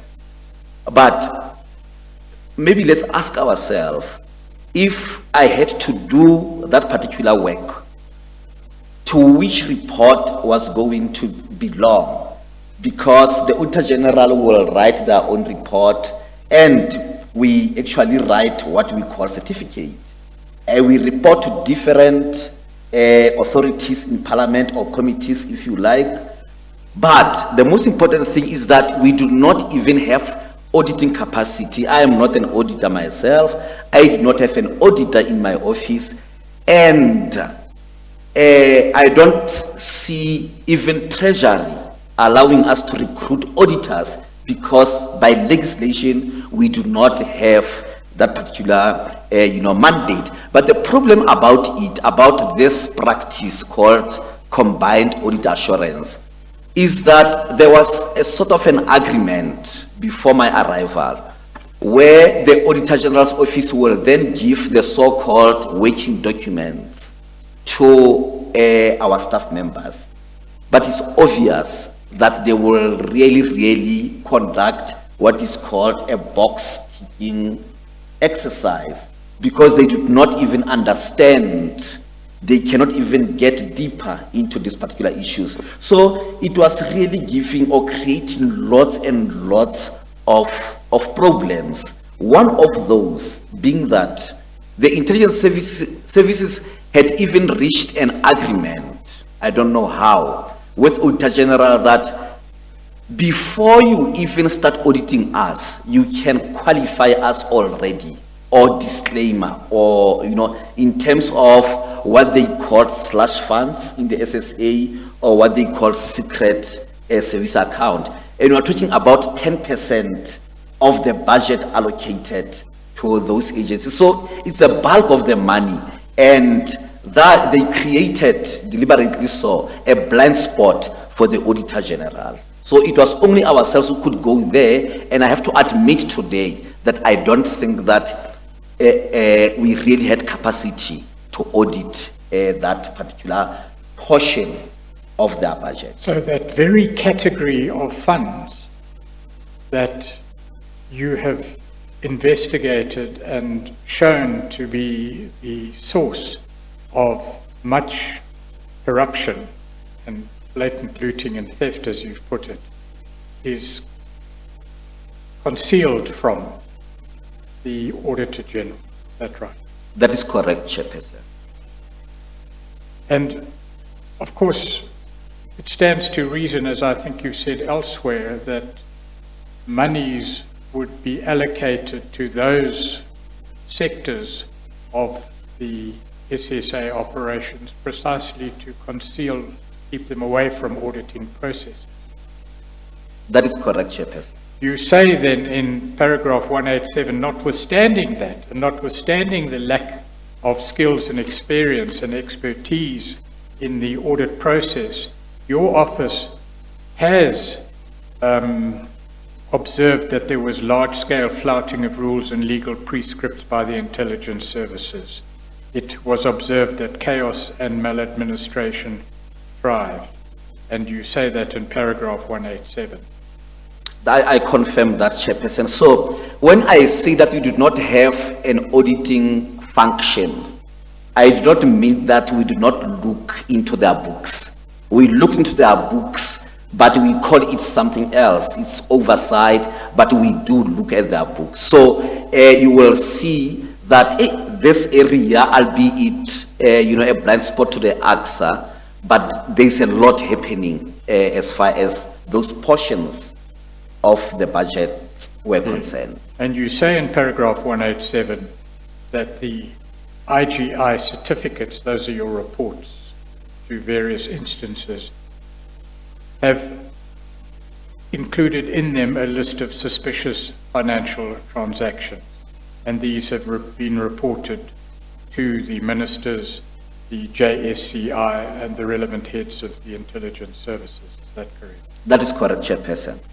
And you give one instance here where certain of these financial irregularities, in your view, were also reported to the current president while he was still the deputy president. That is correct, We may deal Chairperson. with that matter in due course. But Having said that, there must obviously be some balance between secrecy on the one hand and the need for proper financial auditing on the other. Quite how that problem is to be solved is a matter that the chair may consider, but do you have any comment in the solution to that issue? I do have a comment, and maybe let me use an analogy of a tail which wags a dog, the other way around, and tell you about this meeting that was convened by the JSCI, the chairperson there, and the Auditor General that day, the late Makweti was there. I was there representing this office, and then there were people from the CFOs, most importantly, that were sitting there. And the SSA had gone to do a benchmark with the other countries. Their interest was to establish how do these other countries deal with the auditing of the intelligence services, and they made recommendations. And that is the reason why the meeting was called, to say that we have to also make inputs. Chairperson, I never go to Cape Town, and I do not utter a word. This is the only meeting that I went, and I never uttered a word. In that meeting, I only introduced myself, and I never uttered anything, because I was very much surprised that an intelligence service will go do a benchmark, approach a committee of parliament and the oversight bodies, and tell them that this is how we would like to be audited.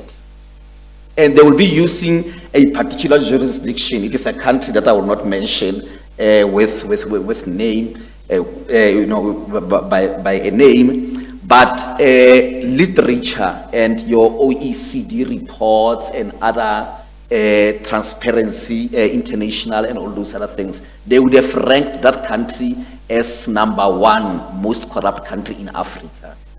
Now, there they came and said that, oh, you've got a nice model from this particular country. You know, in this country, Auditor General do not get involved in the auditing of this particular, intelligence services. And the reason why I did not utter a word, it is because I would have caucused between myself and Tate Makwethu to say that, hey, I feel so much defeated, and I do not want to be seen as somebody who is resisting this kind of an arrangement.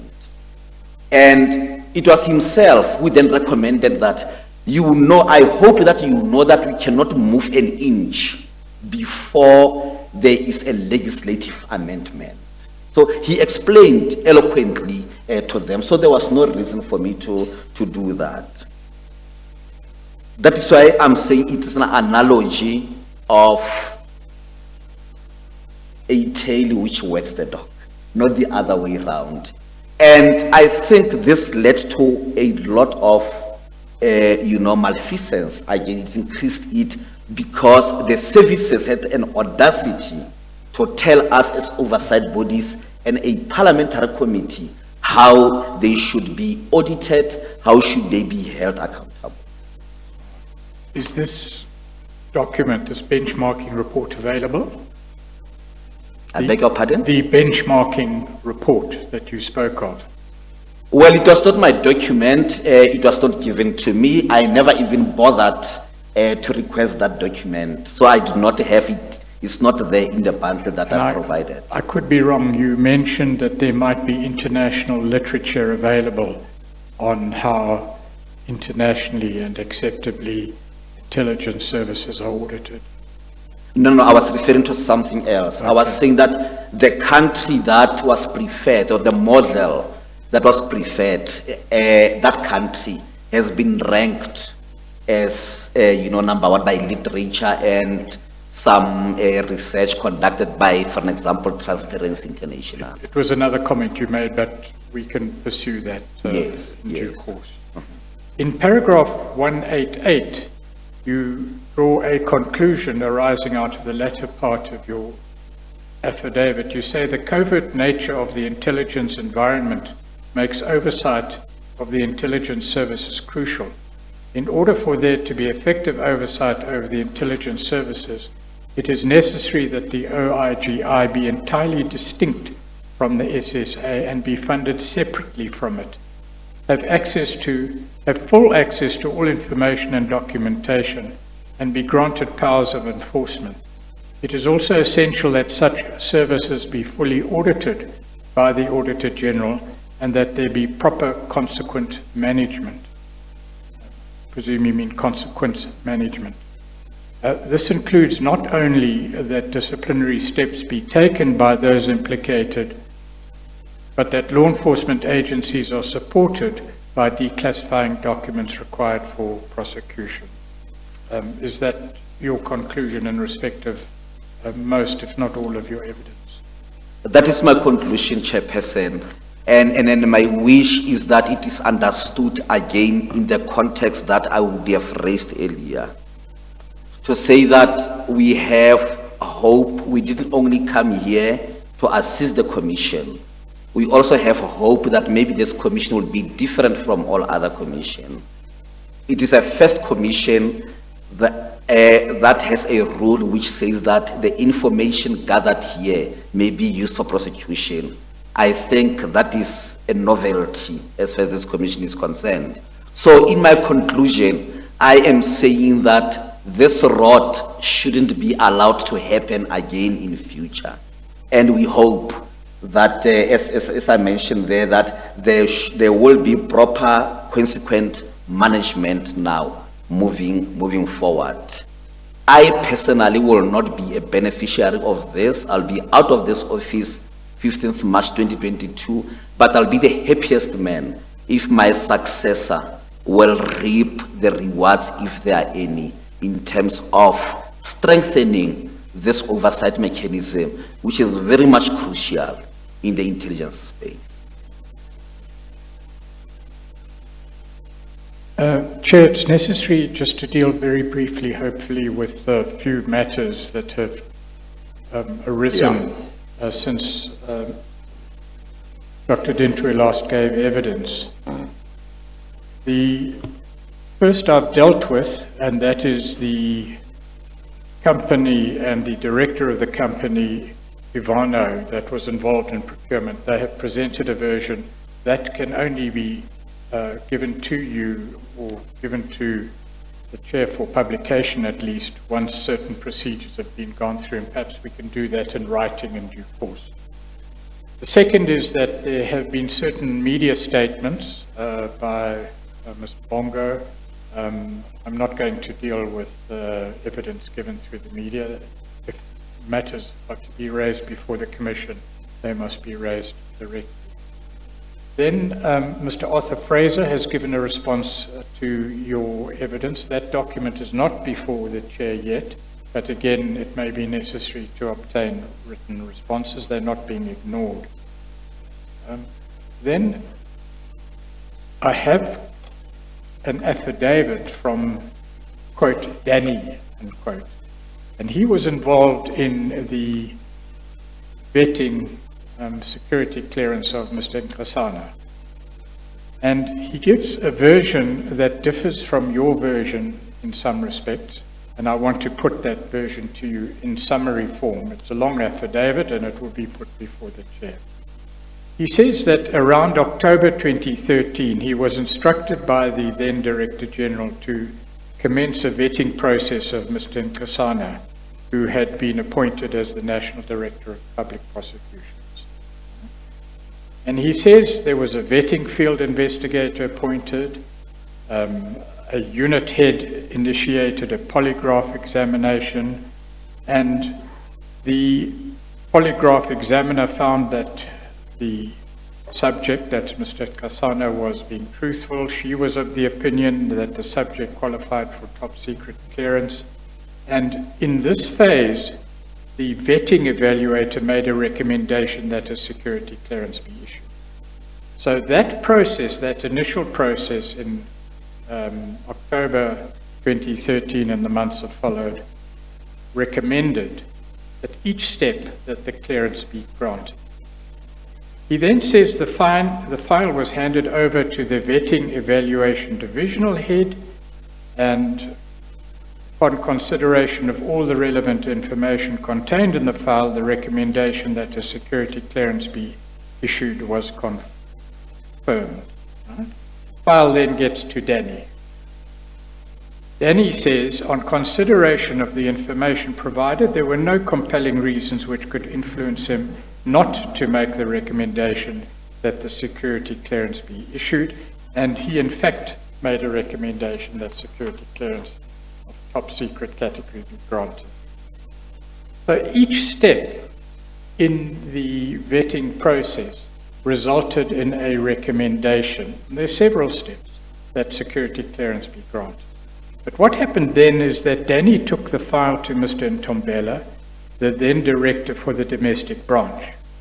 And Danny advised of the recommendations that Mr. Nkosana be issued with a top security clearance for 5 years.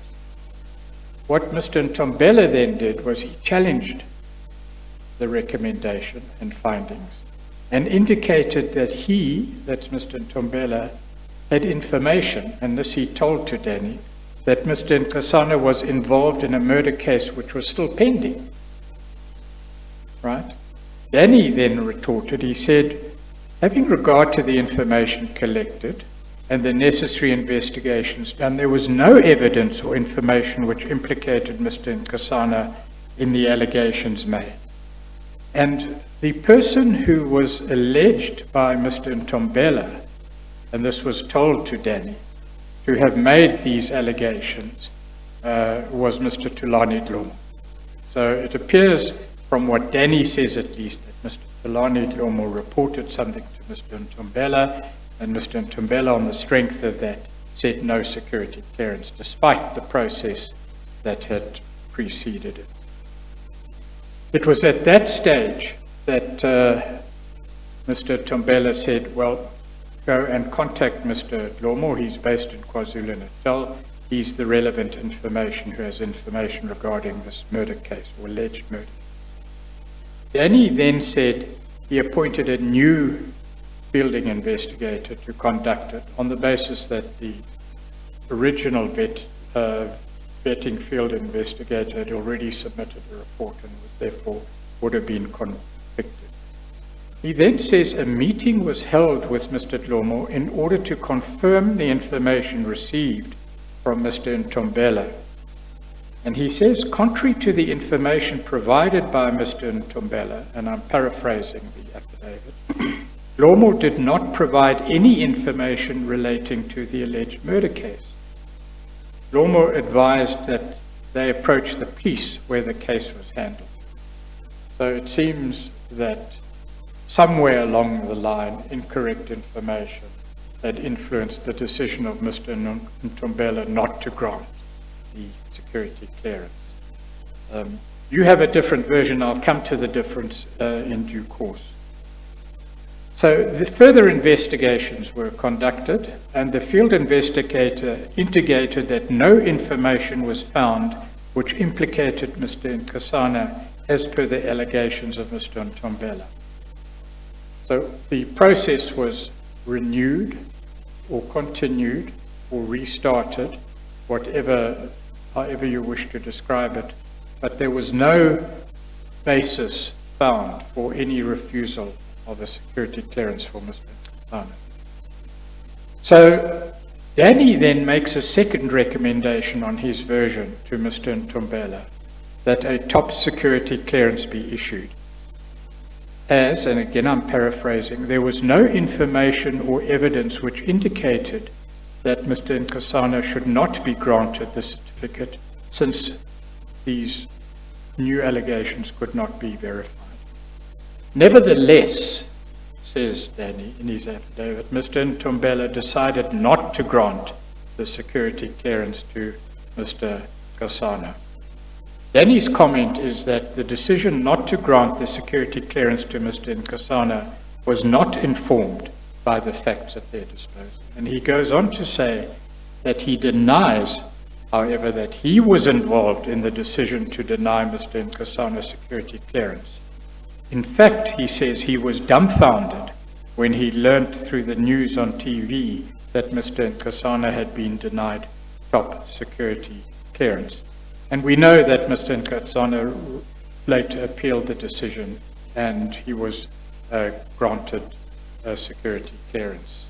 Now, the difference between his version and your version is firstly that Danny says he was not involved in refusing a security clearance. He had nothing to do with it. He merely investigated further, conducted the second process, and came to that conclusion. That's the first thing that he says. The second thing that he says is the record is indeed available. He says that that record is with SSA. All the records are there, and it seems to be corroborated by the fact that he goes into a lot of detail. And thirdly, and importantly, he says that there was no first certificate that was somehow withdrawn, that there was no certificate at all.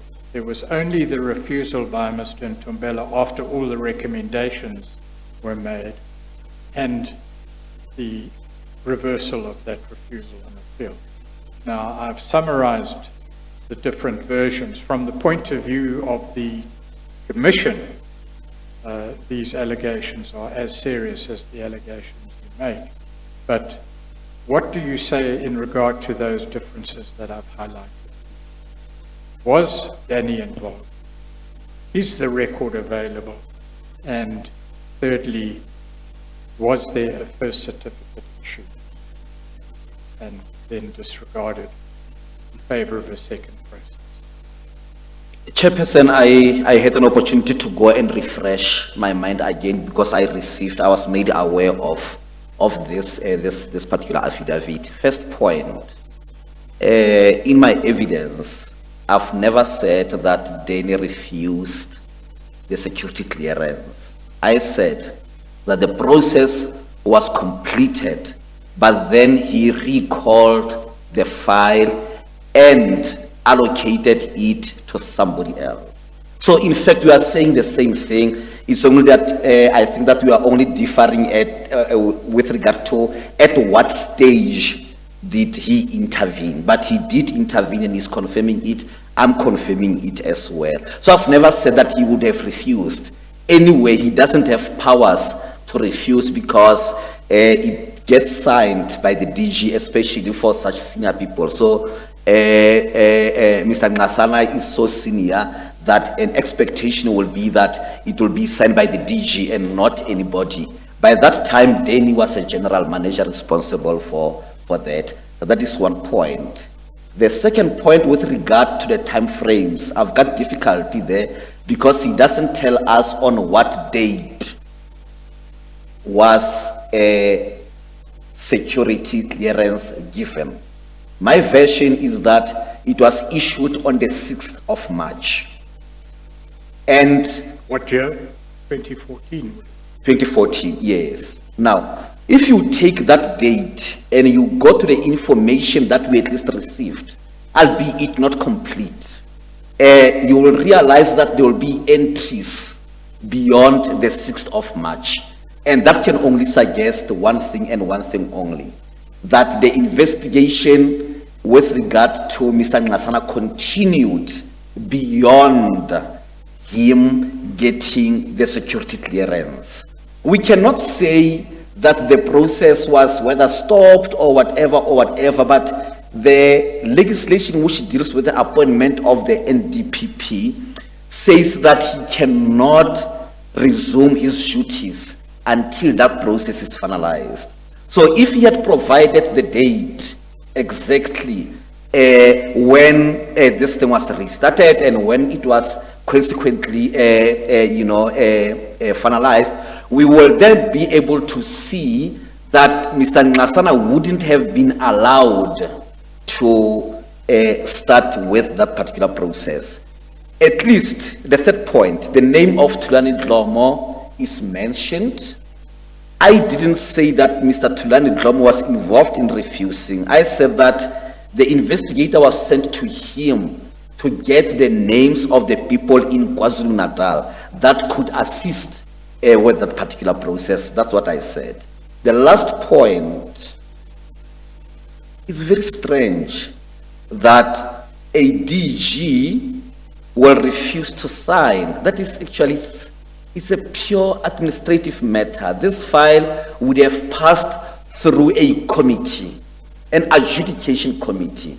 The reason why they sent it to there, it is because they want to remove that human element.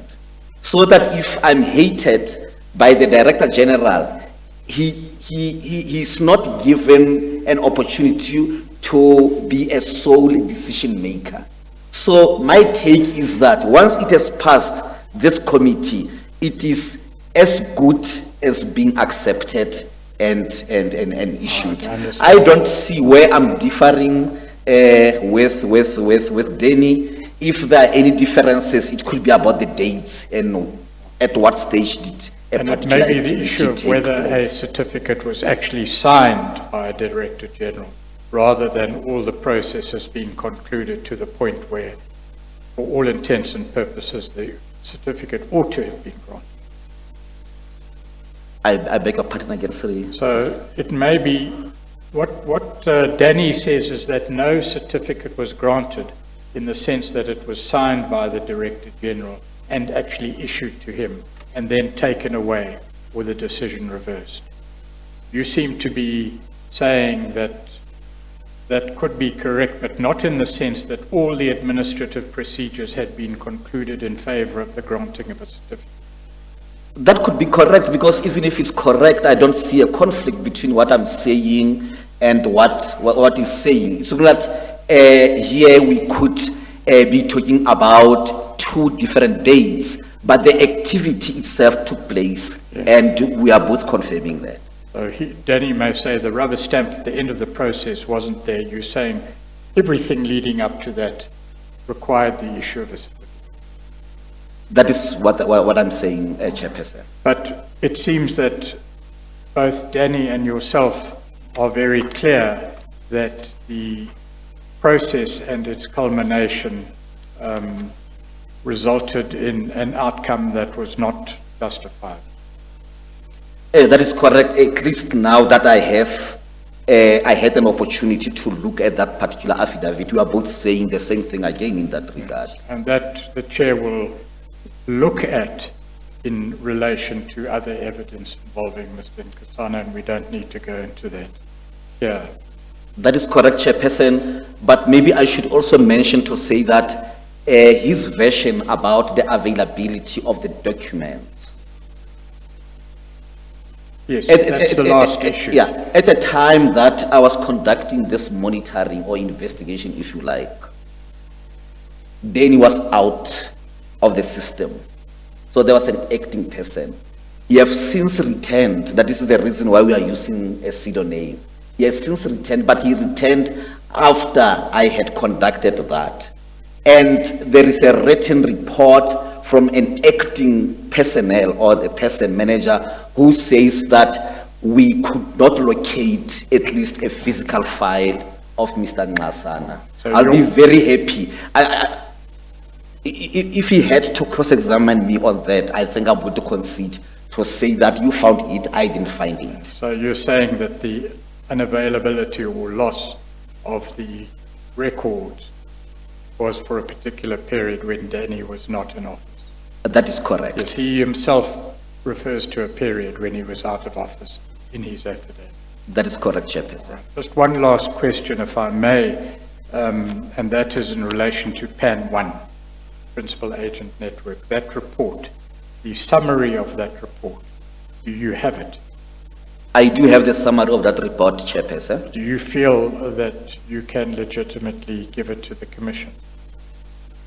I suspect that it will be in the documents All right. that I can give. And look, it is my document. It's our document. And So you we've have got the the powers control. to declassify. We've got the power to put any restrictions if we want to. These are want to do events that. over a decade ago. There's controversy over whether they've been properly dealt with. There are allegations of criminality or maladministration at least. There doesn't seem, from our point of view at least, any reason for the continued classification of that document. As I said earlier, that certain issues graduate out of national security. I mean, but if you say that you have to investigate further criminally and charge person A, what is secret about that? And then finally, if I may just ask you, were you present at any stage where the PAN 1 report was presented to any ministerial or other official? I was not present, Chairperson. Thank you, Chair. Those are the questions. Thank you very much, Dr. Dintwe, for availing yourself to assist the commission. We appreciate it very much. Thank you very much. You will ensure that you give us what you may give us lawfully. Okay. Thank you very much. You are now excused.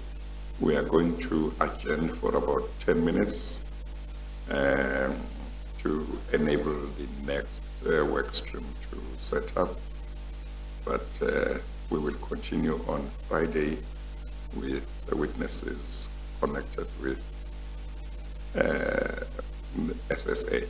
Yes, Chair. Thank you. Yeah. Thank you. We adjourn.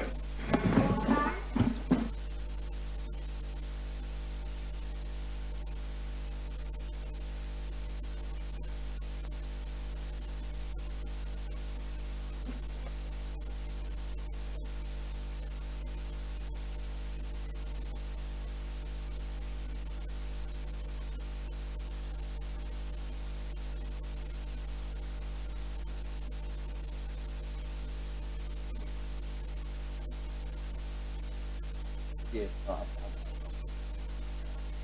I want.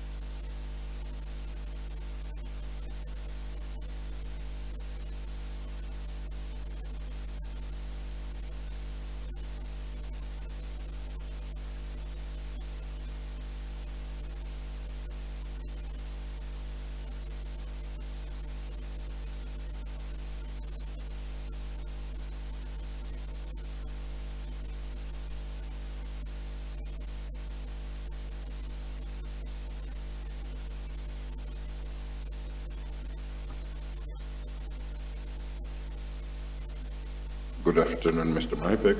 Good afternoon, everybody. Good afternoon, Chairperson. Are we ready? Yes, we are. Okay. Mr. Gama, the oath you took yesterday will continue to apply today. Thank you. Thank you. Okay. Let's Thank you, continue. Chairperson. Yes. Good afternoon, Mr. Garma. Good afternoon, Mr. Maybeck.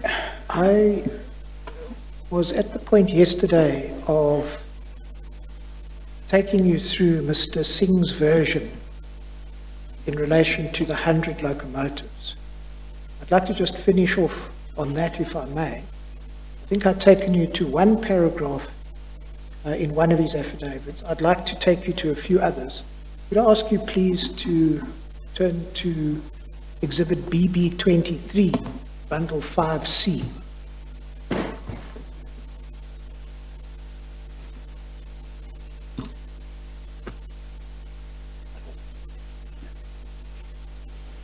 And could I ask you, please, Mr. Garma, to turn to page 1464, 1464.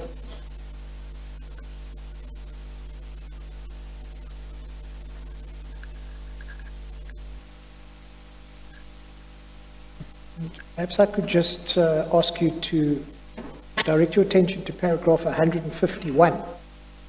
Mr. Singh says, moreover, M&S go on a frolic of its own when it states that the 20E locomotive proposed by CSR required significant modification and could thus not have met the requirement of urgency. In this regard, the following should be noted.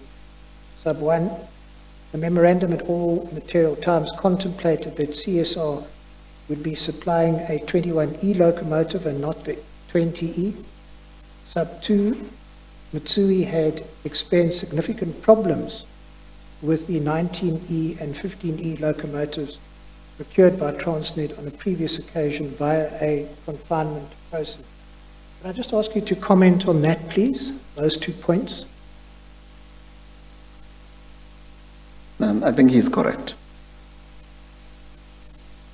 And then at 152, importantly at the time, sub 1, my confidence levels in Mitsui being able to meet its proposed very aggressive delivery schedule was low due to the following. First point, the history of the 110 19E locomotives described above was a problem for me. The next point, this delivery schedule also contained many conditions that needed to be met to achieve it, such as subcontractor acceptance. Next point, the proposal required the use of existing parts of 19E locomotives to enable the aggressive delivery schedule to be met. And next point, this meant that additional risks would be introduced into the coal locomotive fleet that was already under-resourced. You want to comment on that? Yeah, I could comment on 1524. Indeed, Mitsui had proposed that they would use existing parts of the 19E. So if those parts ran out, it means also there was a risk in terms of the pricing that they had given us, that it would actually change and increase. So that particular one, I think it's in my knowledge. The other two in Mr. Singh's knowledge. You have no comment on the others? I have no comment. And then 153 and says that due to the above factors, I did not believe that the Mitsui option would actually result in locomotives being delivered as planned in their proposal and mitigated the risks to the MDS volumes. You want to comment on that? Well, I think the confinement had started as early as February of 2013, and I think as time went by, we all know that the people who have got a better ability to accelerate locomotive delivery is actually the Chinese locomotive manufacturers. That they have proven time and time again that they can do that quicker. So it's probably true that they would not have been delivered timeously given the time frame that had actually expired since the confinement had initially been mooted. As I understood from your evidence yesterday, at least at the time when you presented the business case, you had confidence in Mitsui. I think you said with the benefit of hindsight, things might have changed. I had confidence in their locomotive. I had confidence in their locomotive. It had already been delivered and it was in operation. But from that time, there were a lot of post-commissioning teething problems that arose afterwards with the Mitsui locomotive. So here, 153 talks specifically to delivery schedules.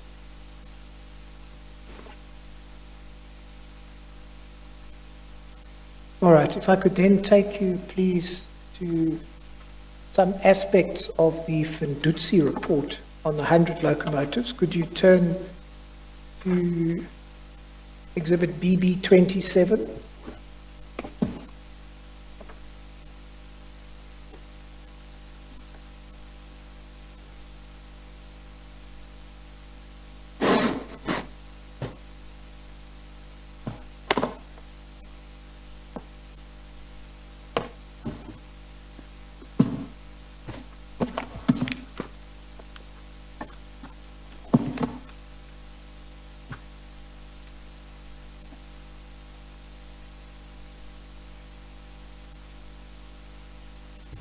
I just wanted to ask your comment.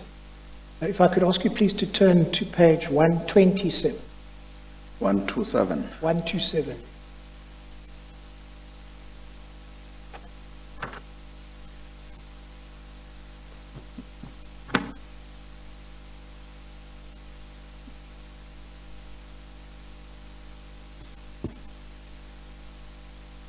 And if I could direct your attention, Mr. Garma, and I'll just ask you to clarify one or two things. At page 127, you go to paragraph 5.6.8.16, I think it is, the third last paragraph. It's apparent from the text that Fundutsi asked certain questions of you and you provided a written response.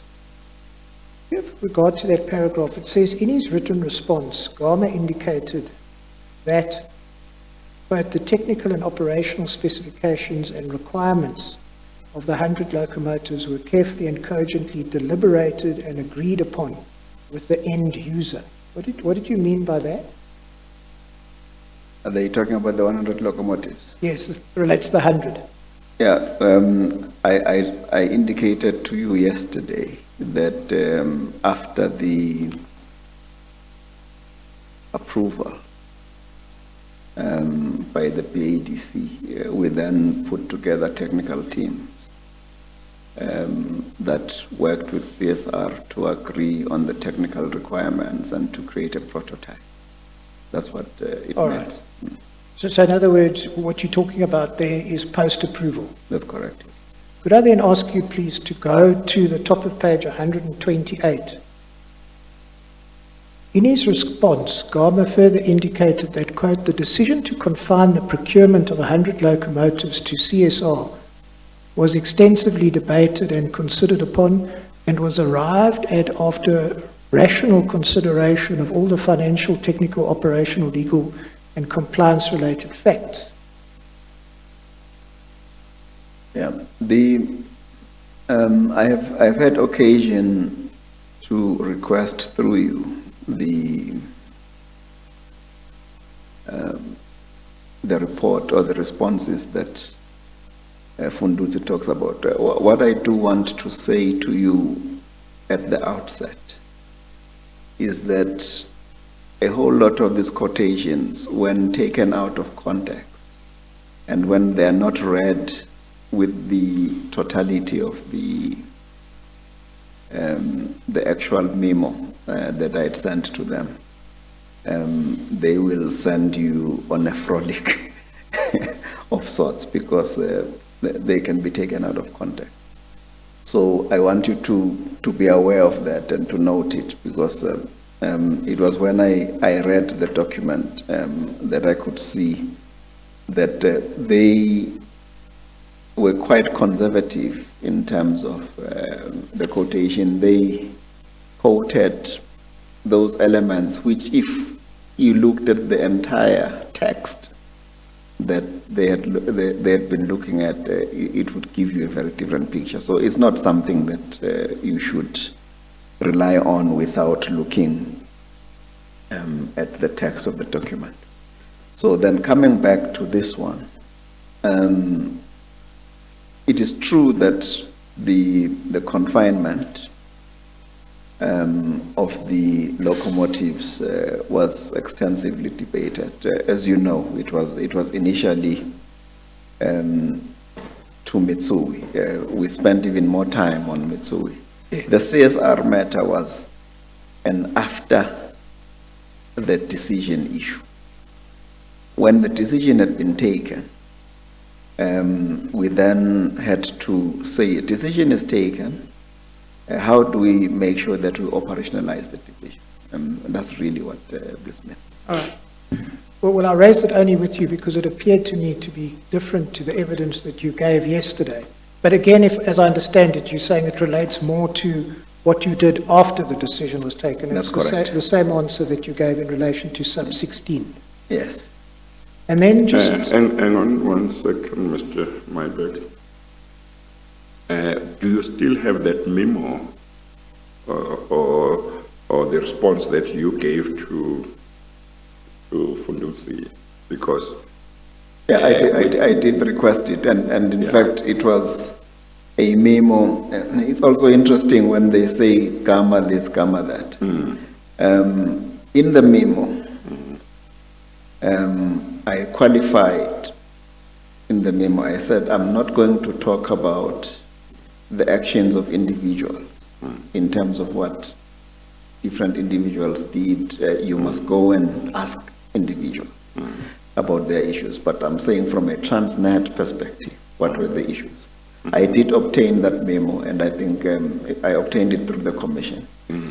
So I think we would be able to, okay. to procure. No, I raise it because on the face of it too, I also, like Mr. Myberg, I think when I read this, it seems to be different from what you said yesterday about the CR, the decision to confine to CR. Yeah. But can I find out this?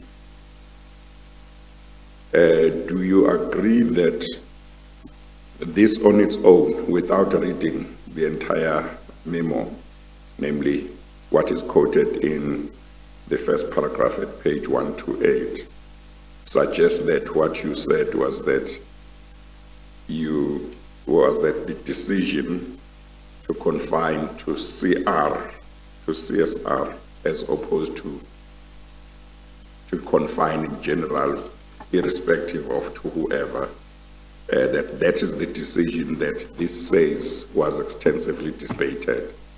Do you accept that? That's the impression it gives. That is the impression it gives, and I think I've said this yesterday too, Chair, that the Fundutsi report is crafted in a manner and way in which it wants to get you to particular outcomes, and it is able to exclude very relevant information that would make the reader actually reach a very different decision if the information given was taken in its totality. Yeah, no, that's fine. I just wanted to make sure that we have the same understanding. So, but what you do say is what you say that when one reads the whole document, that's not the impression one will get. That is correct. And that's not what you intended to say. No. Okay, all right. Absolutely not. Okay, Mr. Myberg. Yes, thank you. Chairperson, this is, I would just confirm, the memorandum or Mr. Gama's responses were something that he asked us to discover, which we did. It hasn't found its way into the bundle because We thought he might put it up if he wanted to rely upon it. But perhaps for the sake of completeness, we can add that document to the Yes. end of the bundle. Yeah. I assume we may even be able to do that today. No, it can be done. If it's available, it can be done. That can be done anytime Thank today. Yeah. Then, Mr. Gama, just the two subsequent paragraphs. Contrary to Gama's response, and you've already qualified that, the award of the 20 e-locomotives to CSR was later revised, and CSR was requested to supply 21 e-locomotives. As discussed below, the change from 20E to 21E resulted in an increase in the price of the locomotives and amendments to the technical specifications. There's no evidence that the technical and financial implications resulting from the change in locomotives were discussed in the meeting of 24 January 2014. Do you want to comment on that? Yeah. Also, this is when somebody enters an arena that they don't understand. 20E locomotives are GFP locomotives. We would not try to put GFP locomotives in a heavy haul line, which is the coal line. So that was never the intent. The whole issue of the 21E was always the intent. So obviously, if somebody then went and took the GFP locomotive, which has a maximum of 22 tons per axle, versus the 26 tons per axle, the price will change. It will be different. But they write here as fact that which they do not understand. And it permeates across the Fundutsi report. All right. And then could I ask you to, well, there's a sentence that says there's no evidence that the technical and financial implications resulting from the change were discussed in the meeting of 24 January. Are you able to comment on that? The meeting of 24th January, chairperson, was described by me in my affidavit as having had a lot of what one may call illogical, if not nonsensical, things that were there. It's not clear that even the people who were in the meeting understood what they were discussing. So, I saw that yesterday. yes,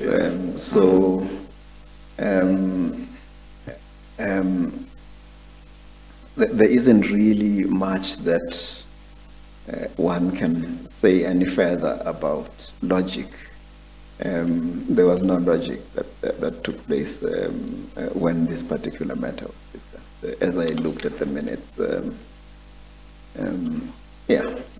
Well, we spoke yesterday briefly. I asked you a question about whether even when a matter that was to be deliberated upon by the committee related to your division, you would only be able to attend if you were invited. That's correct. And you said yes. So, but I guess that when you look at the deliberations and you form the view that you form, which you have just articulated, from your point of view, it just shows maybe that how important it is that maybe the head of a division should be there when a matter is dealt with that relates to them, because he or she would understand issues much better than anybody else.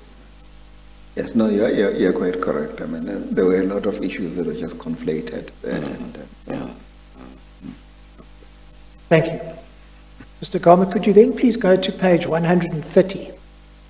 And if I could ask you to have a look at paragraph 5.6.9.9. It says, according to Gama, the memorandum dated 21 January 2014, to confine to CSR was changed at Transnet Group and not at TFR. We dealt with that yesterday.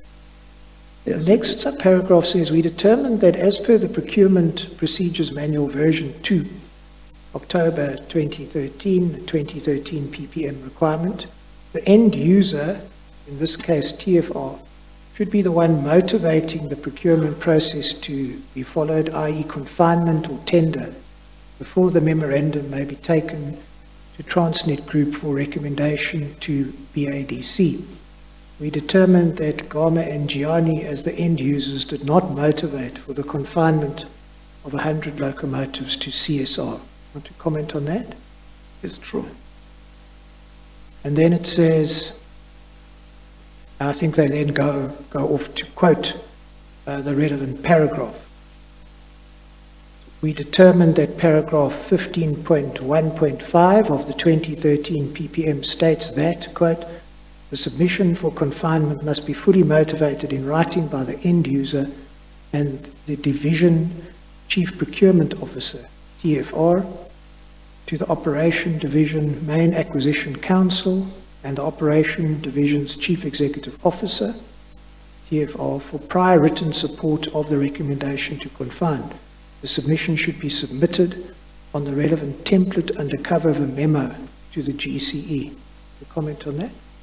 Yeah, so in terms of the 100 locomotives, all of those things had been followed, but that was only in respect of the Mitsui confinement.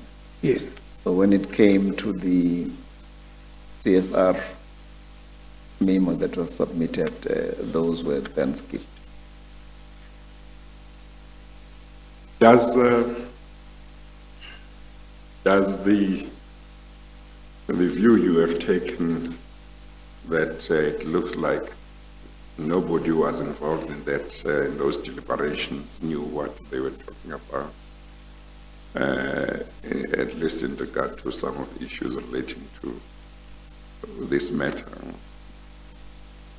suggest that maybe even the committee didn't have people who have the kind of expertise and knowledge that would have enabled them to pick these things up, to say, this thing doesn't make sense, this doesn't make sense, and so on. Yeah, it would be difficult to speculate, Chair, because it's one of two things. It's either the minutes are written badly, and maybe they don't reflect what was discussed, or the minutes are written correctly and they reflect what was actually discussed, because so it's one of those, but it would seem to me that the happiness that was there was that the confinement was no longer to Mitsui, so it seems... You see, I asked the question because one of the issues that the Commission is going to look at is what criteria were followed in the past in selecting people to be appointed to boards of SOEs, and what qualifications were required, and experience, and so on and so on, and as well as what skills and expertise and qualifications were required before somebody could be put into a particular committee, you know, because if you took me and put me in an IT committee, I wouldn't know what to do. But if you are going to put people in a board or committee where certain technical knowledge and expertise is required, and they don't have that, then managers can do all kinds of things because they don't understand, you know, everything is above them. So that's why I was asking the question whether you think it might reflect that this was too technical, and maybe the board committee members, or some of them maybe didn't have the kind of expertise that would have enabled them to pick up that this thing doesn't make sense, and so on. Yeah, no, Chair, I think the matter you raise is quite pertinent, and it's an important one, because the qualifications of the board members that go on to these SOEs, especially if you look at ESCOM and Transnet, you need heavy technical engineering, economics and finance skills that are required in those kinds of entities in order to succeed. So if you have a board member who excelled in Bible studies, for instance, you might find that they will be good for the ethics committee, but they might not be able to make inputs in the other aspects of the business. Yeah. Thank you, Mr. Maybe. Yes, thank you. I just wanted to make sure that I understood your evidence in this regard. Mr. Gama, it's correct that you did attend the meeting of the 24th of January. It's correct. There was partial attendance. In my recollection,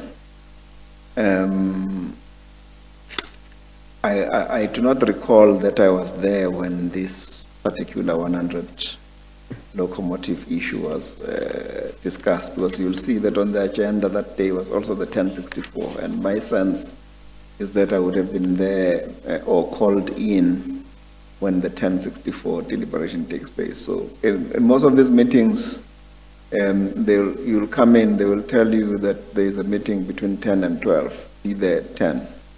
So you go, you sit outside for an hour, you enjoy tea, and then at some point, when they are ready with a particular item, then they will call you in. But I have no recollection of being present when the 100 locomotives.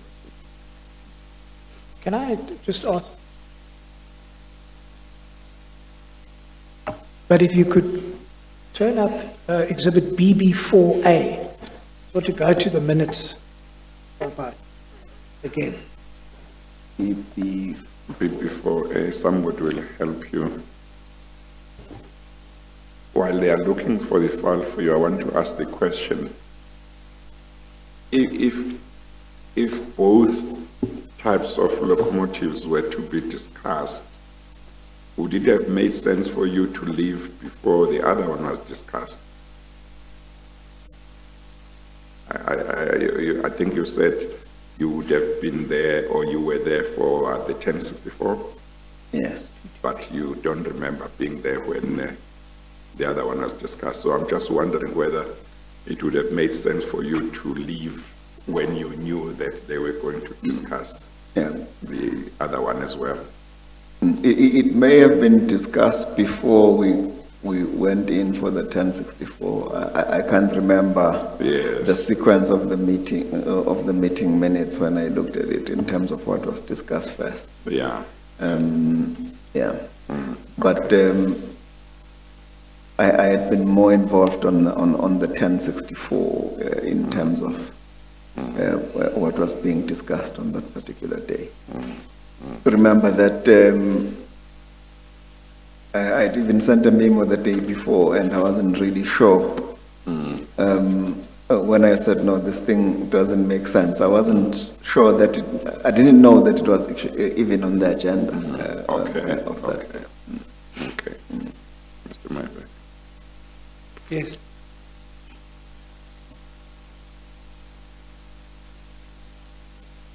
I just wanted you, please, to turn in exhibit BB4A to page 228.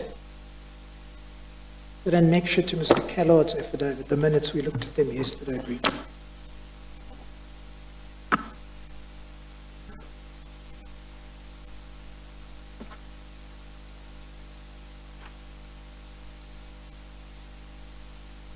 So you'll see that these are the minutes of BADC meeting on 24 January. We identified that Mr. Malefe and Singh were present and that you were partially in attendance, you and Mr. Gianni. This meeting, if one has regard to the heading, commenced at 11:50. If you go to the foot of the page, you see in italics, Messrs. Gama and Gianni joined the meeting at 11:55, so 5 minutes afterwards. And if you page through the document, you'll see at page 230 at paragraph 5.9 that the acquisition of the 599 electric motor locomotives were discussed. You then turn forward to page 232. You will see at paragraph 5.2 the acquisition of an additional 100 class 19E electric and 60 class 43 diesel locomotives was discussed.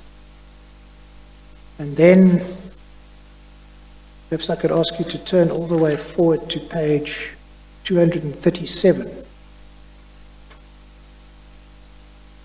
You'll see just above paragraph 5.6, again in italics it reflects that Messrs. Gama and Gianni were excused from the meeting at 15:03.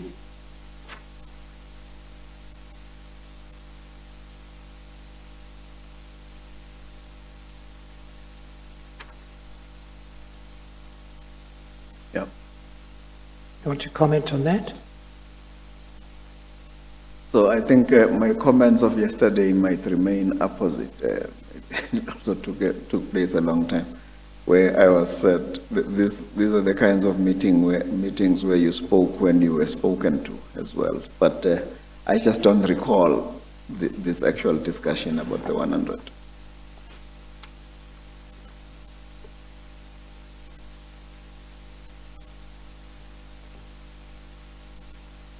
I could then take you back to the Fundutsi report. And this is the last thing I'm going to put to you in relation to the 100 locomotives in this report. Can you turn please to page 160?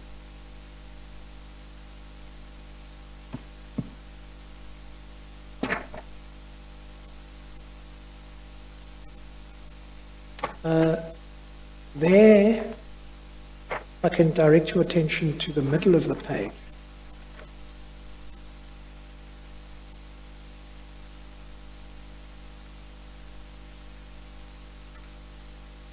It says at paragraph 5.8.29.4, Transnet would have saved 1.2 billion if it procured 100 locomotives from Mitsui. Do you have any comment on that?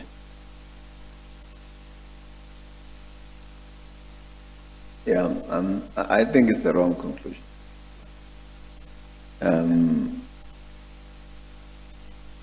There were certain assumptions. I think Mr. Singh's affidavit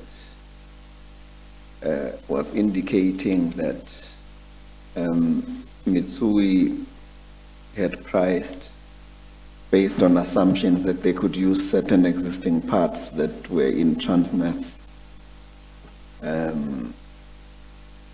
possession. I don't know how much exactly those were. It would need to be costed in order for a statement to be made. The potential saving, let's assume it was true. But I'm just saying that the parts need to be taken into account because there is a cost to that. I don't know, maybe they're worth 600, 800 million or 1 billion, I don't know. But when you look at these things, you must also look at the total cost of ownership. The frequent taking out of locomotives for maintenance and repairs of Mitsui is actually counterproductive. And that cost. So you might say, I'm going to save some money up front if you thought you were saving. It's like somebody who buys a bicycle versus somebody who buys a small VW Beetle. You save some money by buying the bicycle in the front, but if you'd bought the Beetle, you might be safer and you might reach certain places a little bit faster. So if the total cost of ownership were to be taken into account, it is unlikely that the conclusion that Fundutsi reached could be reached. because as I've said, there were a lot of problems. In fact, I think even now, they are still experiencing some problems with this Mitsui locomotive. I'd then like to address briefly the issue of the increase in the ETC of the 100 locomotives from 3.8 billion to 4.8 billion. Now, we saw yesterday that the agreement was concluded on the 17th of March 2014. Okay, where are we now? Which bundle must we go to? No, stick with that. Okay. I'll come to the relevant part in a moment. So we saw yesterday the LSA is concluded on 17 March 2014. The evidence has been that Mr. Singh then requested Mr. Lahir to prepare a memorandum explaining why the price had increased from the business case submission. And ultimately, that memorandum was produced, and there's reference to it. If I could ask you to go to page 141.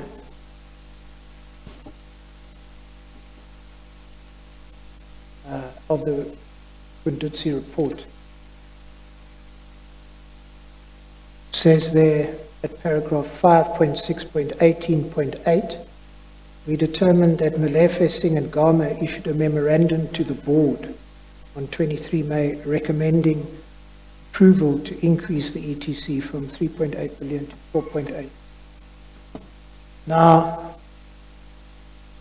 it refers to Annexure B35, that you were furnished with. We'll find that document in another file. Perhaps I could ask you to leave that document open, and then if someone can help you find bundle BB4F.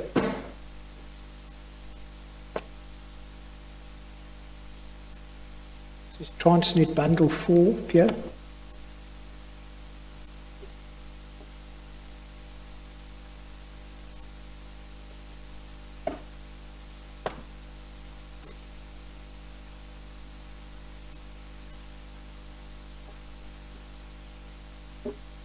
Transnet bundle 4.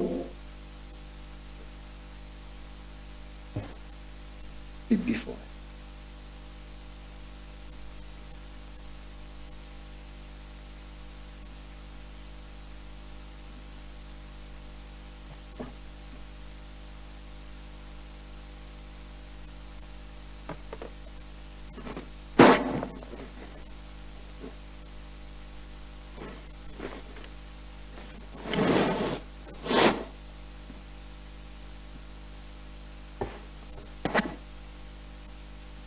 Mr. Myberg, I'm told there is 4A and 4B. Which one is it?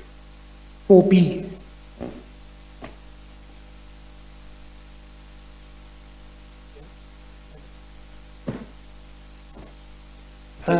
Could you turn to page 550? That's where you'll find the memo.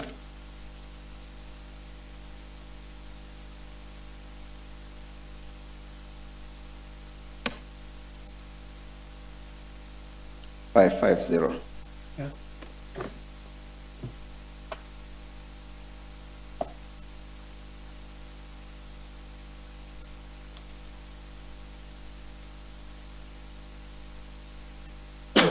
Now, let me just take you directly to the last page, 563. Sorry, I'm still page.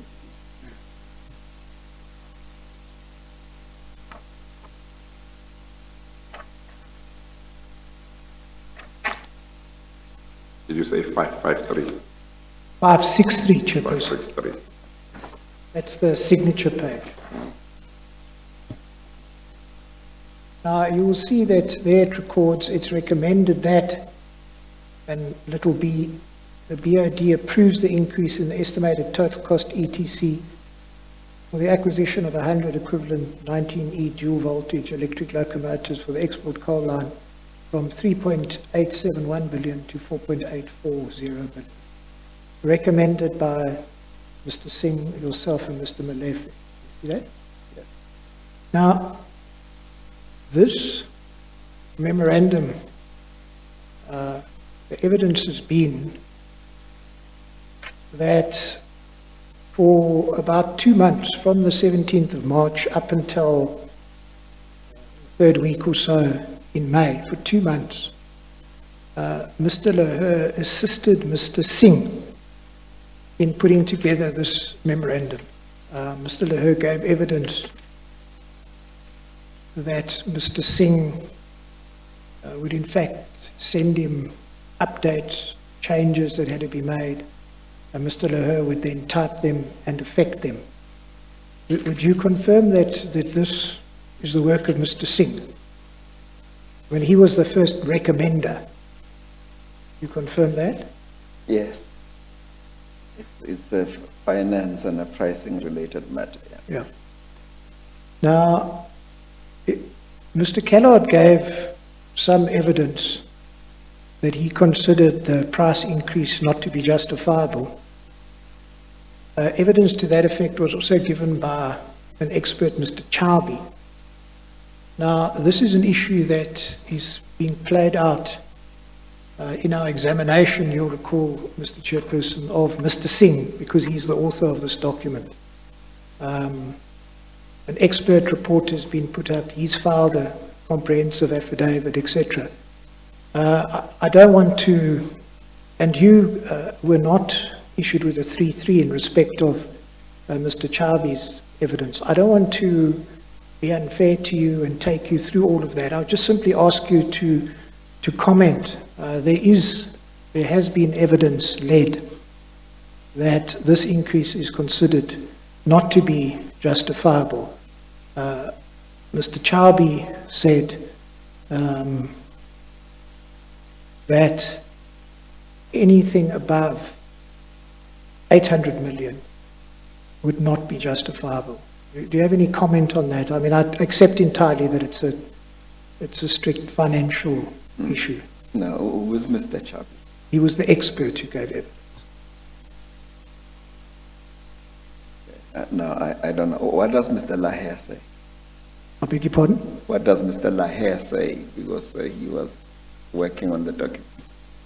What was Mr. Lahir's view? Well, Mr. Lahir's view, as I recall, was that he did what Mr. Singh told him to do. Not very useful. Okay. No, I'm not able to comment on what Mr. Chaubi said. I don't know him. I don't know what he's an expert of.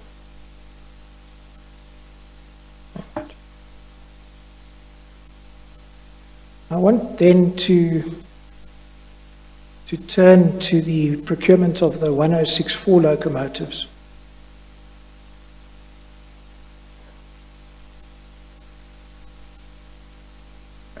Are we going back to bundle 6? Going back to bundle 6, yes. And I want to take you to that portion of the Fundutsi report. Makes it easy to identify the core facts. Dealing with the 1064, can I take you please first to page 177?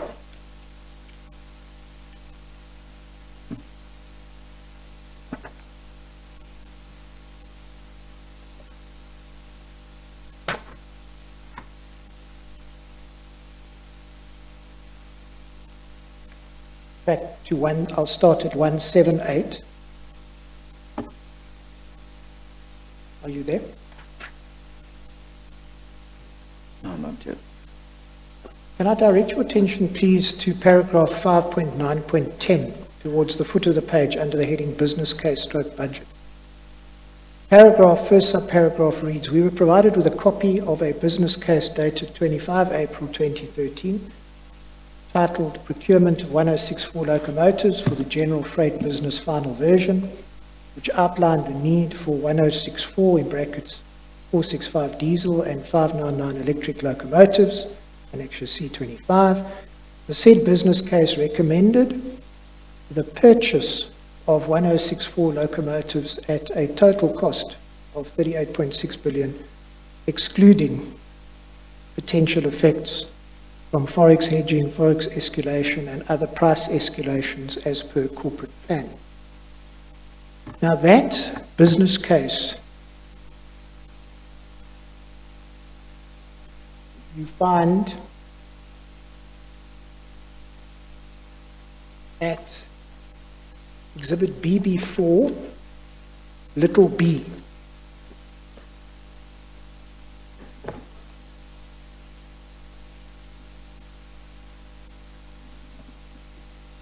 Page 401, the annexes to Callard's affidavit.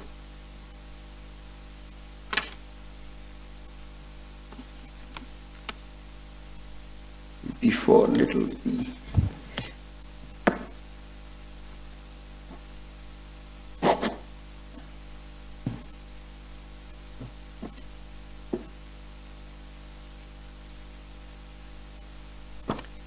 You have a lot of a lot of flags and dividers. But I think it's probably the first document or close to the beginning. It's page FQC 401, Mr. Garner. I got it. Annexure FC 54. You have it. Yes. So on the first page, if you go to 402, you'll see there procurement of the 1064 locomotives for general freight business, date of submission 25 April, addressed to Transnet Board of Directors. And this is a document that runs to 115 pages. Perhaps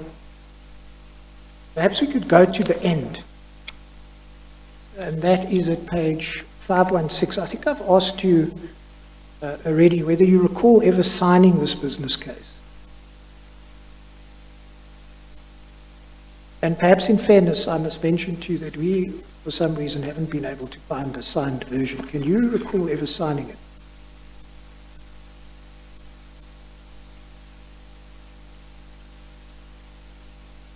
Nah, All right. I have no recollection. This was the final one that went to the board. That's correct. So if we can go back to the beginning of the business case, I want to take you to page 405. Because as you know, it's this phrase excluding that has become contentious.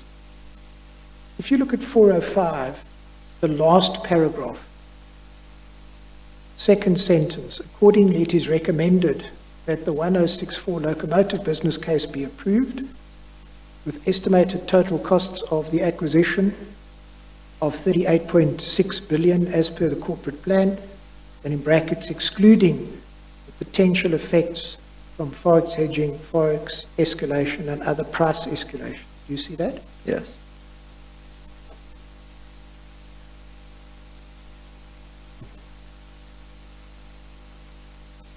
Then if I can ask you please to go back to the Fundutsi report. This is at bundle 6, you should still have it open, page 177. 177, 3 paragraphs from the bottom. According to Callard, the business case submitted to the board incorrectly stated that the ETC of 38.6 billion excluded forex escalation and other price escalations. In the next paragraph, we determined that the final business case dated 25 April 2013 submitted to the board was amended to state that the ETC of 38.6 billion excluded the potential effects from forex hedging, forex escalation, and other price escalation. You want to comment on those 2 paragraphs?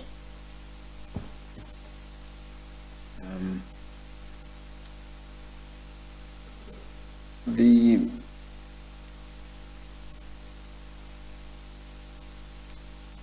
38.6 billion did include some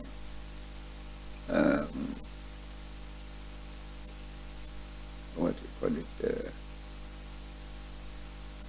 forex assumption, as I understood it. Yes. It did include some.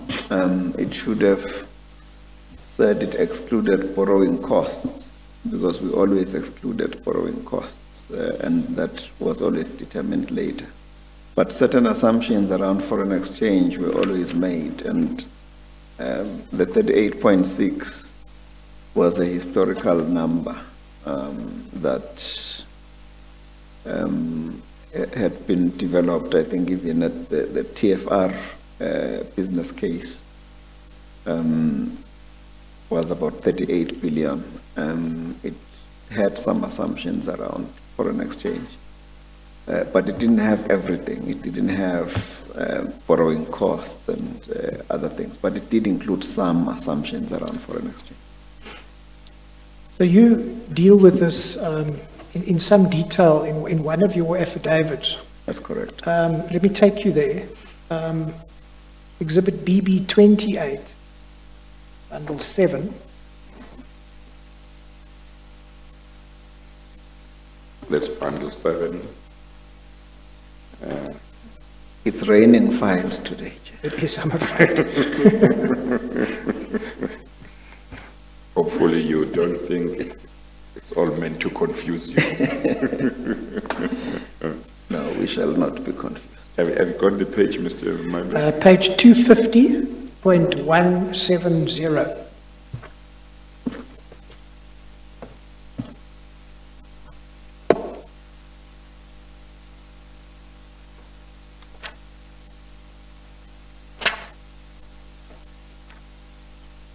I just mentioned this while I remember. I hope that Mr. Gama and his team did remember the issue of that email that we discussed yesterday. Yes, we have it and we've got it in the bundle already. We'll come to Okay. that, DCJ. All right. So, Mr. Gama, you deal with this in paragraph 78.5. And what you're dealing with there is the creation and the development of the business case. If you go over the page to 171, you'll see 6 lines down on the right-hand side.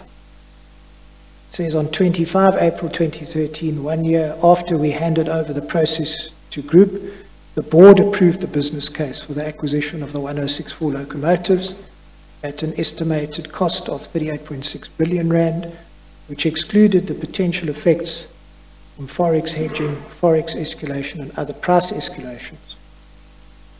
The aforesaid approval was premised on a memorandum dated 18 April, a copy of which is annexed. So, however, the recommendation to the Transnet Board of Directors contained in paragraph 23 of the memorandum has become the source of much speculation as to its meaning. The caption, which reads, and it's what found its way into the board approval, ETC for the acquisition is estimated at 38.6 billion as per the corporate plan, in brackets, excluding potential effects from forex hedging, forex escalation, and other price escalation, is ambiguous. I've dealt with the ultimate increase in the contract value herein above and have made my position very clear, which is that the cost components were in fact included, albeit at estimated and assumed values, which proved inaccurate and were thus understated. Do you stand by that? Absolutely.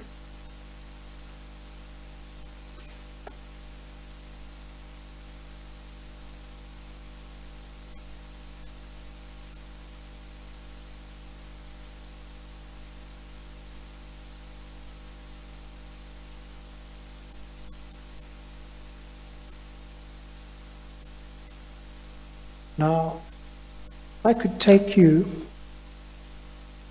to the minutes of the board meeting held on the 25th of April 2013, which we've already referenced in the Fundutsi report. These minutes, and you'll be assisted, you find in bundle BB4A.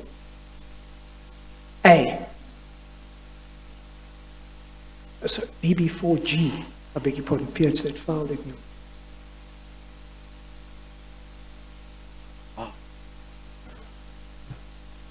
Could I ask you please to turn to page 59?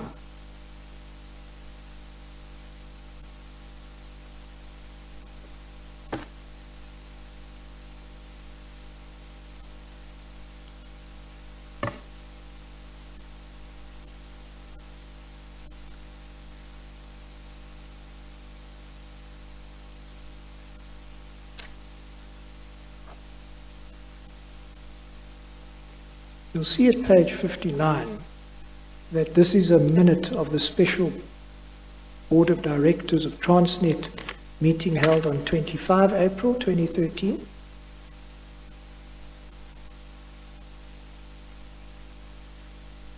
You'll see that present were inter alia Mr. Malefe, Mr. Sharma and Mr. Singh, and there was partial attendance by yourself and Mr. Peter. You see that? Yes.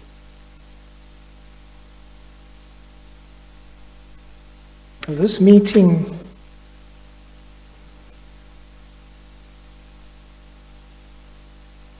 is said, in terms of the heading, to have started at 14:20. You go to page 60, the next page, you will see just above paragraph 4.4.3, it records that Mr. Garma joined the meeting at 14:50. You see that? Yes.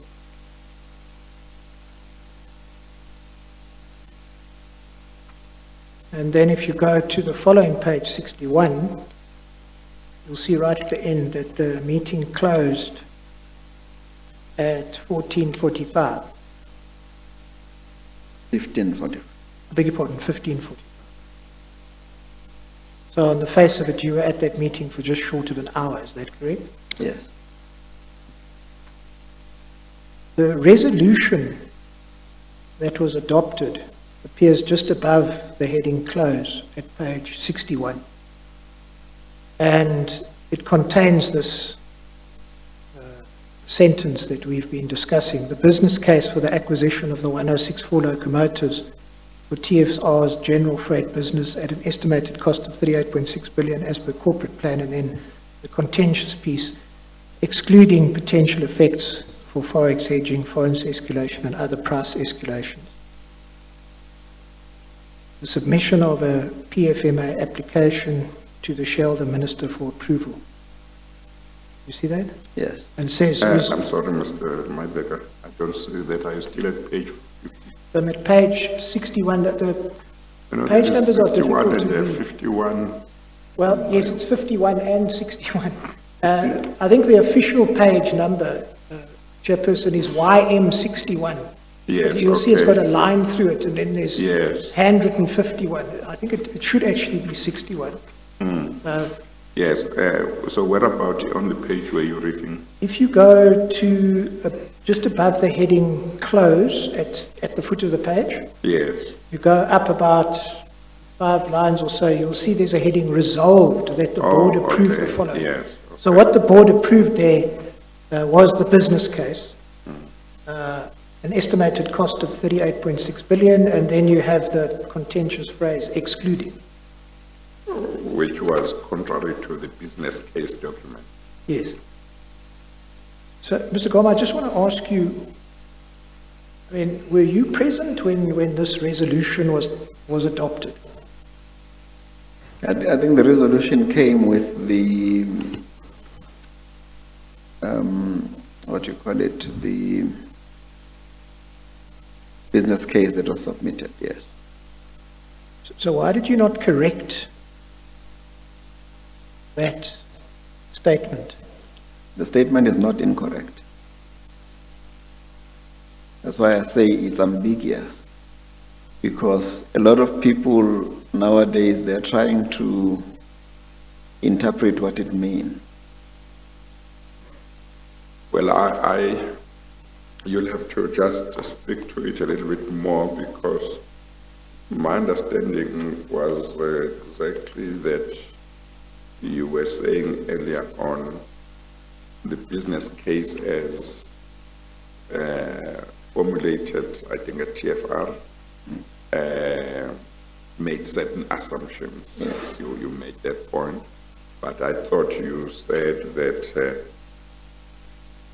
at least some, even if it's not all, these things that this phrase in the minute says are excluded. I thought you were saying that they were included at that stage, so I may have misunderstood you. So you might have to just talk to it more. Yeah, no, the statement is not incorrect. Yeah. the statement is correct that it's excluding potential effects from forex hedging, forex escalation, and other price escalation. And that's why I said it's ambiguous, because then to some people, they think that it would have included all of the forex assumptions. There was an inclusion of certain forex assumptions, but not everything.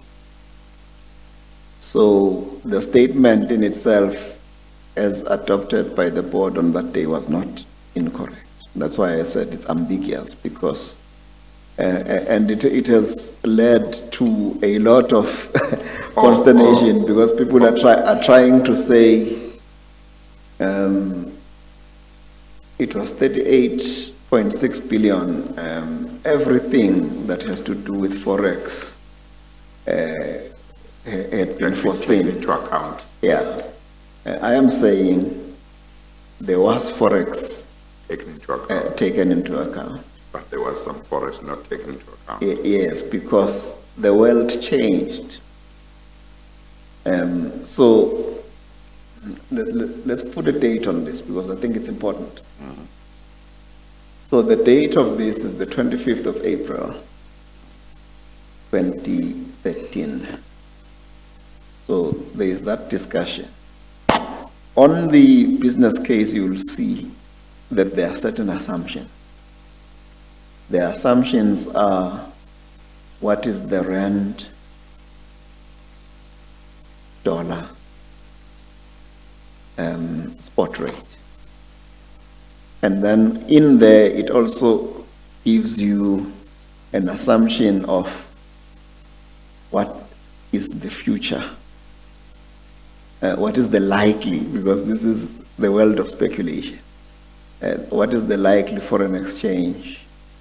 I think it says, I don't have the numbers in front of me, but if we go back to that file, Mr. Maybeck, where you talked about, I just want to take you very briefly to that. It is on my statement. You want to go to the business case? Yeah, to the business case.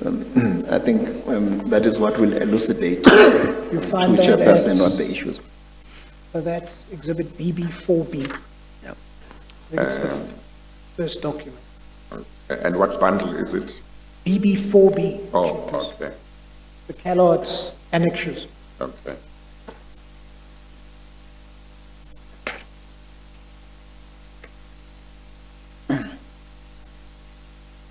And have you got the page, or is it at the beginning? The business case starts At at the page beginning. 402.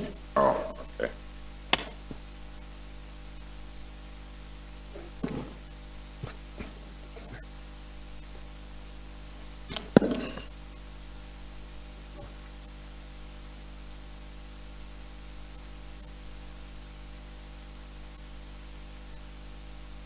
I think it would be page 435.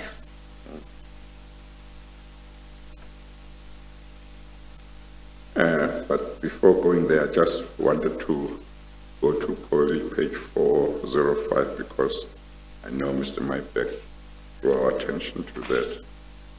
I see that in the last page there it says excluding the potential effects from forex hedging, forex escalation, and other price escalations. But you say we must go to 435. Yes, so Chair, that phrase of 38.6 excluding is going to resonate right till then. Yeah. So it's there, and I'm saying there is a source of ambiguity in it, because there are people, I think, who have come here and said to you, the foreign exchange was included, and then they've given you the impression that whatever calculation that would have been made on the 25th of April or the 18th of April to be specific, because that's the date on which the business case had been prepared, that the actual exchange rate would remain fixed during that period. Well, So I don't think- I just want to assist the commission in terms of, Yes, but before you proceed, I don't think anybody thinks that they were saying the exchange rate would remain fixed.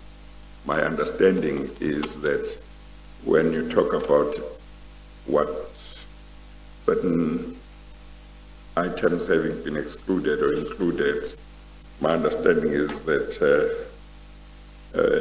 people are talking about what was taken into account and what was not taken into account, with an understanding that it's estimates. Yes. And there are assumptions. But if you did not include in your calculations and assumptions certain items, then they say you have excluded them. So I just wanted to mention that Yeah. that's my understanding. yeah. No, that's why, Chair, I say it's ambiguous. I think that's why I say it's ambiguous. Can I take the chair to page 442? 442.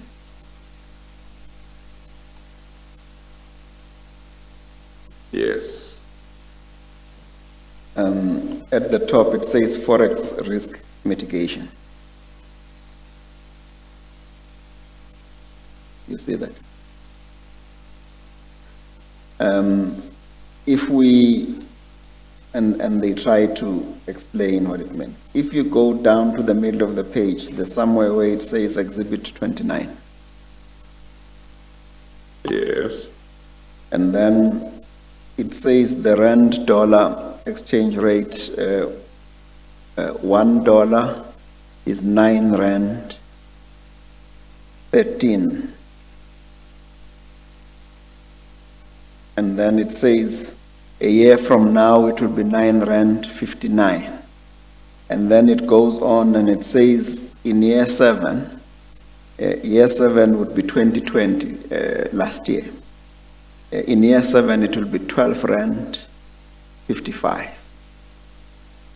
So those were the assumptions, what they call a forward curve, that were used in the business case. The assumption being in 2014 the rand will be 9.59, in 2015 the rand will be 10 rand to the dollar. The dollar will be 10 rand 52 in 2016, and that in 2017 it would be 11 rand, and that in 2017 it would be 11 rand 48 cents. In 2018 it will be 11 rand 98. So those were the assumptions that were used in this business case. What then happened? So in here is included those assumptions. So it's true. In the business case says 38 billion, but it includes those things that were assumed on that day. It excludes any forex escalations that are beyond the assumption. So it means on the day that they actually then had to enter into contract based on commitments, they are going to use new curve, new exchange rate curves. You will know, Chair, that the rand, even now as we speak, it's sitting at about 1480. I'm not sure what it is, but it is coming from around 18 rand or 17 rand, and it's been there for quite a long time. So there were a lot of things that happened after the business case to the time that the contract we then entered into. So yes, we all agree. I'm not amongst those who are saying there was no foreign exchange assumption. I'm saying there was a foreign exchange assumption in the business case. Yeah. All I'm saying is that it was understated. Yes, because I was about to and say. perfect and perhaps inaccurate Yeah. in a sense. I was about to say, as far as the rand-dollar exchange is concerned, what you have been saying doesn't seem to me to going to inclusion or exclusion. Yes. Simply goes to whether your estimates proved to be correct or not. Yes. And of course, with these things, it's not, you never have certainty. Yes. You know, it's an estimate. And obviously, you have to adjust when you come to the day. You Yes. say, what is today's rate? Yes. So it seems to me that, based on what you are saying, one would say it was included, but maybe the estimation might have been lower than what it should have Yeah, been. it was understated, and hence the words, the effects. Yeah. The effects, excluding the effects Yeah. of foreign exchange hedging. The word effects is important. But So all I'm saying is that Yeah. the statement in itself is not incorrect, Chair. It says the effects because what these people knew was that these numbers are likely to change. But I don't think anybody would have assumed or would have known by how much. So you go on the assumption. So that's really what I want to say, Mr. Chair, Maddox? based on this. Yes, well, I think that what Mr. Gama has put to you, you've shown us with reference to 442, that foreign escalation was considered in the business case Yes. in arriving at the figure of 38.6. The point is that 442 doesn't tally with 405, which says that it excluded the potential effects of foreign escalation. And the evidence is that that purpose, that preamble, that was actually changed. And there's evidence to the effect that, just as I put to you now, it's at odds with the business case. Mr. Gama, or perhaps I can ask you to comment on that before I put something else. Sorry, what are you saying? You want to comment on that? It may have been challenged, but as I've said to you, Chair, at best, we are dealing with ambiguity.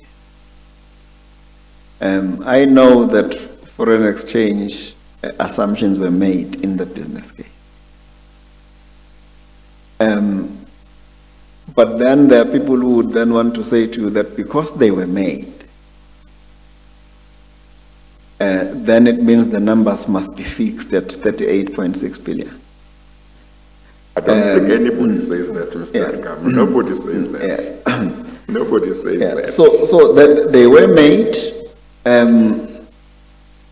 but at the time of the actual contract. So I've said to the commission in the past few days that there is the investment decision. So there's an investment decision. It is made at 38.6 billion, excluding the potential effects. I would have probably worded it differently. I would have said it excludes hedging costs and excludes borrowing costs and leave it at that. Because part of the Forex is really the effects of the Forex. When you enter into what we then will call the procurement decision, on that date, there's a new forward curve of Forex that is then used. And then it means the effects is the delta between the Forex curve on the date of the procurement decision versus the date of the investment decision. So the investment decision is 23 April 2013, whatever the date was, close to that. And then the procurement decision is the one that is taken on the 17th of March of 2014, which is a year late. Mr. Mybeck? Yes, but we're not dealing with that now. We're dealing with the business case that's presented to the board on the 25th of April 2013, and the assumptions that underlie it. Yeah, so I will repeat myself. I think we shouldn't be dogmatic about this.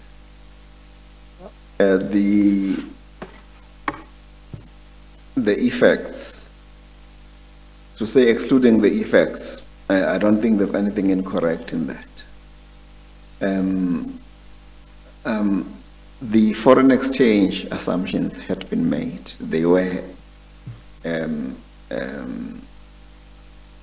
encapsulated in the actual business case. That was the investment decision that was made on a particular day, based on the foreign exchange curve that we've just discussed at 442.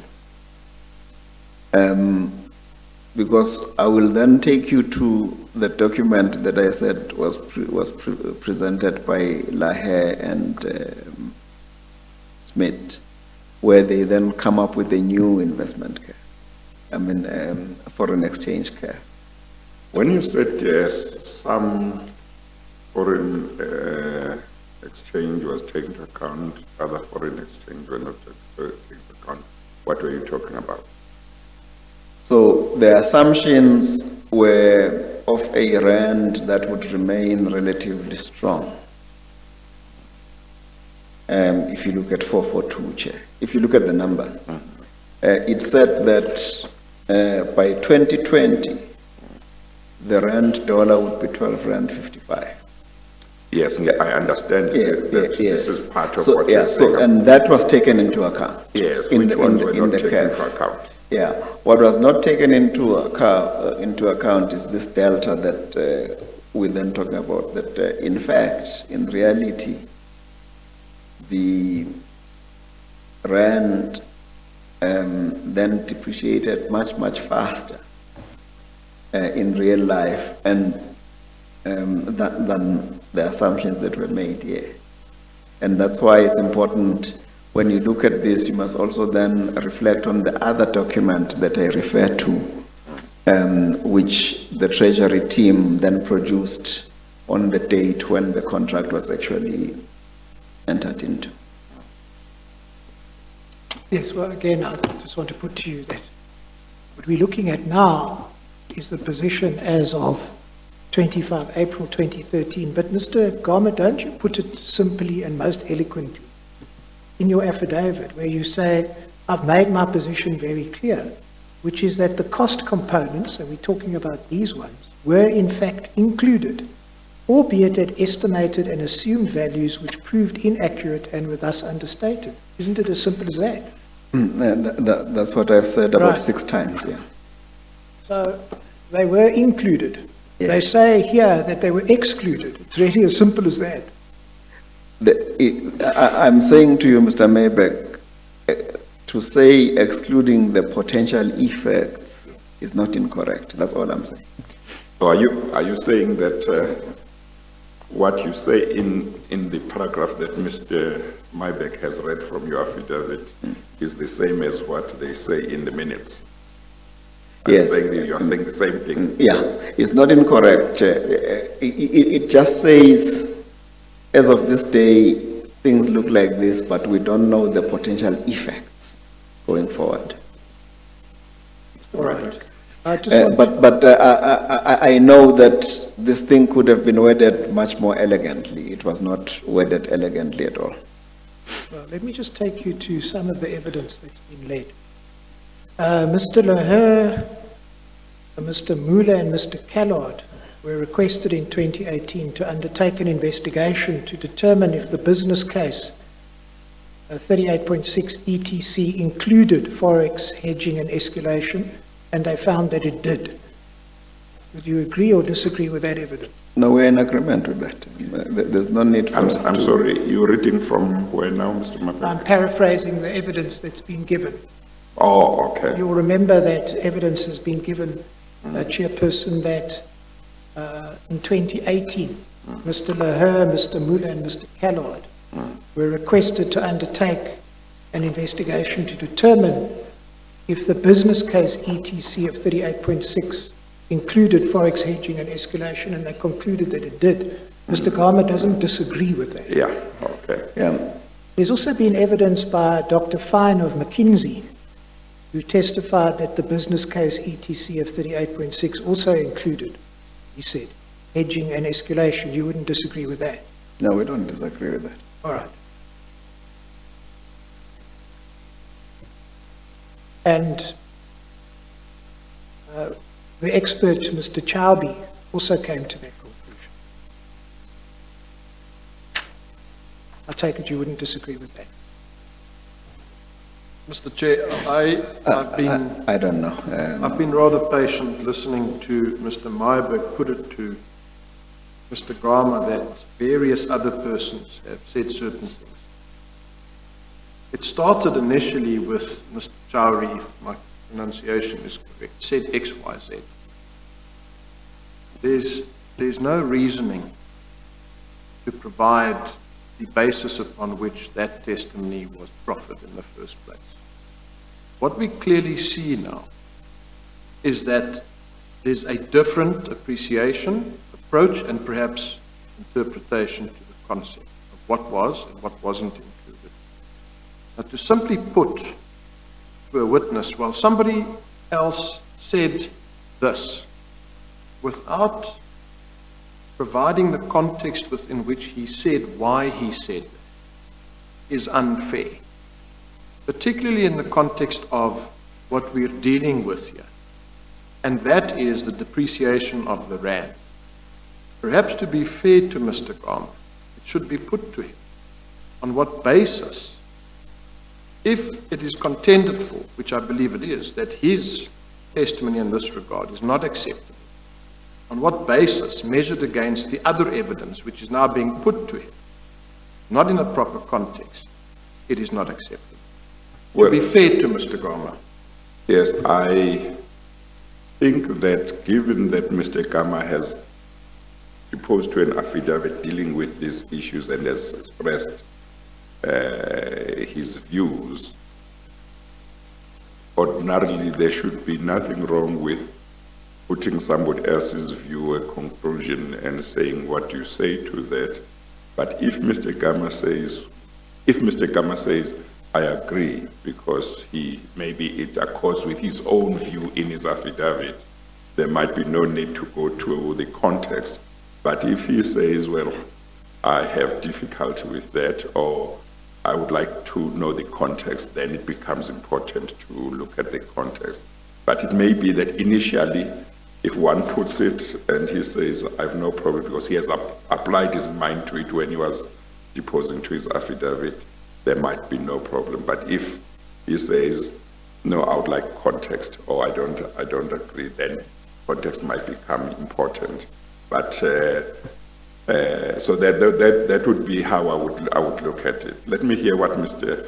Meyerberg says. Well, Chairperson, this is not really contentious, because I put this to Mr. Garma, and he agreed. He doesn't disagree with the fact that the ETC of 38.6, in fact, included foreign hedging and escalation costs. He doesn't disagree with that. His own affidavit says that. His case is, well, it's ambiguous and it could have been put better.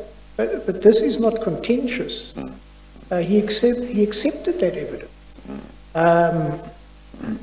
I think where there's a problem, he can put it, or where it's something that you consider contentious, we will look at that. I'm startled by the submission that it's not contentious. When the witness says but it's ambiguous. It's capable of more than one interpretation. Don't insist on one interpretation alone. I'm telling you that there's a reason I say that it's ambiguous. How can that not be contentious with respect? It must be. Well, remember just earlier on, Mr. Maybeck read a passage from Mr. Gama's own affidavit, and he confirmed that he stood by it, and it was in accordance, as I understood it at least, with those who said these features were included. Mr. Chair, with respect, I have no difficulty with that. I settled this affidavit. Yes. The position is, my complaint relates to what is being put to Mr. Gama with reference to the testimony of other persons. And he will no doubt understand that he's got to consider his position very carefully, to simply acknowledge that it is right or wrong without knowing the context within which that evidence was given. Well, let's do it this way. Mr. Gama, if you are not able to say you agree or you don't agree without the context, say so, and then the context can be put to you. But if you know that you don't have a problem with what is put to you, you can then give your view. Okay, but if you want context, say so. Thank you, Mr. Yeah, Chair. perhaps I can be of assistance, Chair. Yes. When Mr. Maybeck started, he referred to somebody, Chobe, or whatever it is. Yes. And we agreed that I have not had sight of his, whatever expert his testimony that document. he has. Yeah. Okay. So what we are saying here is it must not then be brought in because it's something that I have not seen. And I'm not likely to have any view. I may have a view, but I have not seen it. And Mr. Maybeck himself said when he started that he's not going to put that to me because he knows that I have not seen it. Whatever it is that this Chaube or Chobi. Yeah. Mr. Maybeck. Yes, certainly. I'm going to put to you also what Mr. Molefe had to say about this, because he was questioned about the very same phrase, but let one of my researchers will find the full passage Yeah. so that I can read it to you, that I don't want to just paraphrase. So let me come back to that. So that's the business case ETC. I now want to deal with the increase in that ETC. Could I ask you please to go to the Fundutsi report at 183.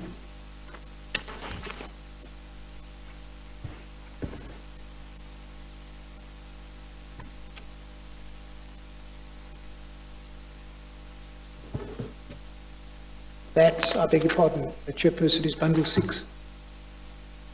Bundle Yes, 6, I've got exhibit it, yeah. BB27. Yes. And if you have a look at 183, there's a heading, at paragraph 5.9.12, increase in estimated total cost.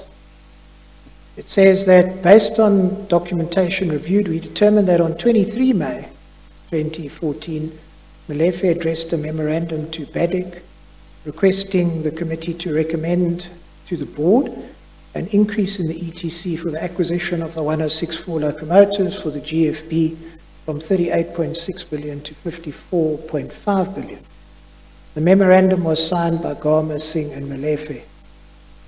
And then it quotes from that. Perhaps let us go to that memorandum. You find it, again, part of Mr. Callard's annexures. At BB4B, if I could ask you please to turn up page 714.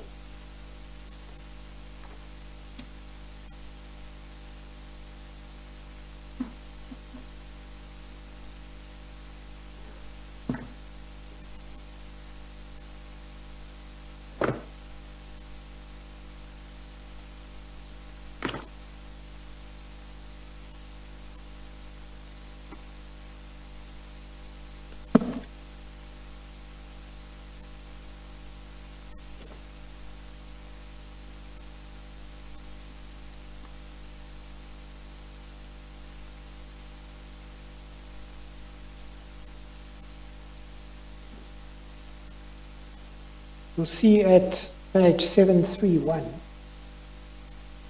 that recommended by Singh and then signed by you and Mr. Malefe. And the recommendation is it'll be the BADC recommends an increase in the ETC for the acquisition of the 1064 locomotives from Transnet Freight Rail's general freight business from 38.6 billion to 54.5 billion to the Board of Directors for approval. Do you see that? Yes.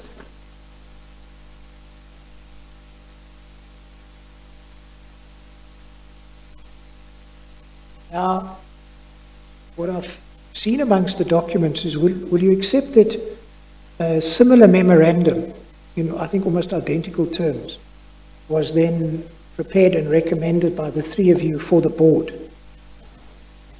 I can take you there. Just perhaps you can leave that open for a moment. Is it, yeah. So that's to the BADC. What you find is, if you could go to exhibit BB8,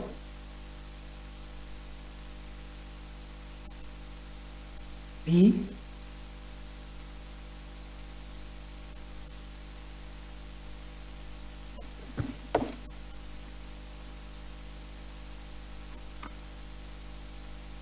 you'll find the corresponding memorandum to the board.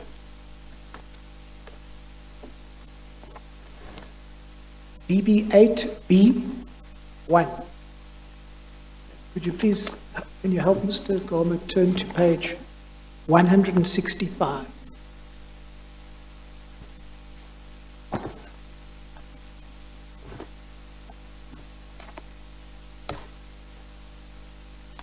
Red numbers, 165.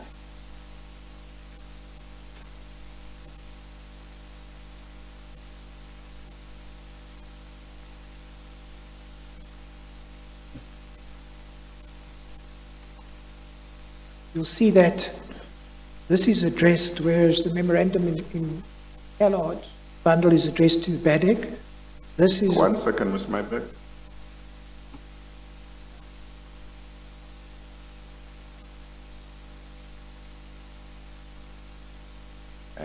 It looks like there are two files, and she's not sure which one you are referring to. It's BB8 in brackets B.1 and then .2.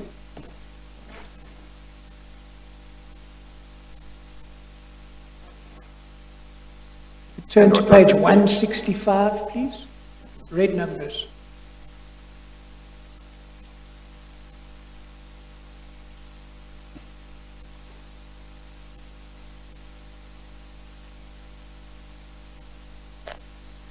It's in the first divider, 165.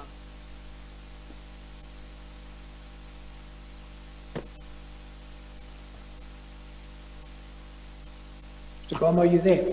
Yes. So what you will see is that this is the corresponding memo. Callard's annexure relates to the BADC. This annexure is to the board. If you go to page 182, you will see that it's the same recommendation and it's signed by the three of you. Do you see that? Yes.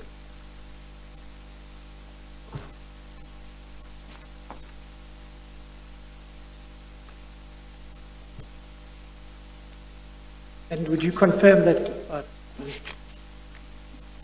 Absolutely. that it's the same memorandum? Yes.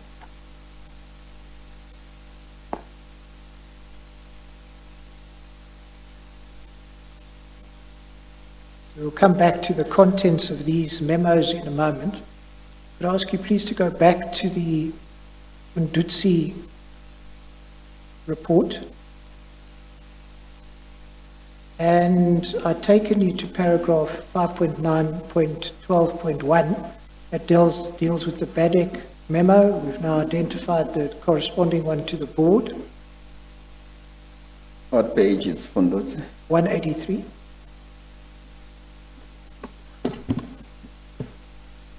Yeah. And then there's a heading BADEC meeting of 26 May.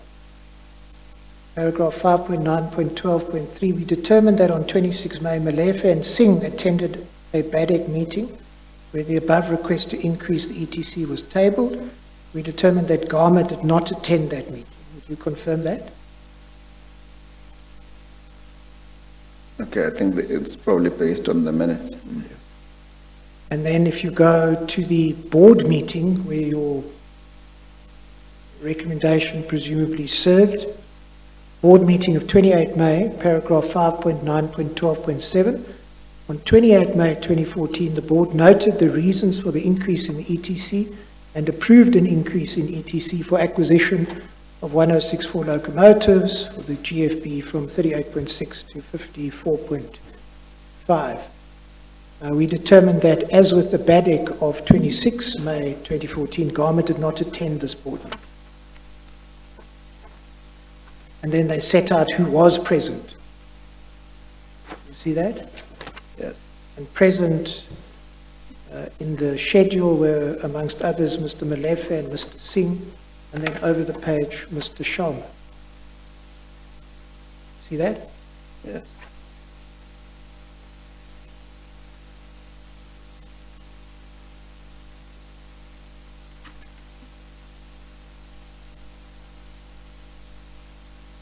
Now, perhaps we could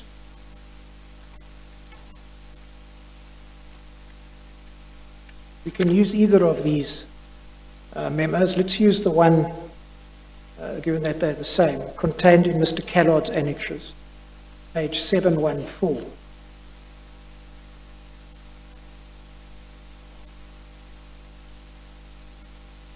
At paragraph 14,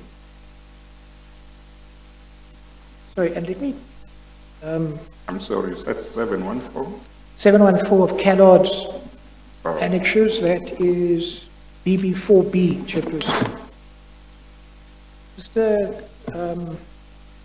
Gama, perhaps I should preface this with the following.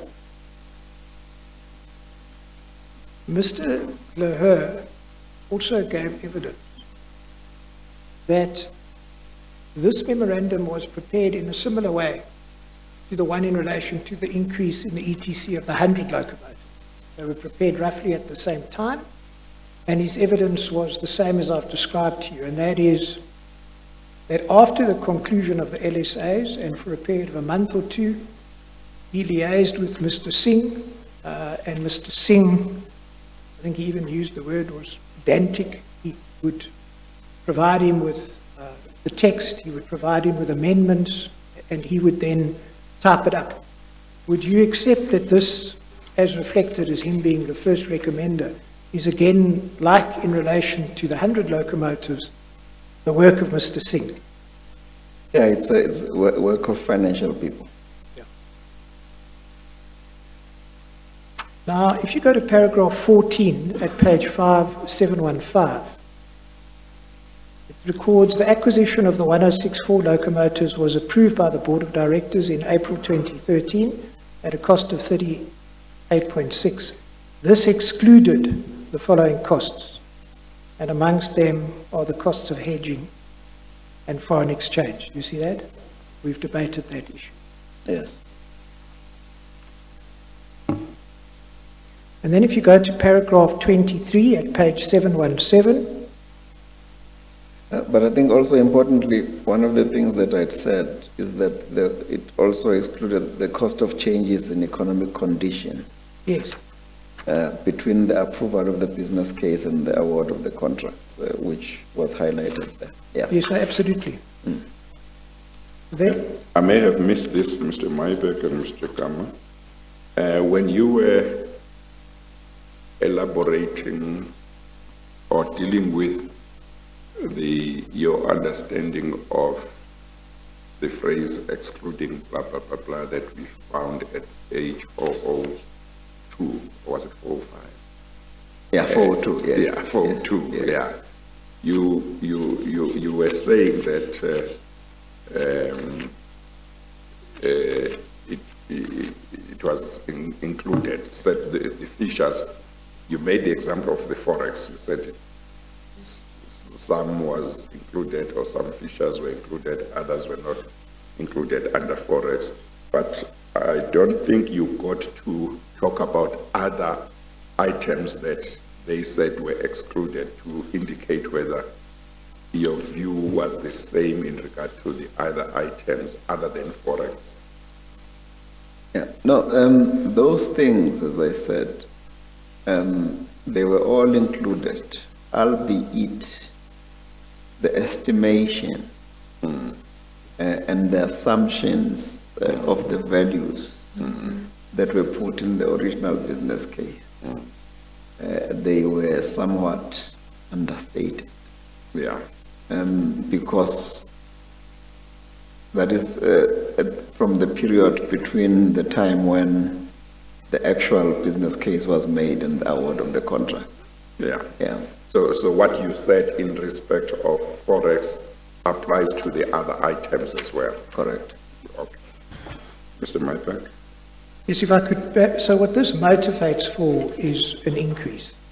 Perhaps if you go to the recommendation, it states it most clearly at page 731. Says, the BADEC take note that the main reasons for the increase in the ETC is due to the exclusion of the following costs.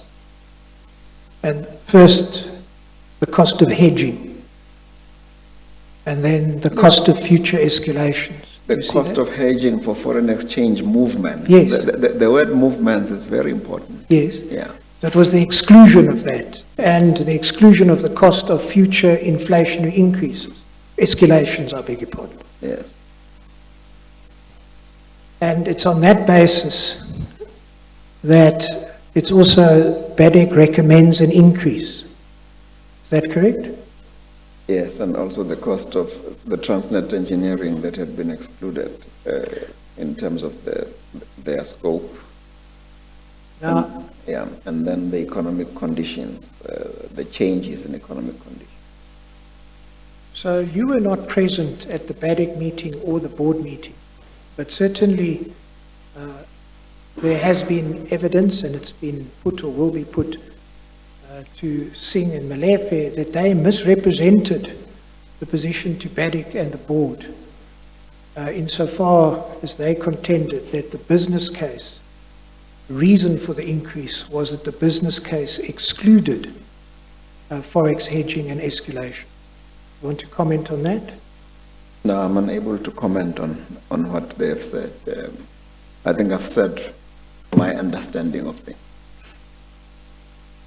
That you signed both this memo Yes, and the one to the board. that's correct, yes.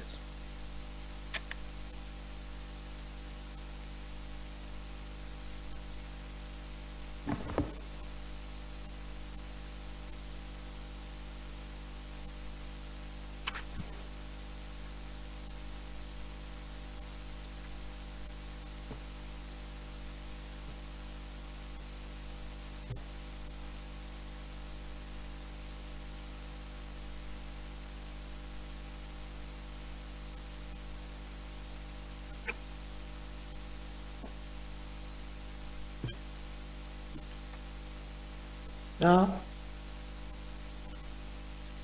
Mr.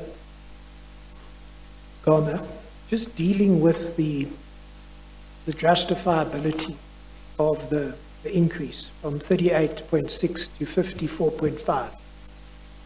The situation is the same and perhaps more acute as it is in relation to the 100 locomotives. So perhaps I can explain it this way. Again, Mr. Chaubi gave evidence about this increase, an expert.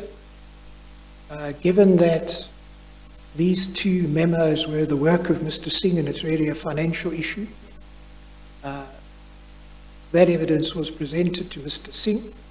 Mr. Singh has, the chairperson, I don't know if you've yet to see this, I don't think it's been introduced into evidence, but Mr. Singh has produced himself an expert who's given a contrary expert report, and those things are still going to be dealt with Mr. Singh when he returns to testify week after next. So I don't want to tax you about things, and you're correct, you weren't given Chaubi's report. I don't want to tax you about that. But is this, like with the 100 locomotives, an issue that you're happy to leave to be fought out there? Or is there any comment that you have in relation to the justifiability of this increase? Yeah, the only thing that I want to say, I think it's okay for the financial people to discuss this. The only thing that I want to say from where I sit, Chair, and which is contained in my affidavit, is the following. If you go to my affidavit, page 250.174.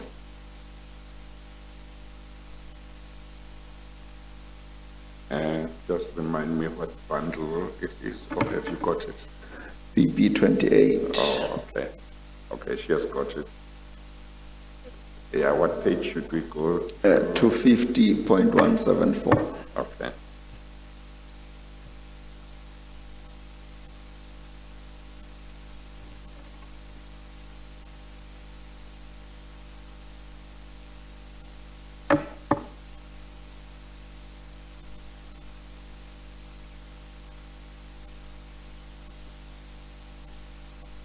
Yes.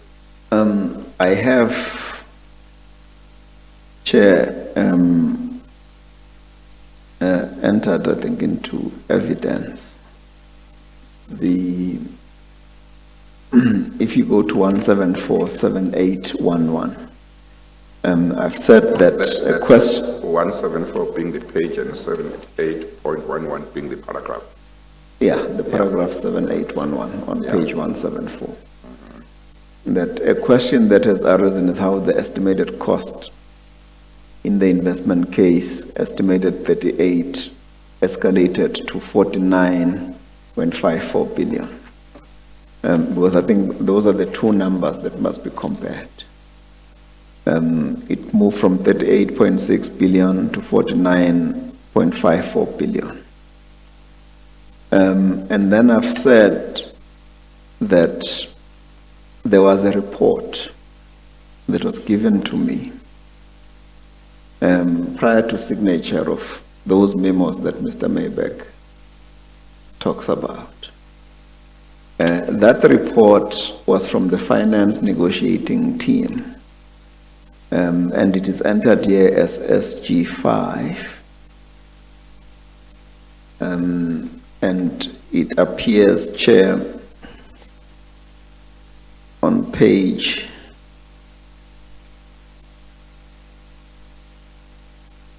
250.200.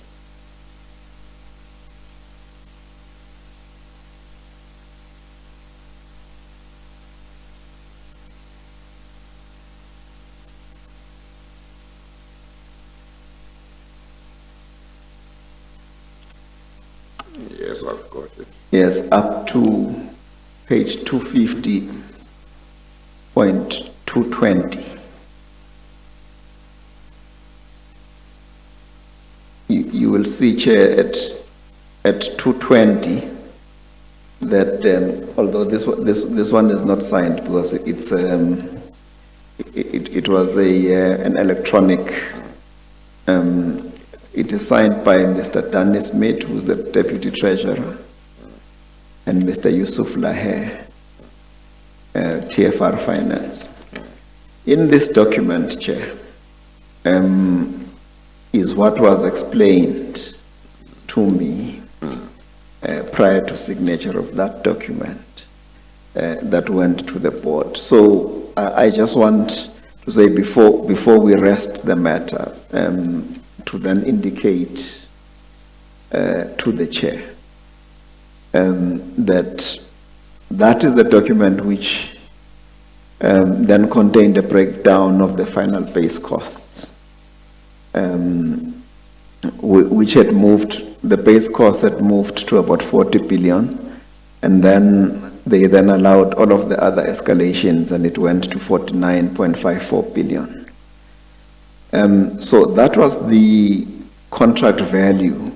49.54 billion was the contract value which was entered into with all of the OEMs on that date of the 17th of March 2014, 49.54 billion. So it had moved just over 10 billion from 38 to 49.54 billion. And then what was then added to that was what is called the 10% contingency, which came to about 4.954 something, and then that then moved it to the 54 billion. So I'm quite happy, Mr. Maybeck, that you then deal with it with the finance people, but I just wanted to make sure that I enter this and indicate to you, Chair, in terms of the inputs that were given to me in terms of my signing that particular memo to the PADC and the board. Okay. All right, and then just on this, whilst we're on the memo, can I just ask you please to go to page 727 of, it's FQC 727. There are a number of, Sorry. Is that a different bundle? that is bundle BB4B.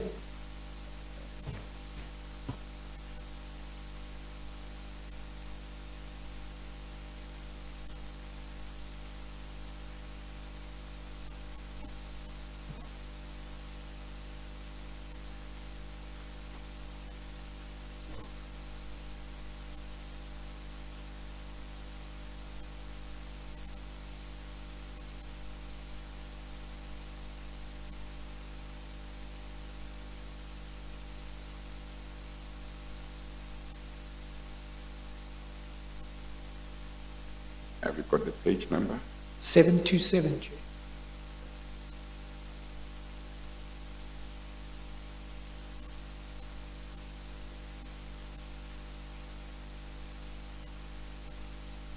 Mr. Garma, could I ask you to have a look at 727 and paragraph 80? Now, this is has become a contentious issue, the hurdle rate.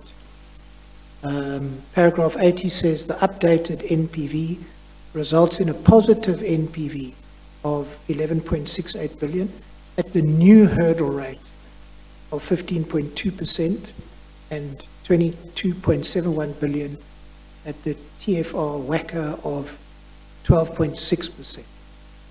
The NPV would become negative 1.76 billion rand at the original hurdle rate of 18.56. So you see that the sums are done here on a so-called updated NPV and hurdle rate of 15.2 versus the so-called original 18.56. Do you see that? Now, this again is something that is going to be dealt with Mr. Singh. Do you have any comment? The issue in contention is when the new hurdle rate became effective and whether or not it's underpinned by a policy document. Do you have any comment on that? The hurdle rates, they are issued by the finance department on an annual basis. So Mr. Singh is the correct person to speak. And then there's two other issues which also featured with Mr. Molefe and will with Mr. Singh, and that is the issue of the conclusion of the LSAs before obtaining board approval. But I think you mentioned yesterday that you yourself didn't sign the LSAs. They were signed by Mr. Singh and Mr. Molefe. Is that correct? I think that's what you said, that you observed that my signature was not on them, yes. I can take you to one of the agreements. If you... No, it's fine, I believe you, Mr. Maybeck. Well, it gets you off the hook here. we can save some time. Yeah. And then another contentious issue relates to the failure to obtain ministerial approval. But again, I think Mr. Molefe, he accepted that the obligation to do that rested on him. It didn't rest on you. Would you accept that? Yeah, I accept that. So that brings me to just one thing that I want to ask you about, and that is the issue of batch pricing. You have mentioned, and we know that it was a significant contributor to the increase in the ETC.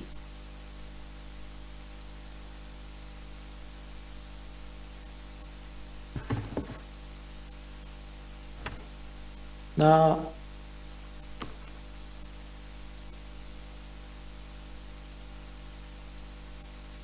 this is something that is dealt with in the M&S report. Perhaps I could just ask you to go there. This is Bundle 6, Exhibit BB 27, the one that contains the reports.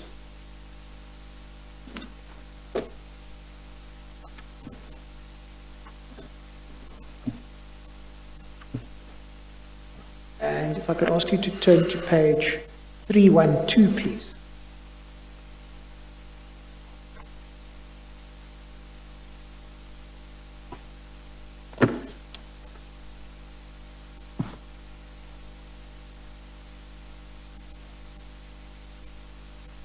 And you see there, if I can take you to the foot of the page, paragraph 2.4.6, one of the significant drivers of the price increase was payment for batch price adjustment, also referred to as batch pricing, as a result of the splitting of the awards amongst the four bidders. Transnet's position on the payment of extra costs for reduction in batch quantities was clearly articulated in the RFP and negotiations baseline worksheet. Next up paragraph, the RFP provided as follows, quote, Transnet requires flexibility in exercising options for the acquisition of the locomotives. These options may include suspending or postponing the delivery of the locomotives until a later date or changing quantities. The emphasized portion is this: Transnet, however, does not expect to pay a price premium should it exercise any of these options. The next subparagraph, it has been subsequently argued by Messrs. Gama and Leher that batch pricing was justifiable on the basis that the board had approved the recommendation to split the award amongst four OEMs. Therefore, the argument they advance is that the reduction in the quantities of the locomotives awarded to each of the OEMs necessitated the OEMs to increase their prices. Next subparagraph. This justification is untenable on the grounds that Transnet adopted the position of not paying a price premium with full knowledge of the right it reserved itself in the RFP to split the award to more than one supplier, the effect of which would result in lesser quantities of locomotives being awarded to the OEMs. The board's approval of the splitting of the award should not be misconstrued as authorization to commit Transnet to batch pricing, more so given the fact that the authors of the memorandum to the board did not bring it to the attention of the board that the RFP prohibited Transnet from paying a premium for changing the locomotive quantity. Next subparagraph. Committing Transnet to batch pricing contrary to the provisions of the RFP on its own also compromised the fairness of the procurement process and constituted an irregularity because the request for proposals, read together with the constitutional and legislative procurement provisions, thus constituted the legally binding and enforceable framework within which tenders had to be submitted, evaluated, and awarded. In amplification of the Transnet position adopted in the RFP for the non-payment of batch pricing, the negotiations baseline worksheet price was provided to members of the PTN team to provide guidance specifically on batch pricing. The table below is a relevant extract of the terms of reference for negotiating batch pricing. And we have the table. And the commentary under that is, this table indicates that one of the objectives set out for the negotiating team on batch pricing was to ensure that batch pricing must be removed and the price must remain fixed if the order is placed, as if the order is placed for the full 465 diesel and 599 electric locomotives. This position is in line with the responses M&S attorneys received during their interviews with some of the technical personnel at TRF, namely Messrs. Callard, Pillay, Harris, that the costs of procuring a smaller batch of locomotives should not have a material effect on the overall transaction as long as the smaller batch was within the 100 locomotive threshold. You want to just comment on that? I know you deal with it in your affidavit. Sorry, Mr. You want to comment on that? Okay, you also said something else. I said I think you deal with it also in your affidavit. Yes, I think I dealt with it in my affidavit. I have nothing to add other than what I've said in my affidavit. All right, well, let's go there.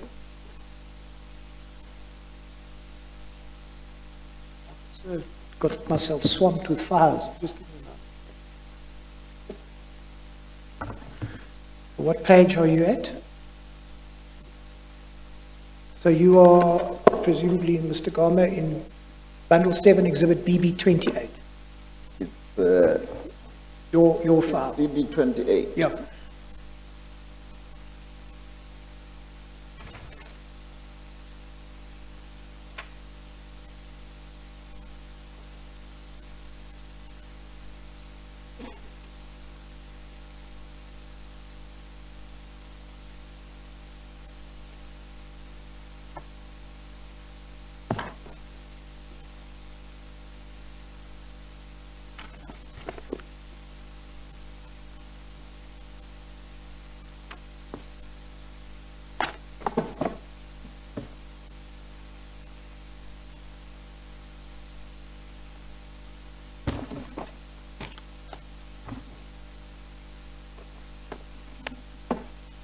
Raining file.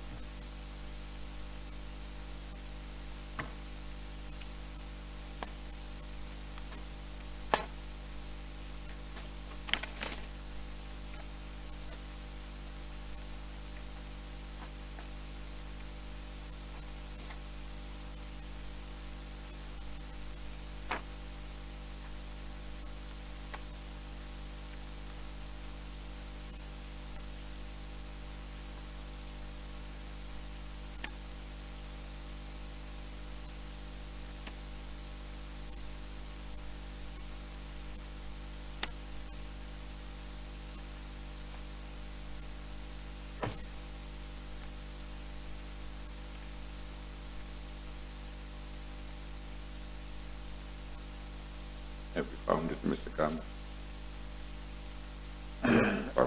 Maybe it's towards the beginning of it.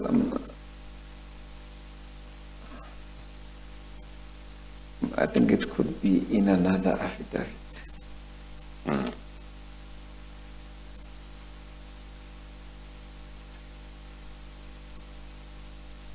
Is it something that your junior, Mr. Maibet, could look for while you continue with other questions? Or not?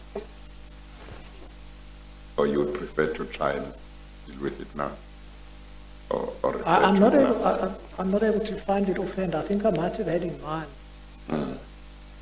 where Mr. Gama deals at some length with the accelerated delivery schedule. I'm not sure offhand. Perhaps his counsel can help us as to where Mr. Gama. Bearing in mind he filed more than one affidavit. I assume Should this we- must be. If it is here, it must be an affidavit responding to Mohammadi and Callard. I intended that we would take a break at 6, 10 minutes break. Maybe we should take it now. That might Right. help with looking for it. Thank you. Yeah. Shall we say 10 minutes or shall we say 15 up to 6? 15, Chairperson, if 15? negotiable, yes. 15, I think, would 15 suit us better, to yes. give you more time to look. Yeah. Thank you. Mr. Chair, if I might be of assistance. Yes. It was dealt with with reference to the evidence of Mr. Callard, and in particular his statement. Yes. That's to be found, that commences at page You want to start with the bundle first? 250.148. Do you want to start with the bundle? What bundle it is first? It is BB 28. BB 28. Indeed, page 250.148. That's where we commence dealing with Mr. Callard's 2508. 250.148. 250.158. 250.148. 148.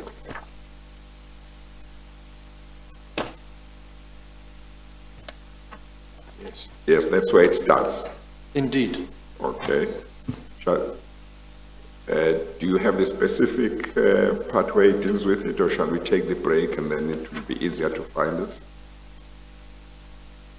I'll find it for you shortly, but I don't want to waste your time, Mr. Chair. If a short adjournment is appropriate, we'd appreciate that. Yes. Thank you. Well, okay, let's take the normal break we were going to take then, 15 minutes, and then we come back. We adjourn.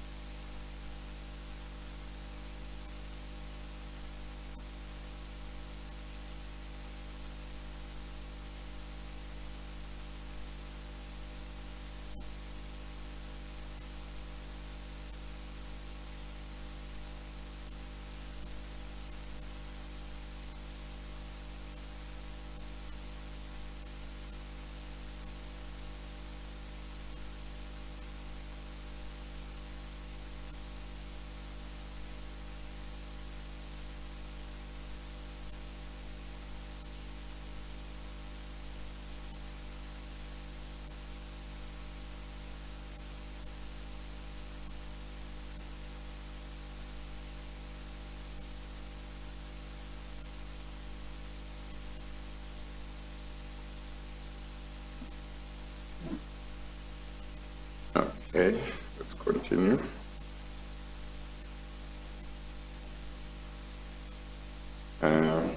Sorry, the aircon noise, and they will attend to it. Okay. Mr. Garber, do you want to comment on the issue of batch pricing?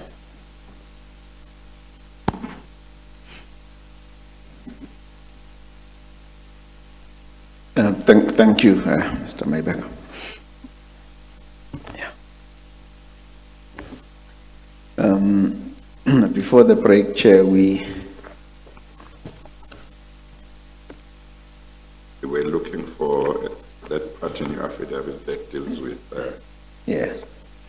So if we start at page 250.166.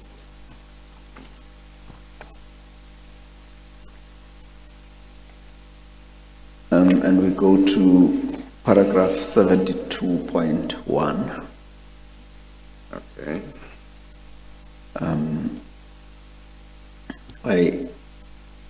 Let's go to line 1, 2, 3, 4. Let's start with the 5th line,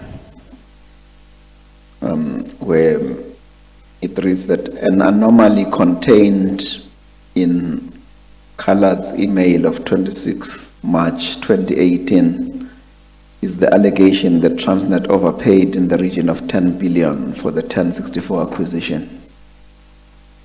As this version is somewhat contradicted by the later allegation in the same email of Callard's, where he records that the 49 billion price tag was arrived at because 4 OEMs had been contracted for the supply of the locomotives instead of 2.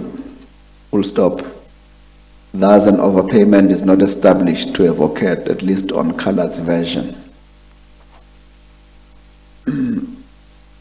The issue, Chair, of splitting the award, I think MNS agrees that splitting the award, postponing it, all of that, it was provided for in the RFP.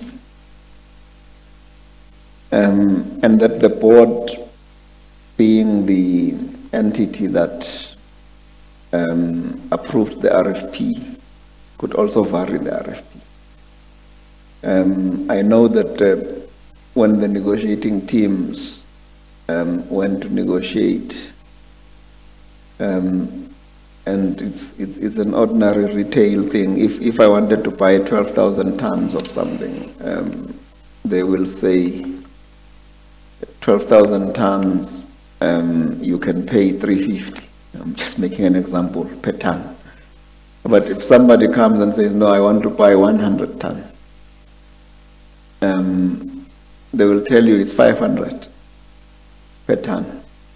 It's just an ordinary rule of discount pricing when people buy in bulk and people don't buy in bulk. And I know that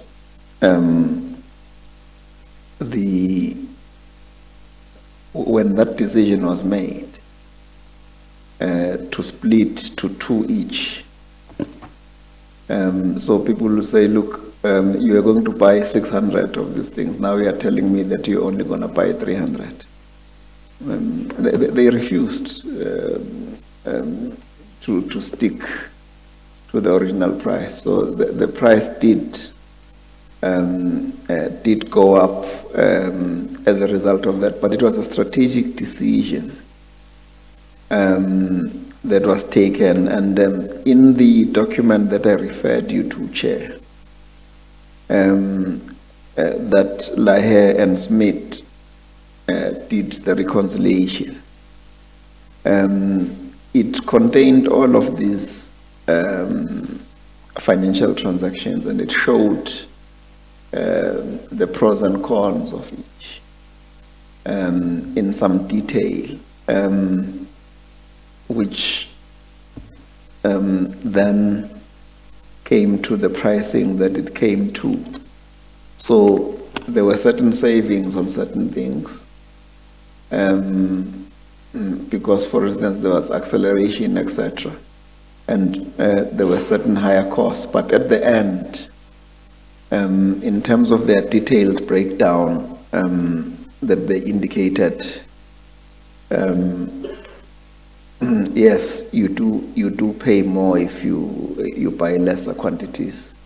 But I don't think we should fault the teams, the negotiating teams, in terms of that, because I know that they tried, but they couldn't hold the same price with lower quantities. So, Mr. Garma, I perhaps just want to put this to you for your comment. Isn't the problem that allowing the OEMs to increase their prices at the negotiation stage could result in their bid prices increasing beyond those of the unsuccessful bidders? That's really the problem, and that's certainly the evidence of Mr. Leher.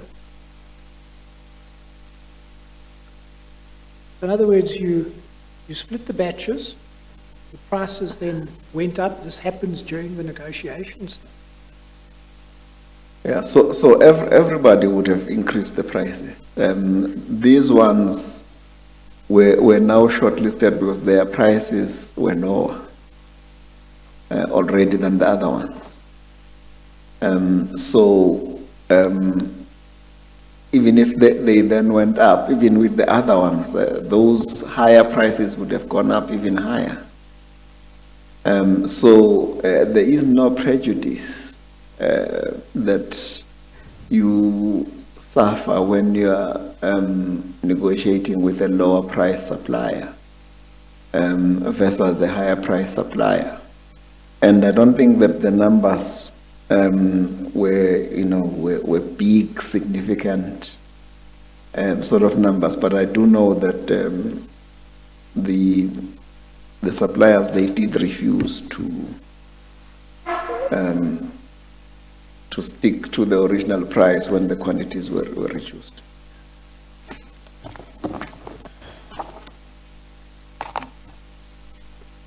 All right, have you anything further to add to that? That is.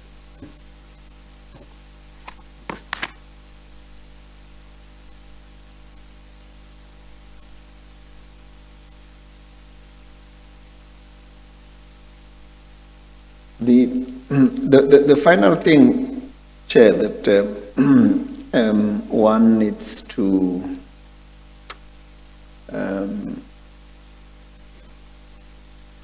because you get M&S and Fundutsi, they become experts after the fact, and sometimes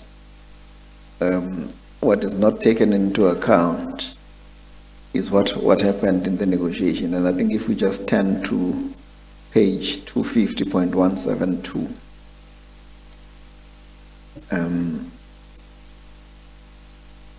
at paragraph 78.9,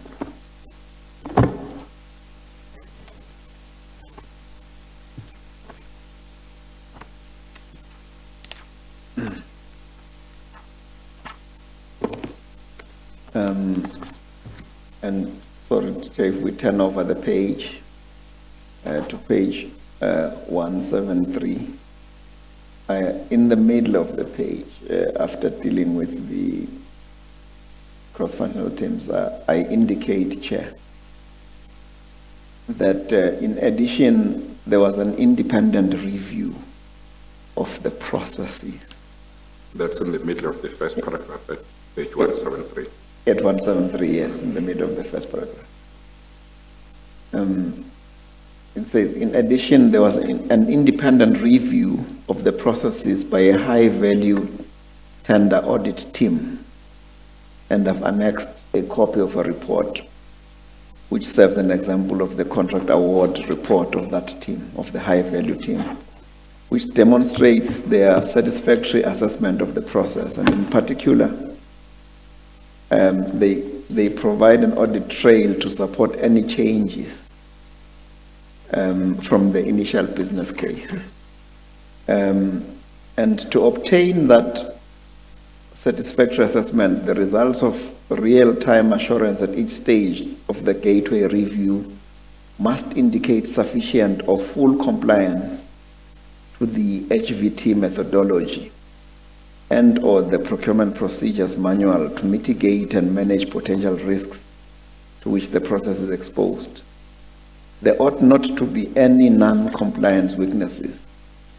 There must be compliance with statutes and regulations, and the team must have been fully engaged in order for the HV team to express an opinion. So, as executives, we would rely on such reports which confirm that all due processes have been followed, and that in particular, any changes from the initial business case were investigated and supported by means of an audit trail. So I think that is also an important safeguard. That is there where you have an independent teams.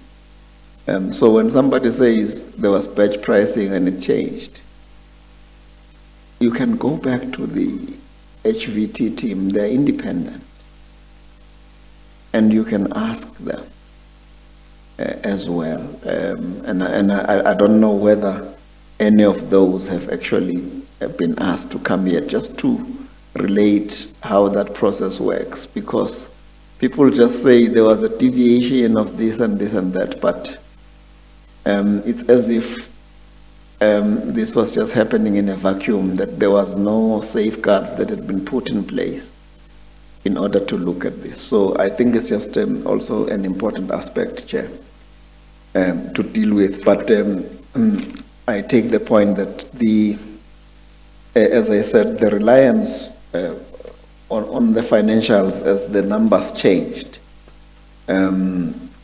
when people then tell you that no, the escalation is, and the rent depreciation and the steel price changed to so much, those were dealt with by the Treasurer and the finance teams. Thank you, Chair. Right, Mr. Goma, I'd like now to turn to the last locomotive topic, thankfully, and that relates to the relocation, in particular of CNR, South Africa, from Pretoria to Durban. Now, this is dealt with, as you know, by Mr. Gonzalez. Can I ask you perhaps just to pick out his file, that's Exhibit BB5. You do deal with it in your affidavit, and I'll come back to that.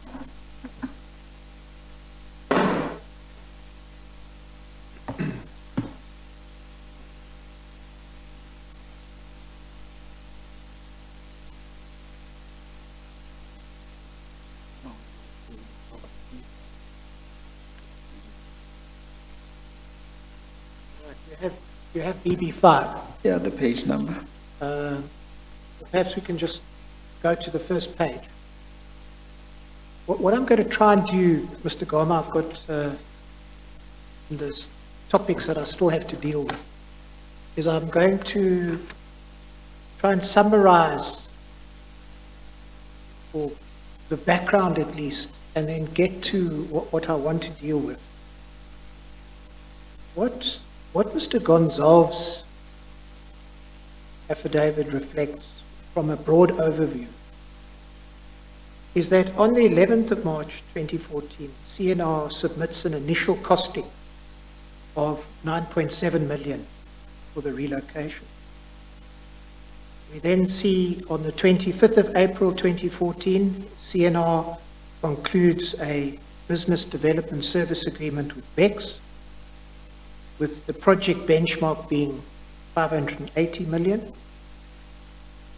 In July 2015, a costing of 647 million was submitted to Transnet, and ultimately you agreed in signing the variation order on the 23rd of July 2015. And the net effect of this then was that BEX was paid a commission of 67 million. You've been through this affidavit. Would you accept that broad outline. I suppose the important thing is your signature of the variation order. If we take you to that document, that you find at page 261, that's where you become directly.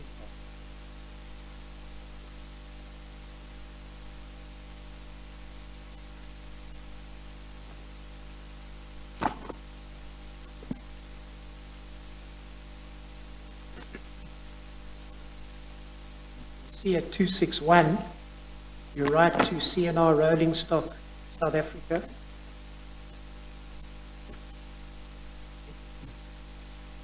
And headed variation order to finalize the relocation, the construction of the 233 class 45D locomotives by CNR Rolling Stock, South Africa, to TE's facility in Durban. And then you say, in the middle of the page, accepted variation order is as follows.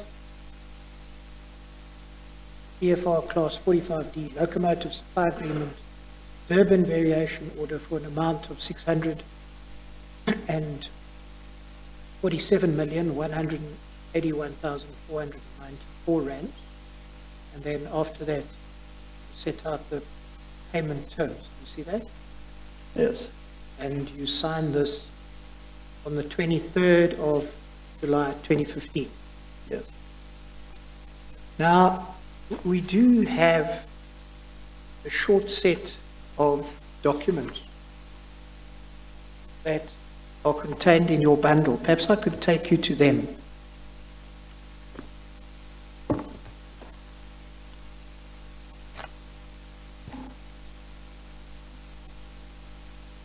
And those documents you find towards the end of your exhibit, 28,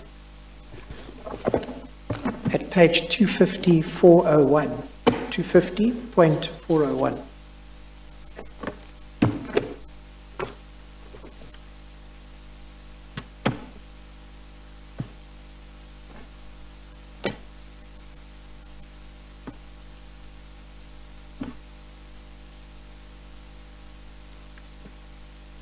And the documents start with a memorandum.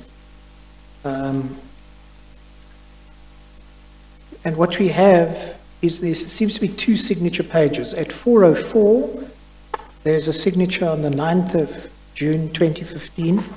And then at 405, there appears to be another undated signature where there's a handwritten annotation.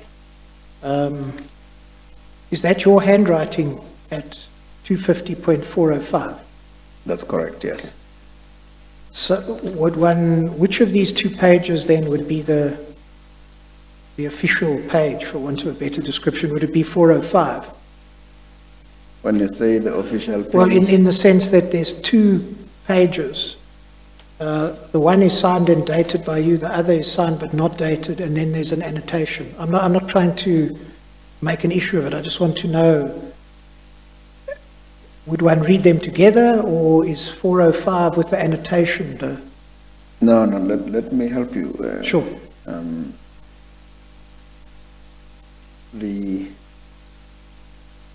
As I understand it, I think the issues may be exactly the same.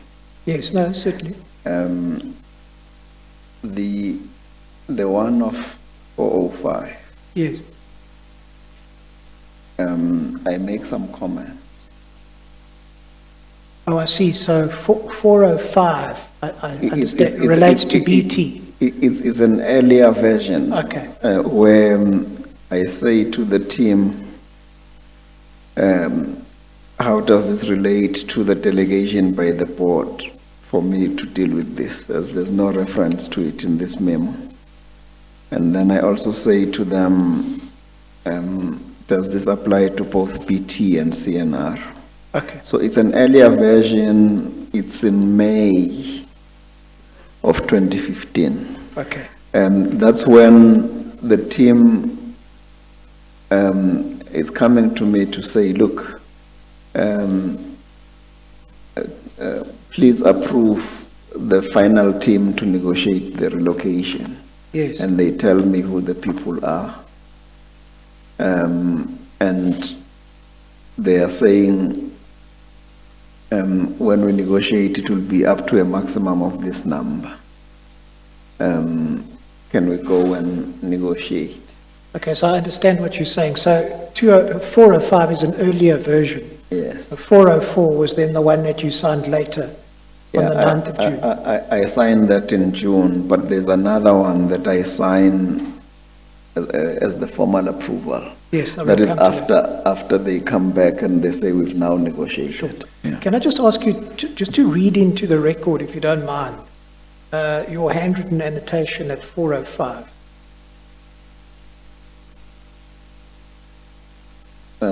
It says, I need clarity on one, does this apply to both CNR and BT? Number two, the amount referred to 635 is still under negotiation with a question mark. 35 million, eh? 635 million. Yeah. And then three, how does this relate to the delegation by the ADC stroke board for me to deal with this matter, as there's no reference to it in this memo? Approved on the basis that the limit in 3 is not exceeded, and I'm informed of the final negotiating outcome. So this was to approve that the negotiating team goes in and have further discussions with the. Would it be correct that probably you first signed and then it occurred to you that you needed clarification of certain matters, and that's why you made those notes? Because otherwise you wouldn't sign. No, you always sign. You always sign. You can say either approved or not approved. Oh, Yeah. so I thought maybe if you are not approving, or this one, it says approved, stroke not approved, so I guess it's not clear what you want Yeah, to so I say to them, it's approved on the basis that the amount in 3 is not exceeded, and I'm informed of the final negotiation outcome. But it was implied that they would need to come back to you. That's correct, yes. Yeah, so they couldn't take your signature and go somewhere and say this has been approved. No. Yeah. No. So from that point of view, it's not finally approved. It's not final approval. Yeah. It's an approval of the negotiating team that they Yeah. can go and negotiate. Okay. And then if we can go back to 404, so subsequently on the 9th of June 2015, you approved of a recommendation that reads, request the Group Chief Executive to approve the following. A, the team to negotiate the relocation to Durban with CNR. B, variation order in order to finalize the relocation of the program for the construction of 233 Class 45D locomotives to Durban to a maximum value of 669,784,286 rand. Separate submission has to be prepared or has been prepared for BT, and C, letter to be issued to CNR to commence negotiation for the relocation of the program. Is that correct? Yes. All right. That's correct. So that's in 9 June. I want to then take you. So this one, unfortunately, I don't see a date. I'm not sure which one came before the other, but I think later on we will make a comparison of the amount. All right. Yeah. What you see then at page 406, 250 406, is an email from Mr. Peter on the 20th of June, On what page? 250.406. Mr. Peter was the Chief Financial Officer, is that correct? Not on that date. What was his position then? On that date, he was the Group Chief Supply Chain Officer. And you've seen this email. I mean, what he sets out, received a proposal, and he raises a number of queries. Is that correct? Yes. So, for example, in the fourth paragraph, he says, get a list of suppliers they are using in Gauteng and total material they expect from them. As they say, they're moving 1.3 million material, but doesn't make sense as they don't have many suppliers set up as yet, per my info. And he raises a number of issues along those lines, correct? Yeah. And he, in this email, if you go, for example, over the page at 407, he says at the top, Yusuf to check the assumptions. The last paragraph, Yusuf to check finance costing. You see that? Yes. That, I assume, was Yusuf Leher. Yes. Then what we see... Try and not lower your voice, Mr. Kama. And not lower your voice so that whatever your response Am I is, too far? I think your voice went lower. Oh, sorry. Yeah. Yes, Mr. All right, and then at 4:08, the next day, Mr. Leher responds, you see, second half of the page, from Yusuf Leher on 21 June 2015. He says, dear all, my comments as follows. And he lists 18 issues. Do you see that? Yes. And he questions really in 18 respects their price that has been submitted. He raises a number of queries. Yes. Let's take one, for example. Increasing the team size does not make sense, considering the learning curve will mitigate this requirement within a short time. 2, negotiating with suppliers will eliminate the inflationary costs related to the 4 additional months, etc. You could agree with that? Yeah, I note it, I see it, yes. All right. And then if you go to page 410, you will see towards the bottom of the page that there's an email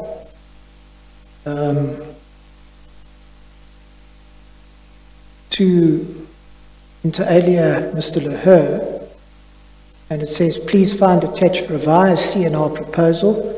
And then in the middle of the page, on the 25th of June, Mr. Leher responds, says, hi, Lindiwe, their proposal has not changed from the previous submission, except for their new offer on payment terms. As such, the comments per my email over the weekend still apply. You see that? I see that. So that's on the 25th of June. If I could then ask you to turn to page 254.12, 250.412. It's 25 June. Then Gary Peter on the 10th of July sends an email that to Lindiwe, and the second paragraph says, right at the bottom of the page, can I ask that you update all the documentation, i.e. memo, for us to send to the acting GCE for approval of the CNR and BT proposal, and letter from GCE to CNR and BT accepting proposals in order to save time. Should the team copied be happy with the proposal, we can then effect sign off quickly. Please also ensure that the TIA sign off from Emma is included in the memo. You see that? Yes.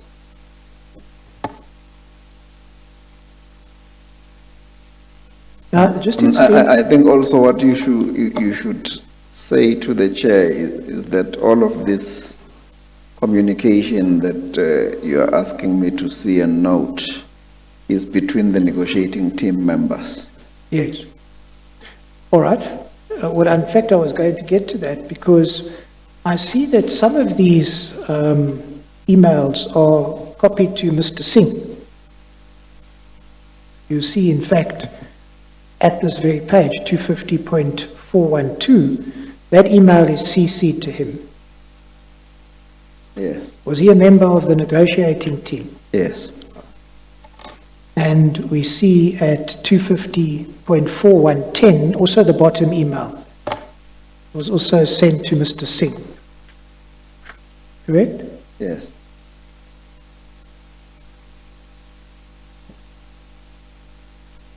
Then what we have in chronological order is the next memorandum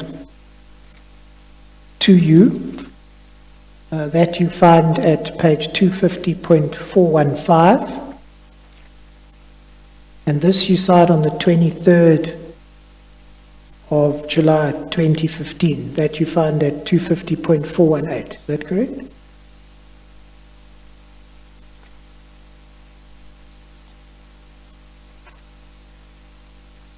Yes.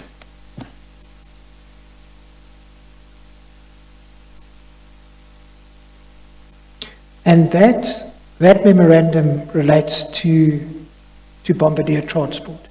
That's correct, yes. You get a similar memorandum, if you page a little bit further, at 250.419. You get a similar memorandum in relation to CNR. There you see the signature, 23 July 2015. You see that? Yes. Requesting the recommendation, the acting group chief executive, to note the final outcome of the negotiation for the relocation to Durban with CNR, approve variation order, and the amount there is 647 million. See that? Yes.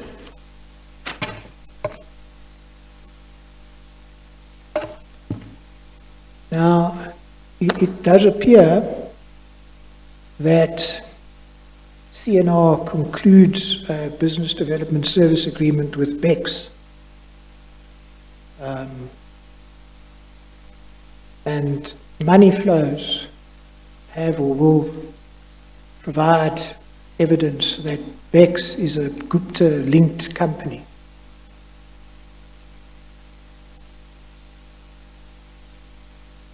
Did you know anything about this business development supply agreement? No.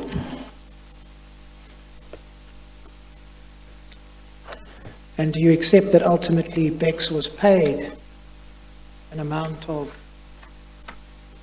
some 67 million? Yeah, I've never seen the actual report, Mr. Gonsalves, or I don't know how to say his name, I think Gonsalves or Gonsalves. He did come to say to me that there was this anomaly, that there were people that had been paid to negotiate this relocation. And that's when I then, we had worksmen doing investigations within Transnet at that time. So I also asked them to look into this particular matter as well. But unfortunately, I've never received the final report on that. But I did ask that it be investigated. So if you say there was an amount that you've seen somewhere, I'm not in a position to deny or confirm it. But Mr. Gonsalves raised it with me very sharply in a meeting.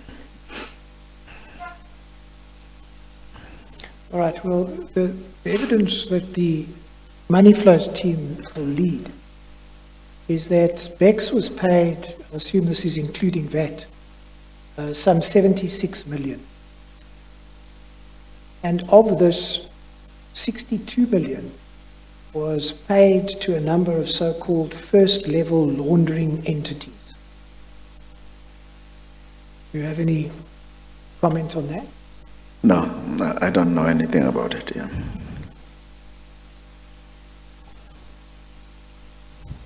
Do you know of any involvement by BEX? Do you know of anything that they may have done to secure this variation order and this amount? No, I do not know them. I don't know who they are. I was told by Mr. Gonsalves that they were these people. I don't know whether they even met with my negotiating team or they were working for CNR. I don't know who they are. So how is it that the negotiations were conducted in such a way that it would allow for a commission of this size, 67 million?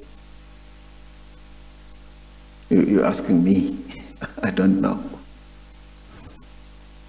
Or are you surprised by the fact that there was that amount? I was very surprised. I mean, I was very, very surprised. So, Mr. Gome, do I understand from what you say in your affidavit that you relied on the people who put reports to you and recommendations made to you? You yourself, did you know of Mr. Laher's concerns? Mr.? Laher's concerns? No, I did not know. Did you know of Mr. Peters' concerns? No, I did not know. Have you got any idea how those concerns were resolved? No. I don't know how they were resolved. I see that Mr. Laher was not a signatory to the documents, the negotiation documents, but Mr. Peter was. Yeah. So, but all of these memos that you've read to me, I've only known about them because of the commission. So you've sent me this document. So I was not aware of their existence prior to that. All right, then can I take you deal with this in your affidavit. Perhaps you can address that if you'd like to. Go to your Exhibit 28 and turn up page 146. Perhaps before we do that, just as a matter of record so that there's clarity on it, the memos that I sign on the 23rd of July that you refer to, one is for CNR and the other one is for PT, which is Bombardier. So what is really in front of me on that day is the amount of 618 million, which is for PT, and an amount of 647 million. Well, that is the maximum values of 647 million for CNR. So for the approver, you are doing a comparison of the two in terms of relocation and thinking they look very close to one another. That's really what is in my mind at the time when one is signing that particular document. But also you have a team of 5 negotiators that have been busy with this for more than a year, by the way, Chair, because you come to July 2015, they say they started the negotiations in 2014.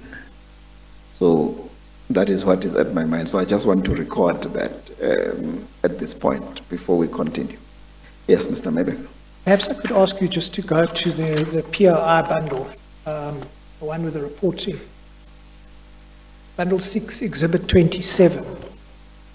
M&S deal with this in a so-called relocation report. Could I just take you, please, to page 427?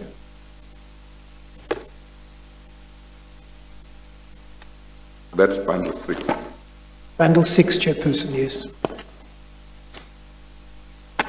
427. At paragraph 2.8, I just want to get your comment on it. There it says the Transnet personnel that constituted the relocation negotiating team were, and it lists 6 people, including Singh and Peter. Does that accord with your recollection? Yes, those are the people who signed the memo.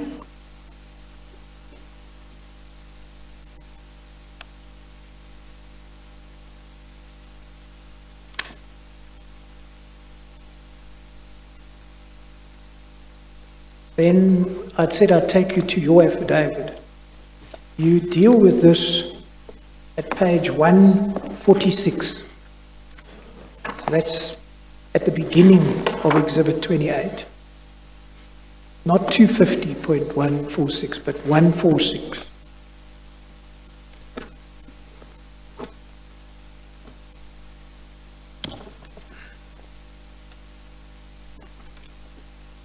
And this is in response to Mr. Malefe, and deal with this at some length, running from page, That's at page 146. yeah, in fact, on the right-hand side, yes, Yes. running through to, I think it's 154. Yes. And you end off actually by referring to Mr. Laher's concerns, which you say you had no knowledge of. Is there anything in particular that you would like to deal with in these pages?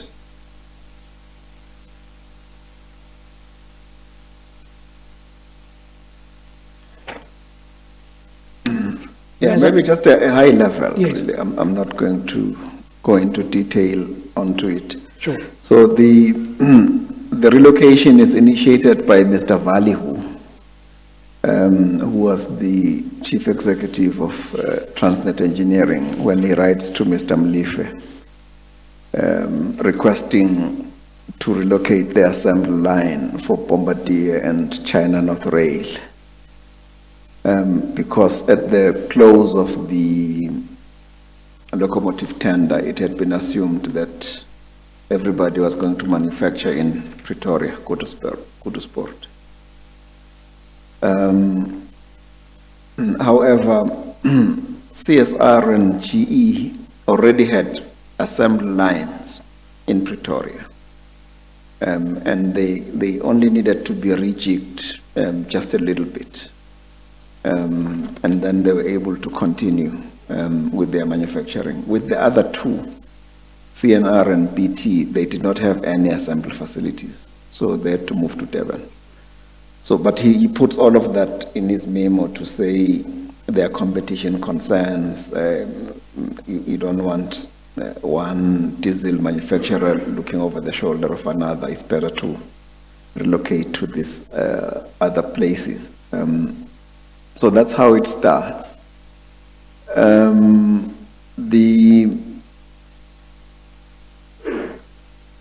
It ends up with the two letters that you showed me, where after the 23rd of July, I then wrote back to BT and CNR, indicating to them that these are the maximum amounts that were approved for them, and that they would be paid periodically.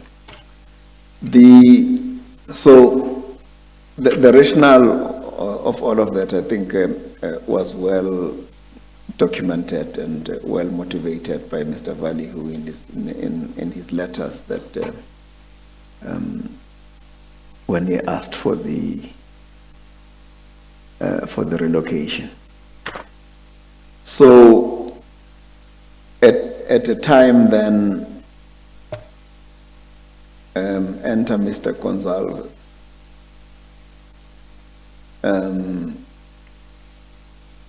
where he came through with one or two of his other partners. And then he informed us that there had been this involvement of PAX, BEX, or BES, Business Expansion Structure, something. And then at that time, that is when I then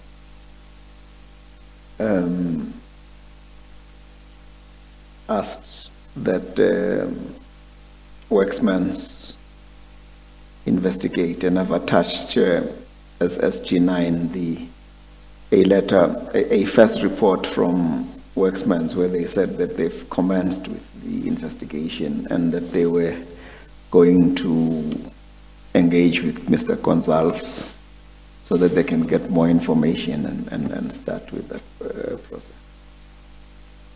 At some point in the commission, you were also informed, Chair, that there was no relocation. But I think we can agree that there was a relocation to Wentworth, and that is where these two entities were in terms of the relocation program. The obligations for payments where they fell within the divisions to then say as and when certain things happen, then they should be paid. But at some point, I then decided that since we were doing this investigation and there were these allegations that came about as a result of PACS, I then asked the CEO of TFR, Mr. Ravine, to stop all payments to these two entities, both BT and CNR, so that we can have some kind of understanding of what the relocation program amounts were and whether or not they had not been inflated to us. So that was done, and they stopped those payments, and they wrote to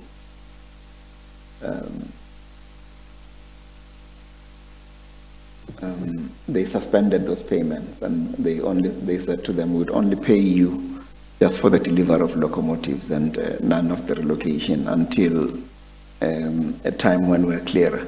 As I've said to you, Chair, I am unable to give you a full report because I never saw the full report from what is his name, Waxman's, in terms of the finalization. And also in the, I've also indicated that it has subsequently emerged following the submission of a detailed motivation that during the commission's hearings that Yusuf Laher, one of the financial executives, had raised certain objections and highlighted certain issues of concern, which were brought to the attention of the team that was working on the recommendation. And it does not appear to me that his concerns were ever addressed. But at that time of signing, I had no knowledge of his consent, and I had no reason to doubt the bona fides of the high-level team that was involved in the negotiation of the relocation costs. I had no cause to be concerned at that time, up until the time that Mr. Gonsalves visited me, and then that's when I learned that there was a commission agent that was used. And so I had just looked at the two amounts, that they were almost similar to one another. But it seems now, from what transpired, that we probably could have paid less for the CNR portion at least. But each one of them, and I've attached for the commission the actual proposal for BT and CNR. They are all they are marked, and they are in this particular thing. I don't know. I don't wish for us to go through them, but you will see that they are almost very similar, and they are almost on par with each other. Then, Mr. Gama, you also deal with this further at page 165 when dealing directly with Mr. Gonsalves' statement. Perhaps if you want to, if there's anything you want to deal with it, paragraphs 47 and 48, seems that these are things Yes. we've already traversed by and large. Yes, I already traversed them. He did indicate that amongst them, there were two issues really. The first issue was that there had not been any consensus between CNR and its partners, the local partners, Gonsalves included, about the appointment of these PACs. And then the main thing that was significant to me and to Transnet was that in this 2015 proposal, I think I was now talking to him in 2017, and he was then saying that, look, that variation agreement, there was the presence of PACs who earned the commission, and therefore, maybe if they had not been there, the cost would have been lower. If you go to my paragraph 48.2, then it says, I requested that the Chief of Legal at Transnet be fully briefed to ensure that an investigation is carried out into CNR and PAC's involvement in the CNR consortium. As I've indicated, I however never received a preliminary nor final report from Worksmans who had been instructed in this regard. Worksmans had advised at the time that there was a delay due to waiting for information from the high-value tender teams. But by then, we had also taken the decision to stop any further payments to both CNR as well as BT that related to the relocation process pending the outcome of the Worksmans report. I think that is a fair summary. All right. Can I just, before I conclude on this, can I ask you, I've seen reference in some documents to the effect that in addition to concluding these LSAs with the OEMs, you also concluded maintenance contracts. Is that right?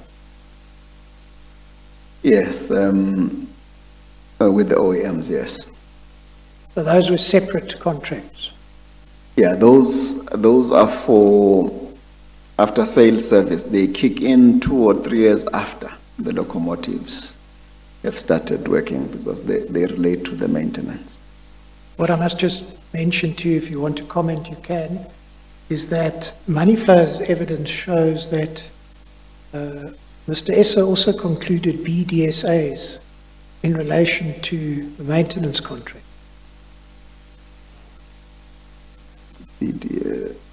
Business Development Services Agreements. In other Okay, words, this commission agreement. these commission kickback agreements. Yeah. No, I was not aware of that either. So you were talking about the 67 or so million that Bex was paid, and you said, well, perhaps it could have been lower if it hadn't been for that. I just want to put this to you. Money Flows intends to lead evidence which will demonstrate that the grand total of all kickbacks paid to the Gupta enterprise relating to the 95 locomotives, the 100 locomotives, the 359 and 232 locomotives, that being part of the 1064, the attendant maintenance contract that we've spoken about, and the CNR relocation costs that we've spoken about. Grand total is just short of 3.5 billion rand. And that must come as a real shock. Yeah. So these money flows are monies that flow to these different letterbox companies that you talk about. Yes. Yeah. It's shocking. I want now to turn to the issue of T-Systems. T-Systems is dealt with, as you know, by Ms. Musidi. I'll ask you please to turn up file exhibit BB11.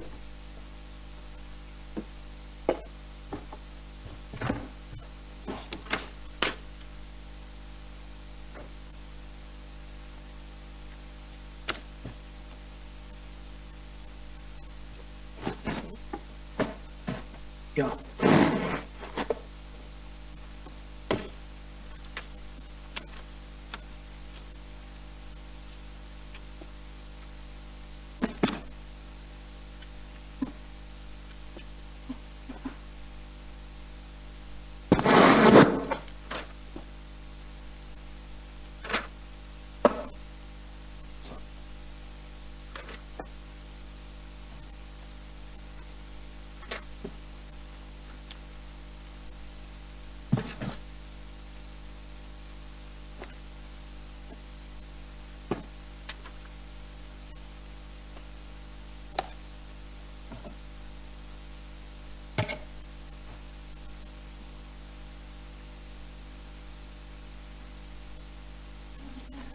So, could I ask you to go to page 1?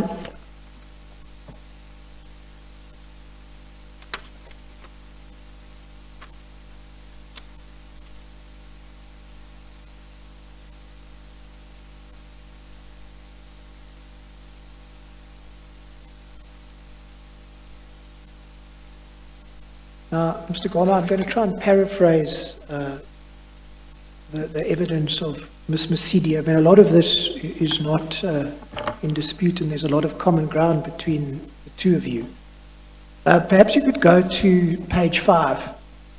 You'll see that she says that Transnet issued and approved an RFP for the provision of IT data services to Transnet in November 2015. I just ask you to confirm that we know that the entity that held the contract before then was T-Systems. They had had a 5-year contract which had been extended, I think, by 2 years. Would you confirm that? Yes. And she says at 13, the tender related to the outsourcing of data services for the whole of Transnet. You go to page 6, paragraph 14.1. The estimated cost of this tender was 1.85 billion over 5 years. She goes on to explain at paragraph 16 that there were 7 bidders, including T-Systems and Gajima. Yes. She then goes on to explain that 2 bidders were shortlisted, that being T-Systems and Ubuntu. Then over the page 8, Ubuntu withdrew and was then replaced by the 3rd highest ranking bidder, Gajima. Yes. So now it was Gajima and T-Systems. Correct. She says at paragraph 20 that on the 22nd of September 2016, she was presented with a complete file of the evaluation process by Mr. Thomas, requesting my signature on the recommendation to award the tender to T-Systems. Confirm that? Yes. Then she says at page 9 at the top that this recommendation was not in line with the evaluation outcome of the process.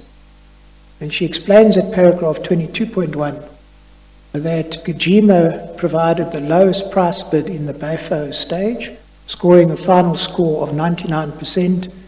T-Systems scored a final score of 85.07%.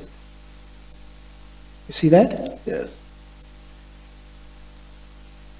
She then says at paragraph 25 on page 10, just below the quoted part, she's explained that she had her misgivings, but she says, I then appended my signature to the recommendation letter, this is in respect of T-Systems, but made the following comments at the bottom of the letter. You see that? Yes.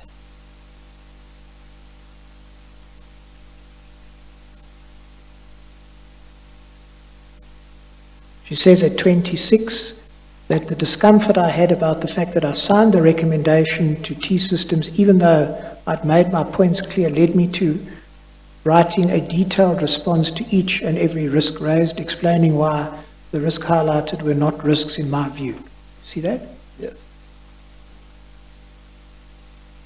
Then at paragraph 28,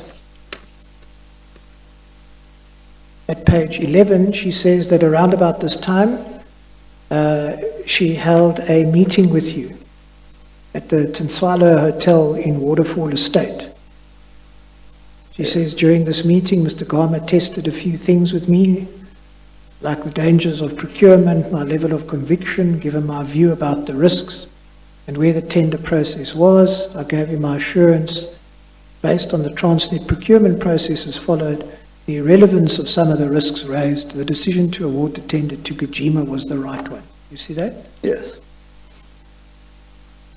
Then she says at paragraph 30, the next time I interacted with this process, during or about late December 2016, was in Mr. Gama's office. We called both the GCSCO, Mr. Thomas, and me to the office. Mr. Gama recommended that in my capacity as the GCIO and the business owner of the tender, I should be allowed to go and test the identified risks with Gajima. See that? Yes. And then at 31, she says that on the 23rd of January, the GCSCO called a meeting with Gajima in Transnet engineering offices, and they worked through the risks that had been identified in relation to Gajima.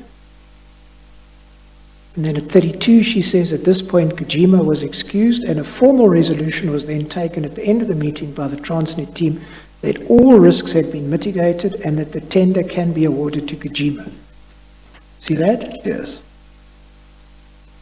She says at 33, on or around February 2017, just before the sitting of the group leadership team, there were two separate memoranda drawn up with different recommendations for Mr. Gama's signature.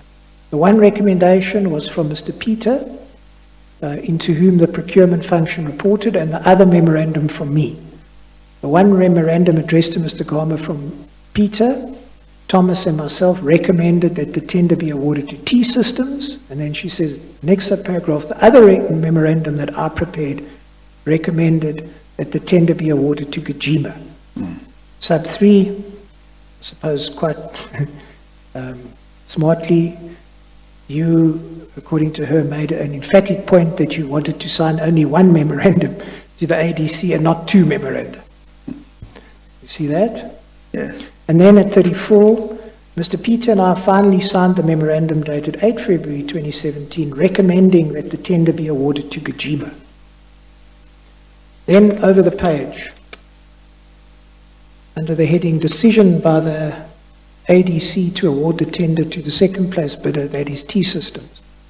She says that on 13 February 2017, the tender was presented to the ADC. I attended this meeting with ADC members, and she sets out the persons that were present at that meeting. And we see that at 35.1, Mr. Stanley Shane, by that time, if I understand correctly, he was the chairperson of the BADC, is that correct? That's correct. You were present at this meeting? Yes. And then at 35.4, Mr. Zanul Nagdi, was he a member, a Transnet board member, and a member also of the BADC? Yes.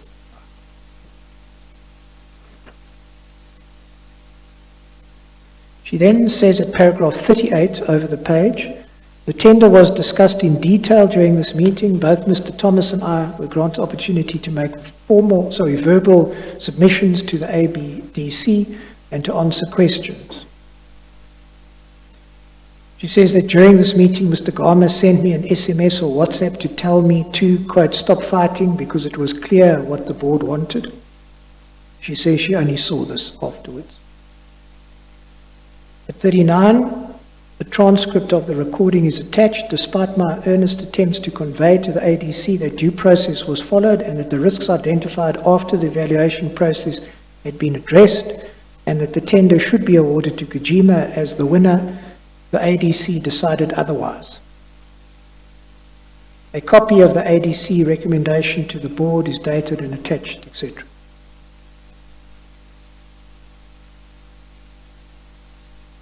She says at 40, when the ADC recommended to the board to grant final award to T-Systems, although I attended, I had very little to say because it was now the ADC recommending to the board and not management. I've since noted that the ADC's recommendation to the board was signed by Mr. Garma and Mr. Peter, both of whom were executive board members.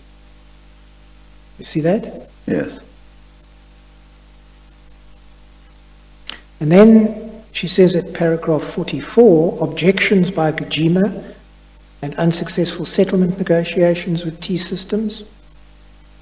She says, I was not personally involved in the subsequent events described. I was not personally involved in the subsequent events described below.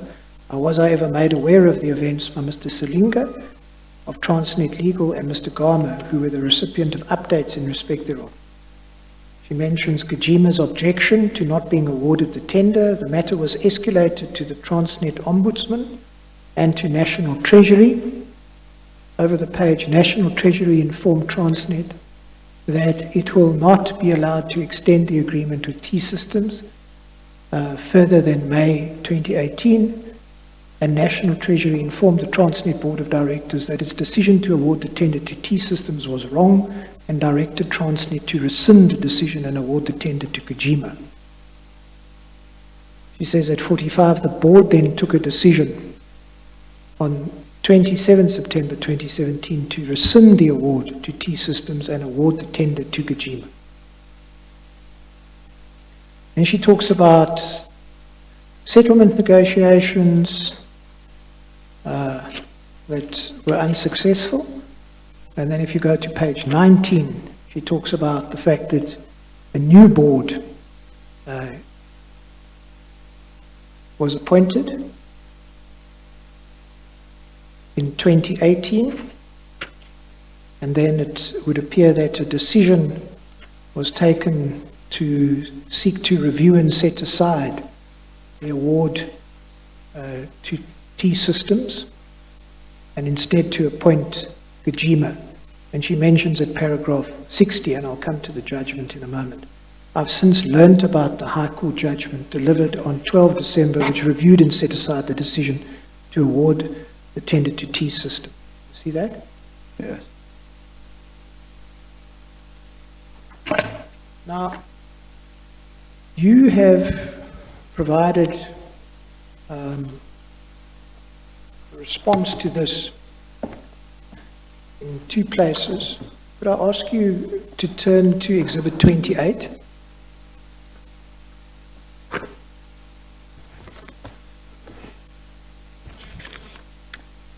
And you deal with the issue first at page 154.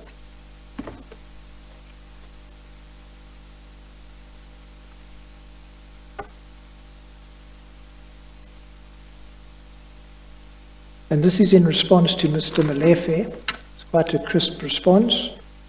You say at 34.1, as management, we submitted a proposal to the Board Acquisitions and Disposal Committee indicating that the adjudication process had submitted Gajima as an entity to appointment as the preferred bidder for the data services tender. You say it's up to Mr. Stanley Shane, the chairperson of the Board Acquisition and Disposal Committee, in a private meeting between myself and Linda Mabaso, the chairperson of the board, advised that the non-executive members of the board would not follow management's recommendation for the appointment of Gajima and would rather appoint T-Systems. Is that correct? That's correct. You say at 34.3, the reasoning of the board's decision not to implement management's recommendation was varied and is dealt with more fully herein below in regard to Mercedes' testimony. And then you say that management addressed a letter to National Treasury, the latter having agreed with the recommendation that Gajima be appointed.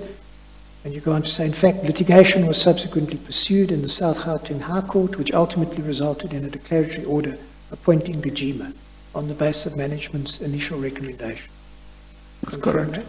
that? Yeah, I confirm it. And then the other place that you deal with this is when you respond to Ms. Masidi, could I ask you please to turn to page 159, and you deal with this from 159 through to 156. Perhaps I could invite you, I'm sorry, did you say from, page 159, I beg your Yes. pardon, to page 165, okay. paragraphs 38, Chairperson, to 46.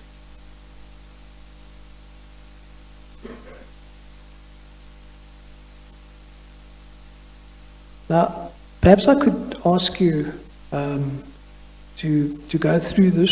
It seems that first part, paragraph 38, is very much background that we might already have traversed. If suitable to you, could you start by taking us through from paragraph 39?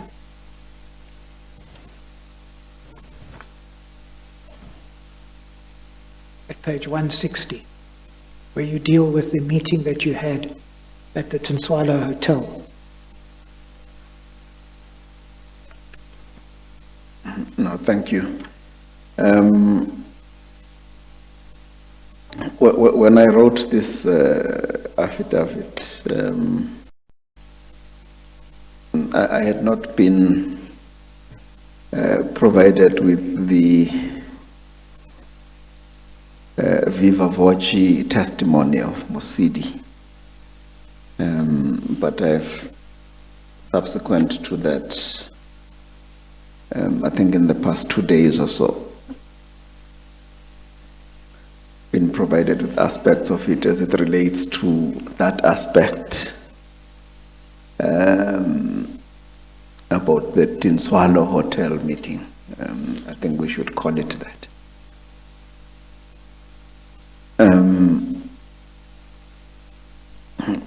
The context of that meeting, simply, Chair, is that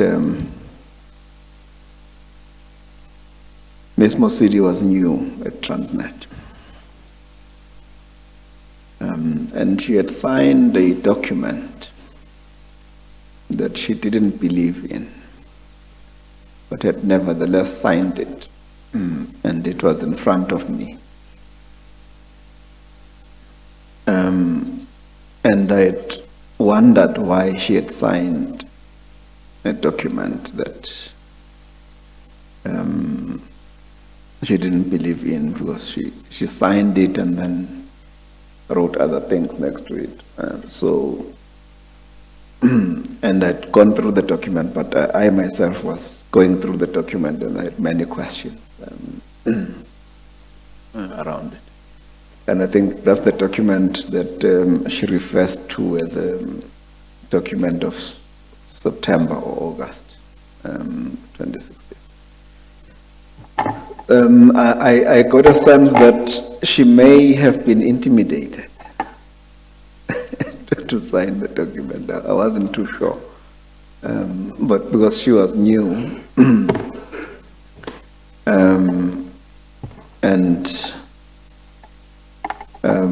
so I got the sense that maybe I needed to engage with her, and perhaps I could glean from her what the issues were. I didn't want to influence her in any way in terms of whatever decision that she needed to take, and I think she has said to you, Chair, this commission, that she believes so as well. So she had signed this document despite her discomfort, so I thought that maybe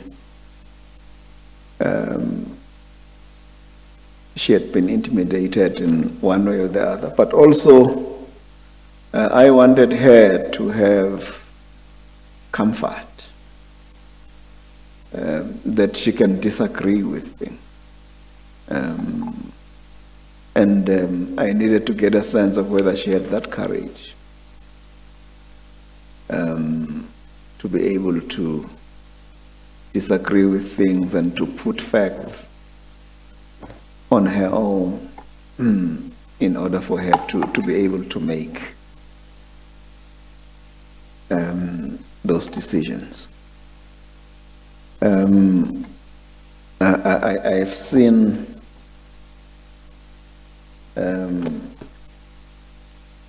Chair, that you've made her, especially when she spoke to you, she changed her statements many times. Whenever you asked her questions, then she would go with what you thought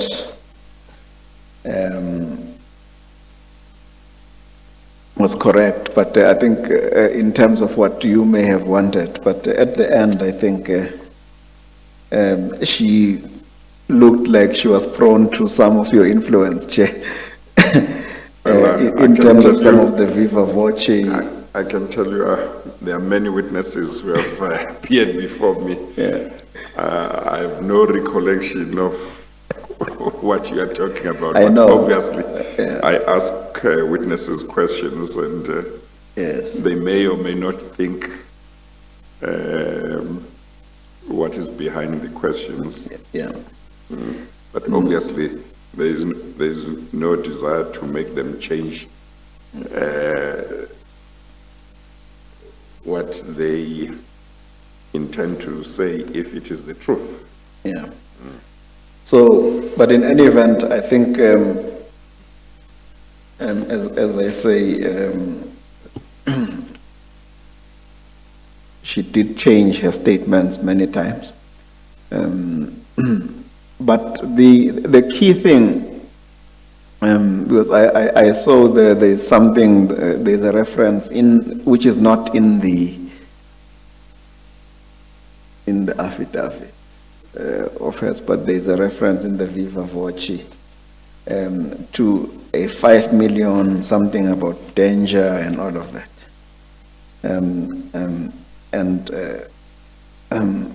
I don't know what she herself probably thought, but at best, I may have said to her, do you know that people, when you're adjudicating a big tender like this, people are not scared to spend 5 million just to put surveillance on you, at best. But there were issues about danger and all of that, but I think they are neither here nor there. My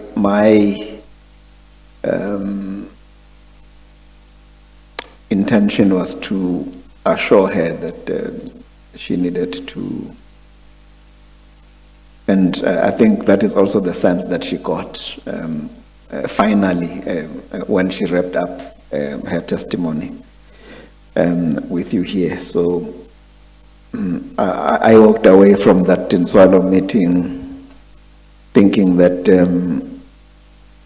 she would have that courage, at least, to interrogate the procurement processes and to make sure that she doesn't compromise any governance. That was my sense, if we deal with that aspect. If we then move to the next aspect of yeah. Goma, perhaps we should just deal with the viva voce evidence and you can then comment on it. I mean, I think you've dealt with it broadly. Yeah, I've dealt with it broadly because I don't know how much time you have. Well, let's go to page 250.428. It's almost right at the end of your bundle. That's a transcript of her evidence. 250 point. 428.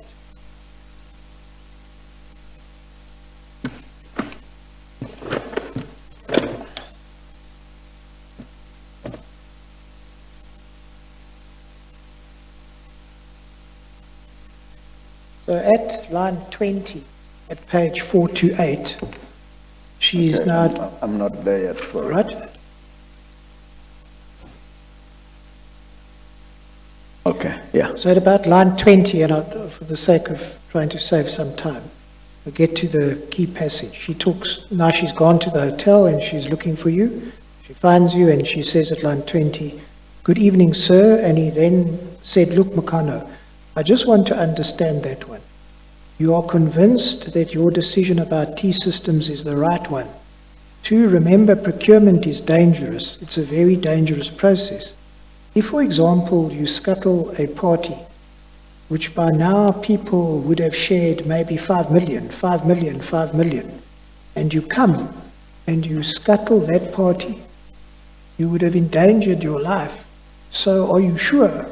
Are you certain that you have done your due diligence in terms of interrogating this process? Are you comfortable in terms of where you are going to land?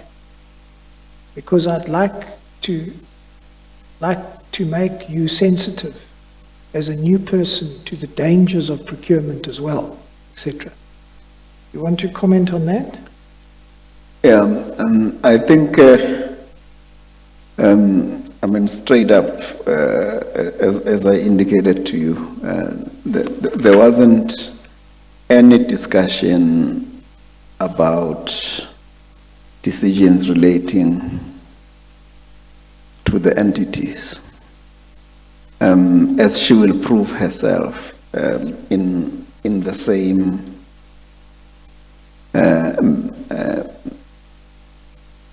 viva voce testimony. So I deny any discussion about 5 million. As I say to you, there's nothing about sharing of money. At best, I think what I could have said is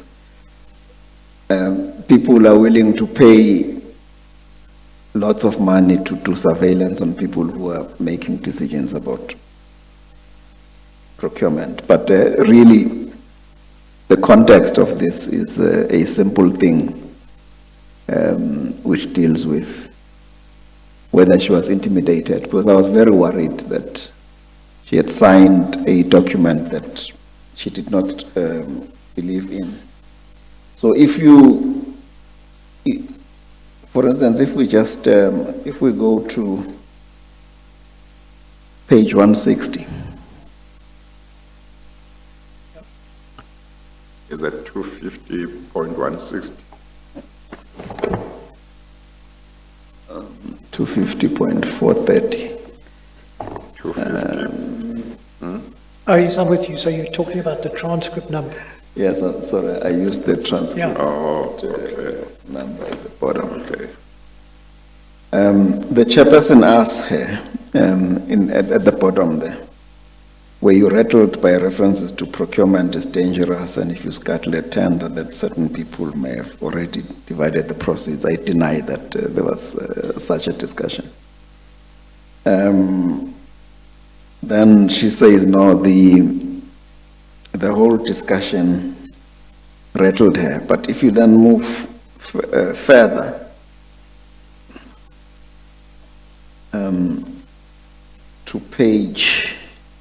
to the next page.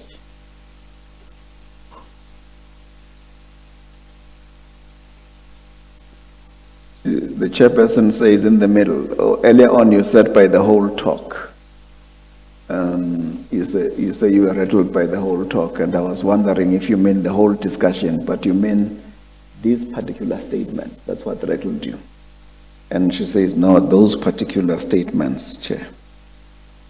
If you then go further down, the chair says, that evening, did you go into the particular detail of the risks? Then she says, we didn't even go into some. He was just saying, are you sure? Can I look you in the eye? Are you certain that you are right? That's what I think he was saying. Are you aware of the danger of going against the tide? So for me, Chair, it's actually the other way around. As I've said to you,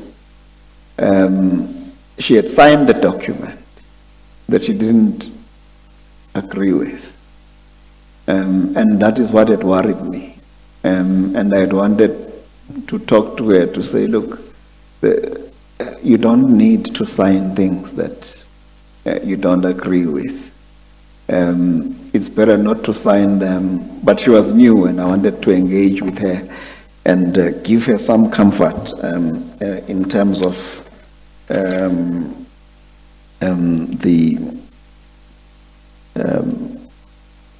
that. And if you go further, she asks, you ask her, Chair, did you ultimately sign the document? She says no. That is at the bottom of the next page at 432. So it's very clear that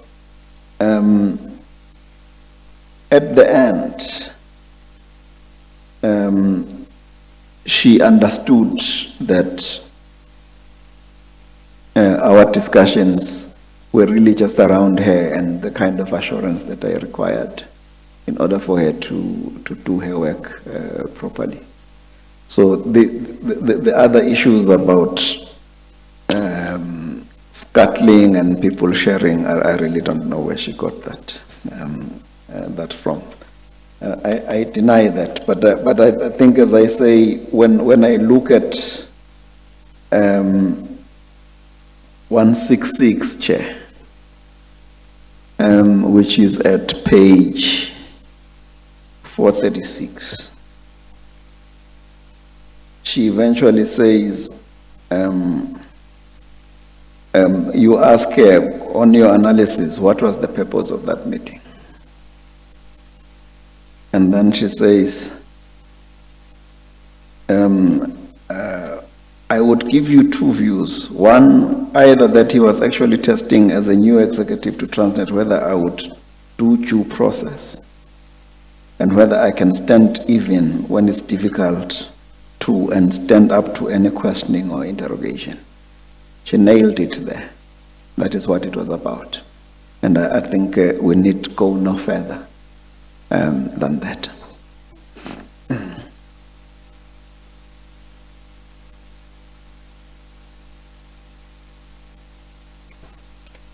All right, well, let's then get to the part of your affidavit where you deal with Mr. Shane. Would you go, please, to page 161, paragraph 42? Is that So we go back to the same bundle. Yeah, it's 161, it's right in the front, Yeah. Chairperson. Just wait, before we, and I'm going to come back to this, but have you come to learn that Mr. Shane is actually a well-known Gupta associate? You come to learn that?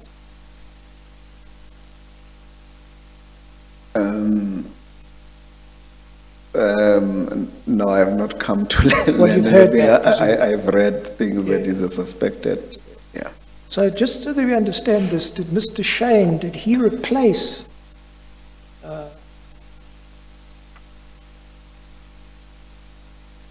who did he replace as the chairperson of the BADC? No, he did not replace anyone. There was a new board. I think there's been this tendency where there's a new board and you get completely new people. But the one that in the board previously, that is the same role that Mr. Sharma had played. Okay, so when I talk about replacement, I don't mean it literally. So, you know, he succeeded Yes, he Mr. succeeded. Yes. Sharma. All right. Okay, so can we deal with paragraph 42, please? So at paragraph 42, I just indicate that before the commencement of that ADC meeting, which was on the 13th of February, I was requested by Mr. Shane when I arrived that the meeting be adjourned so that he would have a brief session with me. So I had a discussion with Shane in the presence of the board chairperson, Mabaso. In the meeting, Mr. Shane indicated that the non-executive directors would vote to overturn the decision and recommendation that had been made by management to award the contract to the first ranked bidder, which was Kijima. This was now after the December discussion that we'd had with Mosidi, and after she had determined that the risks were actually manageable. Mr. Shane indicated that as non-executives, they had a right to overturn the recommendations of the management. And so to overrule the two of us, who were the two executives that were members of the board, and that the majority of the non-executives could be overruled by them in circumstances where they as non-execs believed that management had not properly assessed the risks. And then he then indicated that at the board meeting he would also recommend that the decision that had been made by management also be overturned. Because as non-execs, they had the right to do that. So that was the whole gist of it, because he believed that we didn't assess the risk properly. So during that meeting, I then outlined to Mr. Shane all of the processes that had taken leading to the decision to award the IT data services tender to Kijima. And I indicated that there was adjudication, there was a lot of discussions that took place amongst the people, and that the decision had not been taken lightly. We had taken it after following proper and due processes. He indicated that no, look, his reading of that whole process was that T-Systems would have won this tender had it not been for the fact that Ubuntu Technologies had withdrawn at some point. And then he then had certain concerns about Kijima that he came up with, and in particular he said, look, you could wake up tomorrow morning and Transnet cannot even send an email because you've got a new contractor. That would be a disaster to the reputation of Transnet, just as an example. The meeting became tense, and he said to us, to me, look, it doesn't really matter what we as management thought and about Kijima, and that he thinks that T-Systems should continue with this, because in any event, the ultimate decision lay with the board and not with us, and it did not want to expose Transnet to any form of risk. So I indicated to him that, look, it would be difficult to change that decision and there would be consequences because that decision conflicted with the outcome of a due process. So we then resumed with the meeting at the ADC, and then Mosidi and Thomas then came in. We granted them the opportunity to make their verbal submissions. I did not tell them that I've had this meeting which wanted to overturn the decision. So they came in support of a decision to award to Kijima.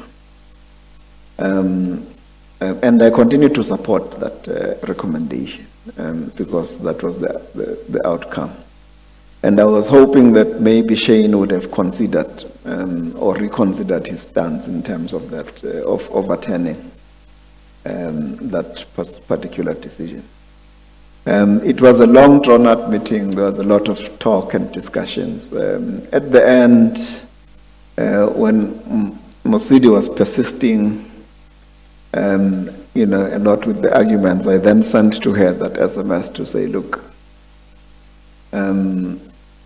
we may have to look at other ways to deal with this. It's not going to help you to continue to argue. In this case, because it was clear to me that there wasn't anything that was going to change the chairperson's mind around this particular thing. He was convinced that it needed to change. Was it more the chairperson who was You, having this maybe heated debate with them, or the whole committee? it was more led by Mr. Shea Yeah. as the chairperson of the committee. Yeah. Okay, continue. So,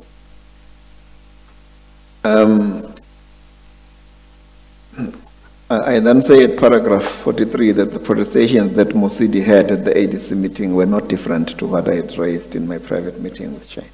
So we agreed with that, so there's no contestation. Then we then submitted a new memo to the board, which was submitted by myself and Peter. And we indicated in that submission, if you go to page 164, Chair, at the top at 44.2 and 44.3, we indicated in that memo, and that is captured at paragraphs 38 and 39 of the memo, that management had recommended that Kijima be awarded the contract as they were the preferred bidder, and which was in line with the procurement procedures manual. We then also informed the board that the ADC did not support management's recommendation for the award of the contract to the first ranked bidder. And we advised them on the basis upon which the ADC did not agree. At the end, the board carried the recommendation of the ADC and they appointed T-Systems instead of Kijima. Less than 10 days after that, Kijima protested. They wrote to the Transnet Ombudsman. I advised them that since this decision had been made by the board, which is the accounting authority, that they needed to refer that matter to the National Treasury, because we couldn't make any decision that was counter to a decision that the board had already made. And ultimately, and after numerous discussions, the board agreed that management had been correct in recommending the award to Kijima, and after the National Treasury had intervened. And then at that time, T-Systems communicated its view that they would challenge the overturning of their appointment by the board, because they believed that they had won this thing on merit. Ultimately, at the end of it all, I applied to the South Gauteng Court for a declaratory order to set aside the decision of the board to award the contract to T-Systems. And I think the board concurred with that, because there were certain issues that they couldn't, they were scared that they'd be sued by T-Systems because there was now a change in the award. I then learned that at some point, I think in 2018 or the beginning of 2019, the declaratory order was actually issued as per the prayers that were made to the court. So I think that is an overview of that matter, Chair. Could I ask you, let's go to the judgment that you find at page 214 of Exhibit BB11, annexure to Ms. Mosidi's affidavit.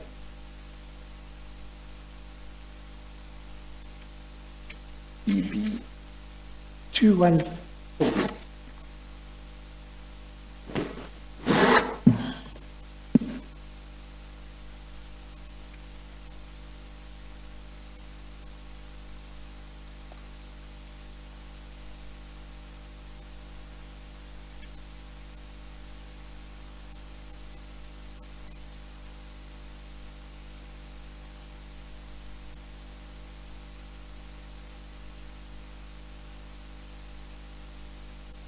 Yeah, I got it.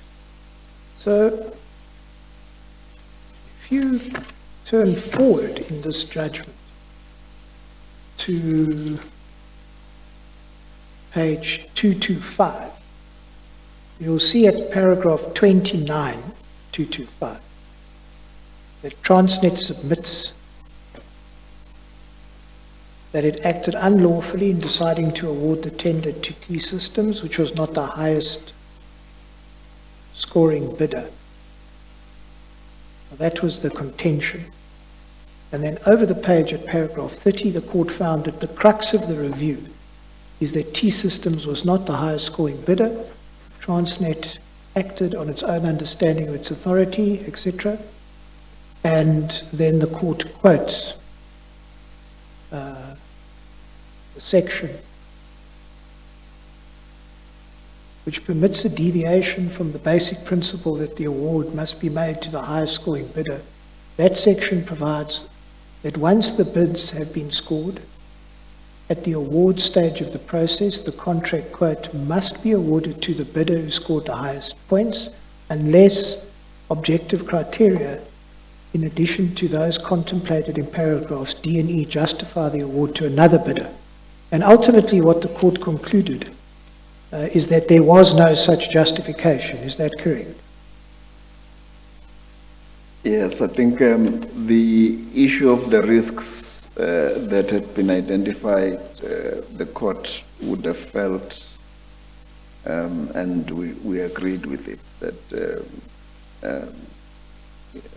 the risks did not amount to objective criteria. But I want to take you to something different, and that is at page 229.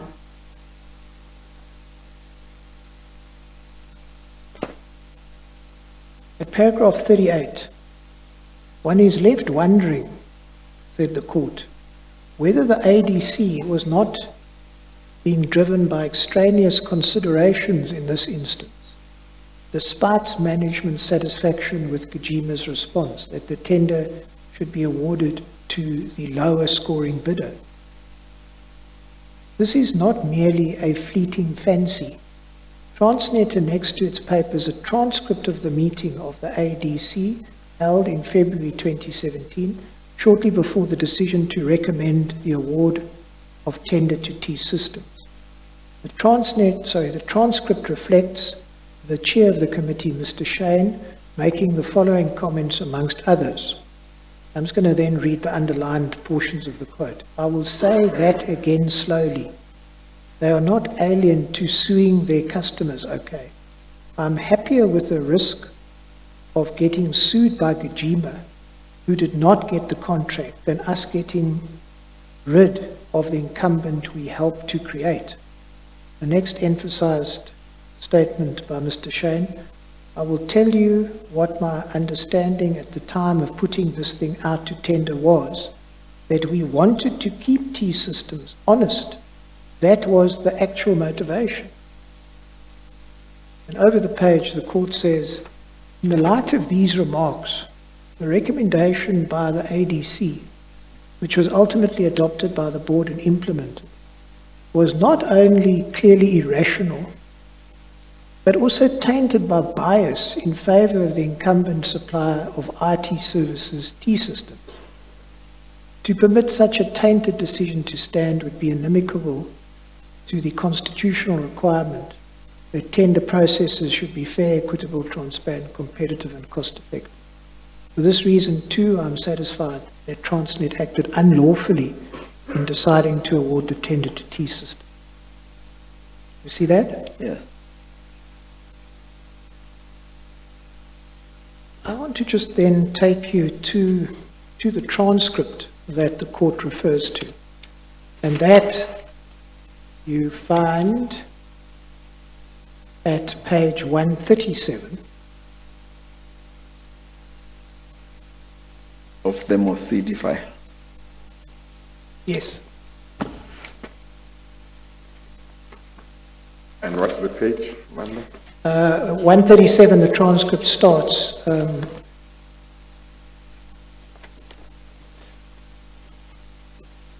And Mr. Shane speaks a lot in this transcript, or says a number of things, but I just want to point out to you, at page 145, Mr. Nagdi also addresses the committee. You see at page 145 from line 12, the whole of 146, 147.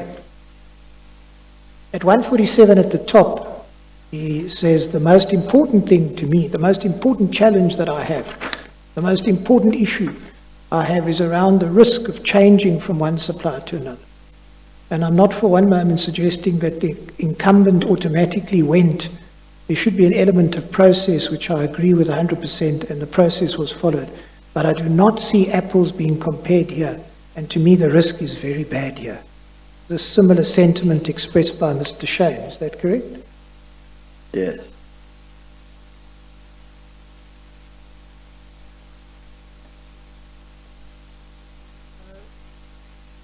I now want to just mention to you what the money flows investigation has revealed, and some evidence has been led in this stream about this. So what the investigation reveals, Mr. Goma, is that from mid-2012 to mid-2015, T-Systems made regular monthly payments of more than 80,000 Rand to Zestalaw. Zestalaw is a company that was owned by Salim Issa's wife.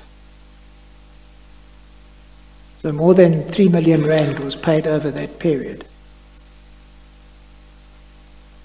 Those monthly deposits were used to, amongst other things, fund payments to Mr. Issa. Over that 3-year period, he received payments of more than 500,000 Rand. The evidence, Mr. Chair, you'll remember, that's been led in this stream is there was then a time when T-Systems ceded to Zestalaw the equipment, sale and rental elements of the MSA that it had with Transnet.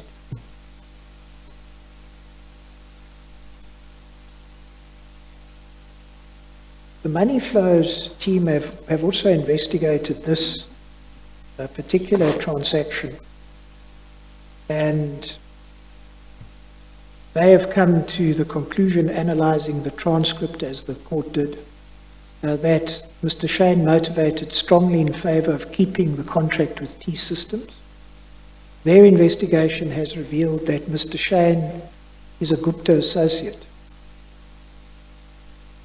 What the investigation has also shown is that there is strong evidence suggesting that Mr. Nagdi had, by February 2017, been operating as a money launderer for the Gupta enterprise,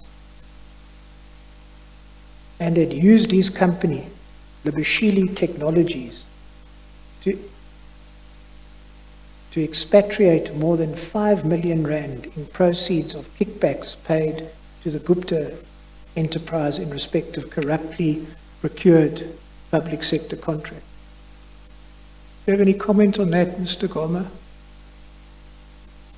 No, I'm not aware of it. As you say, this is what has been established, but I think it's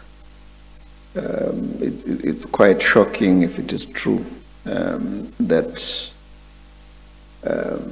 there were these types of things that were happening. The Chair, I think one of the things that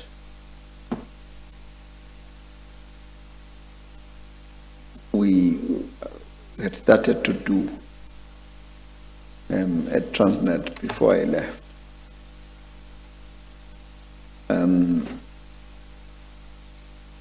were to look at a list of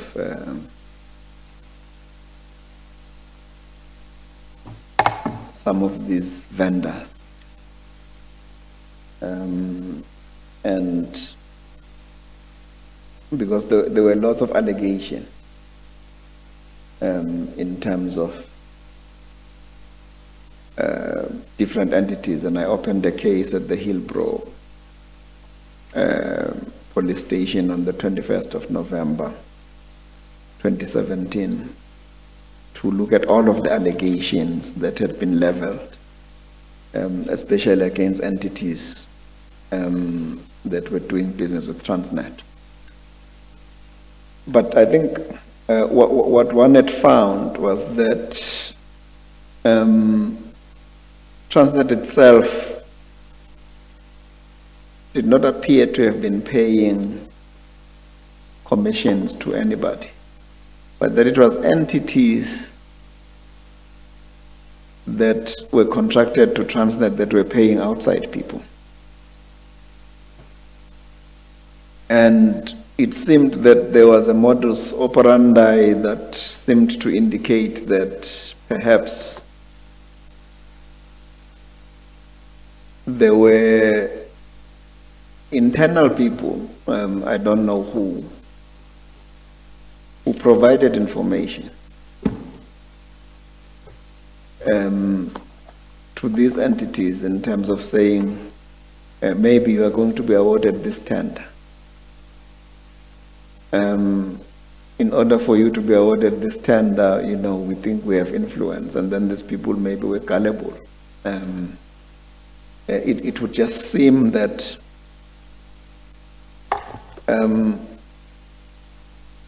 there was some kind of information that would leak to third parties. Because all of these entities, most of them that were being paid, that were recorded in the newspapers, they did not do any business with Transnet. So our people had made those preliminary investigations that, those preliminary findings, our auditors internally, that there was such a thing, but we couldn't pin down in terms of who and how and where some of this seemed to be happening.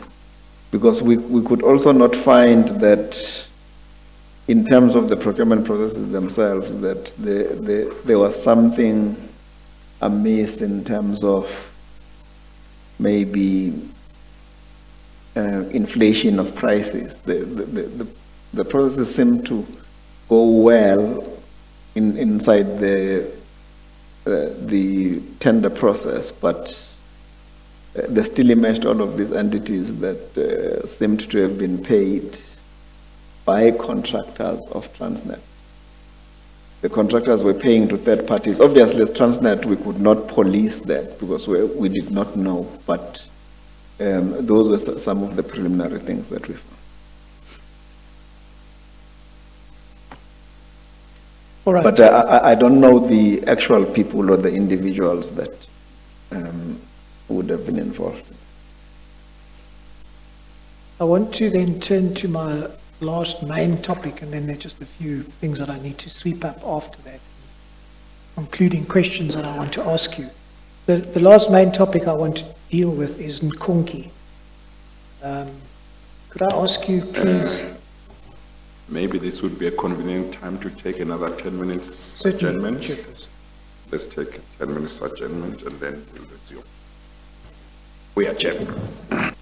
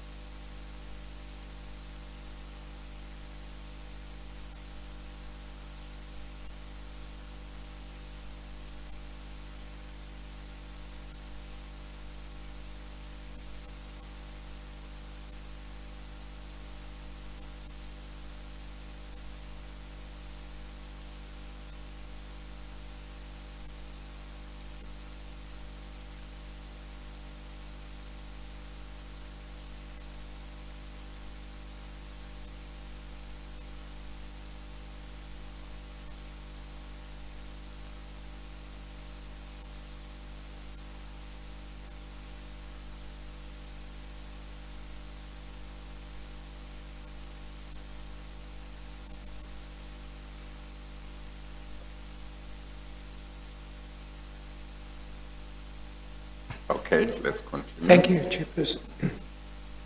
All right. Mr. Garma, please could you go, I think you've been provided with Exhibit BB3A. It's the affidavit of Mr. Mohammed Mohammadi. Could I ask you to turn to page 29, please?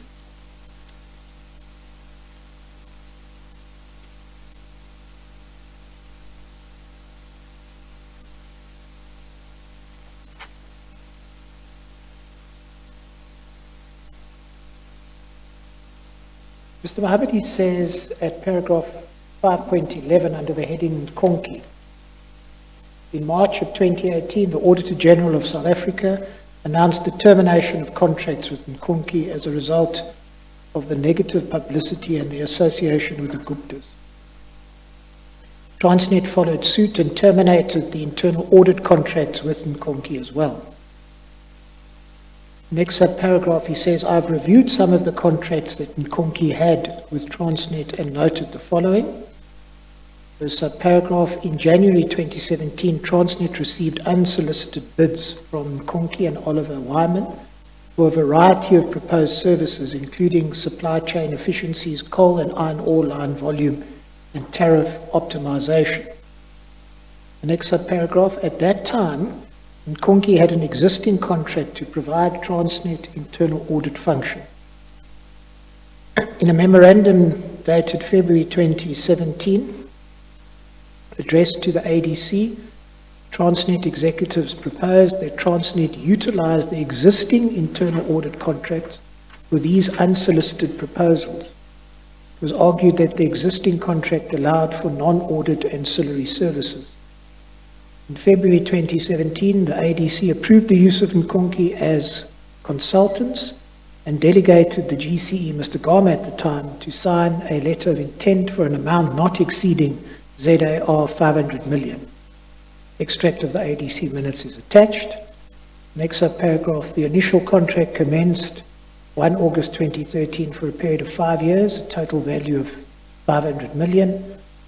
The suggested extensions meant an increase in value of 100% and a further 20-month extension to 2 March 2020. And the last subparagraph, to date, Transnet has remitted 26.1 million rand for these related services, with a further 16 million rand outstanding as Transnet has disputed this amount. Mr. Mohammadi then opines that, firstly, Transnet's acceptance of Nkonki's unsolicited bid did not comply with the National Treasury Practice Note, as the unsolicited proposal did not, inter alia, contain any innovative solution. And secondly, the 100% increase in the value of Nkonki's contract is a contravention of Treasury Practice Note 3 that limits the variation of contracts to a maximum of 15% or 15 million. Now, I'd just like to take you then to the practice note and Treasury instruction.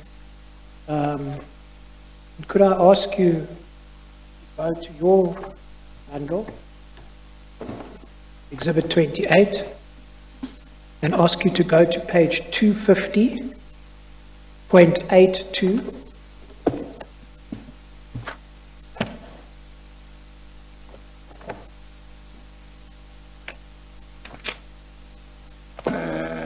Page 250.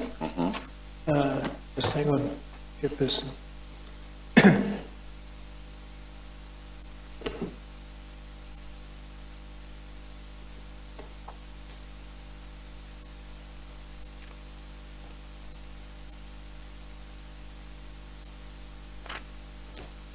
Yes, 250.82.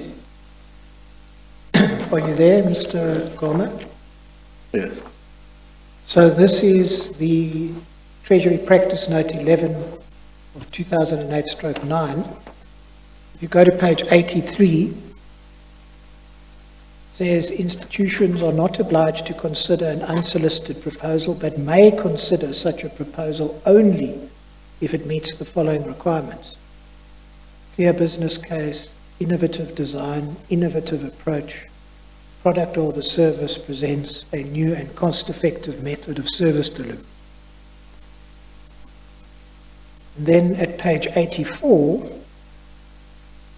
it says at 3.1, the accounting officer or accounting authority must reject the unsolicited proposal if the proposal relates to known institutional requirements that can, within a reasonable and practical limits, be acquired by conventional competitive bidding methods.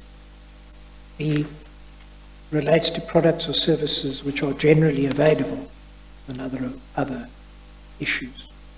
And then at paragraph 4.2 at page 85, the unsolicited proposal must be considered as appropriate in terms of the following: compliant unsolicited proposal bid. And you'll see at the end of 4.2.1.1, it says, namely, the product or service is unique, innovative, and provided by a sole provider. Institution may enter into direct negotiations with the proponent outside of the normal competitive bidding process.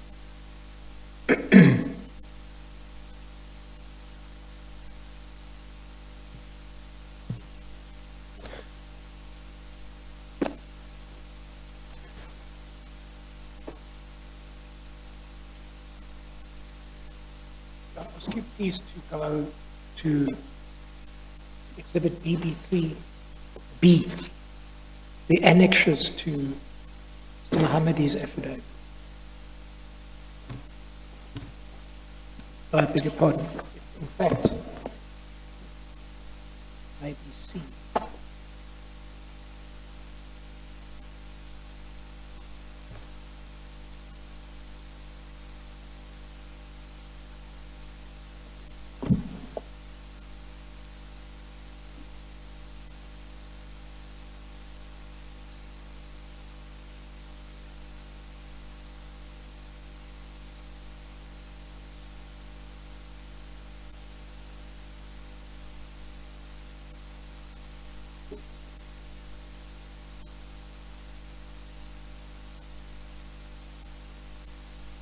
Sorry, Chairperson, there seems to be a problem. Can you give me? Is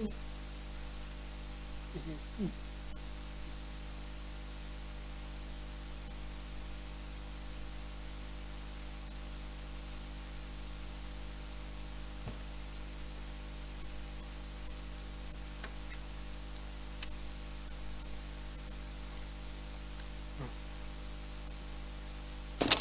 I've got it here, sorry.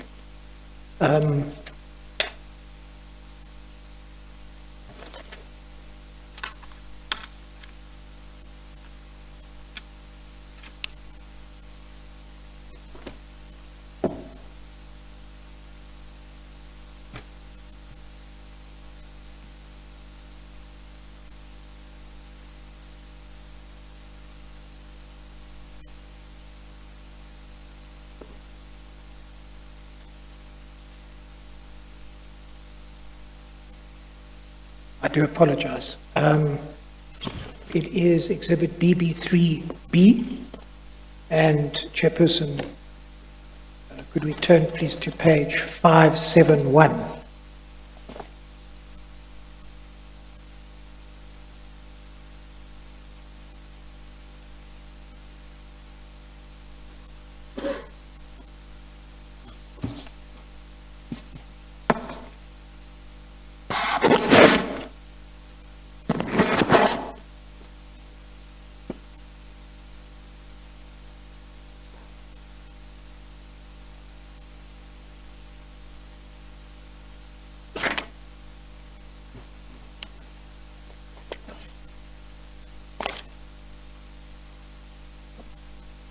Now you'll see at 571, this is a memorandum to BADEC, which Mr. Mohammadi spoke about. If you could go to 575,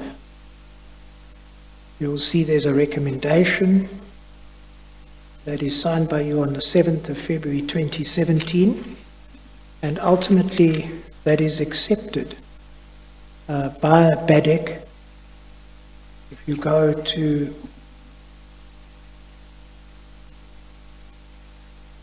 page 579.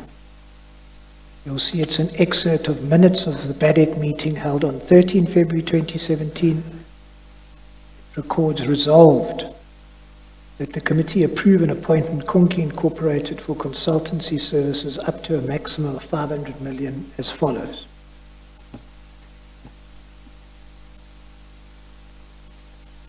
Now, Which page are you in? 579. It's after that, I think.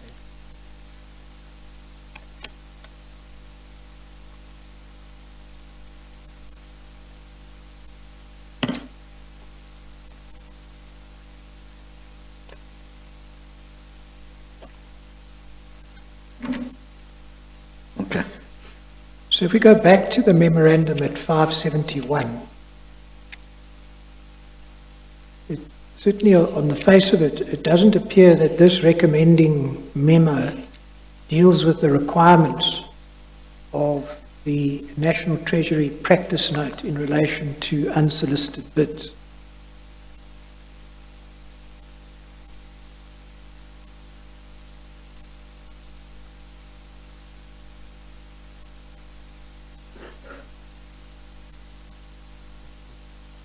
You know, Mr. Maybeck, when Mr. Mohammed came here, he was very desperate to ingratiate himself with the chairman of the board of Transnet, because he was acting GCE and he wanted to be appointed as the GCE. And he may have, in his desperation, given you a lot of things that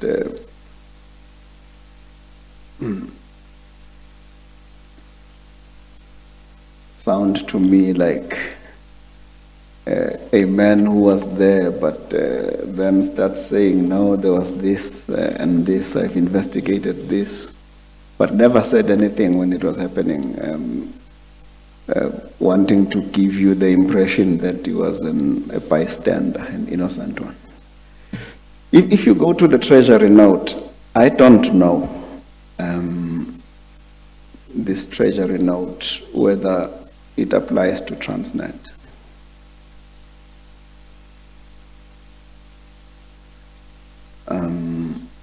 I've never seen it, and it says 2008, 2009.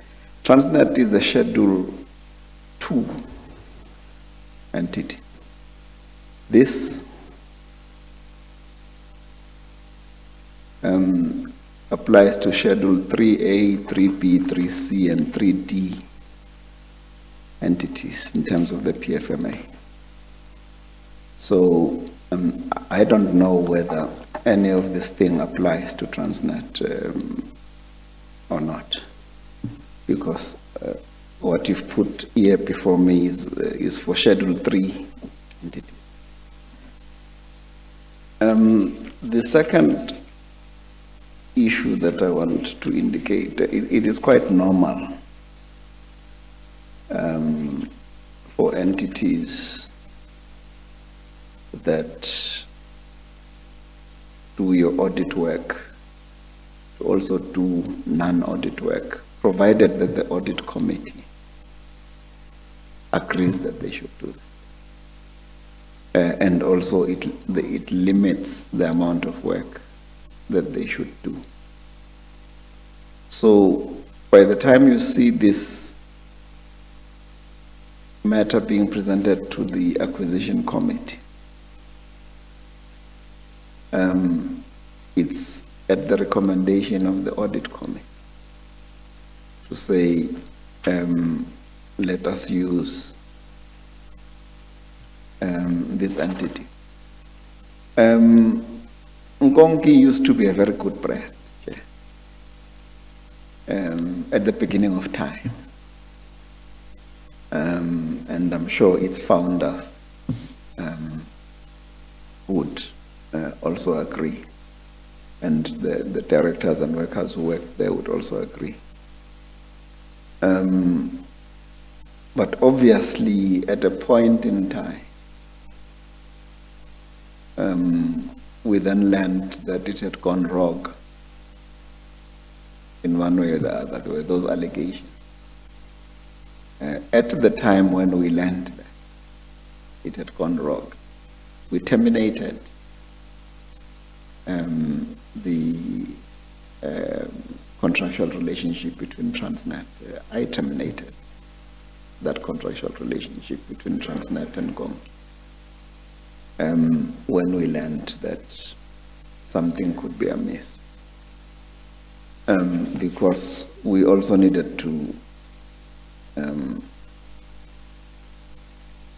protect the reputation of Transnet. I don't know whether the Auditor General terminated before us or not, but I suspect we terminated even before the Auditor General. And at the time, according to Mr. Mohammedi, an amount of 26 million had been spent on the work that had been agreed for them to do.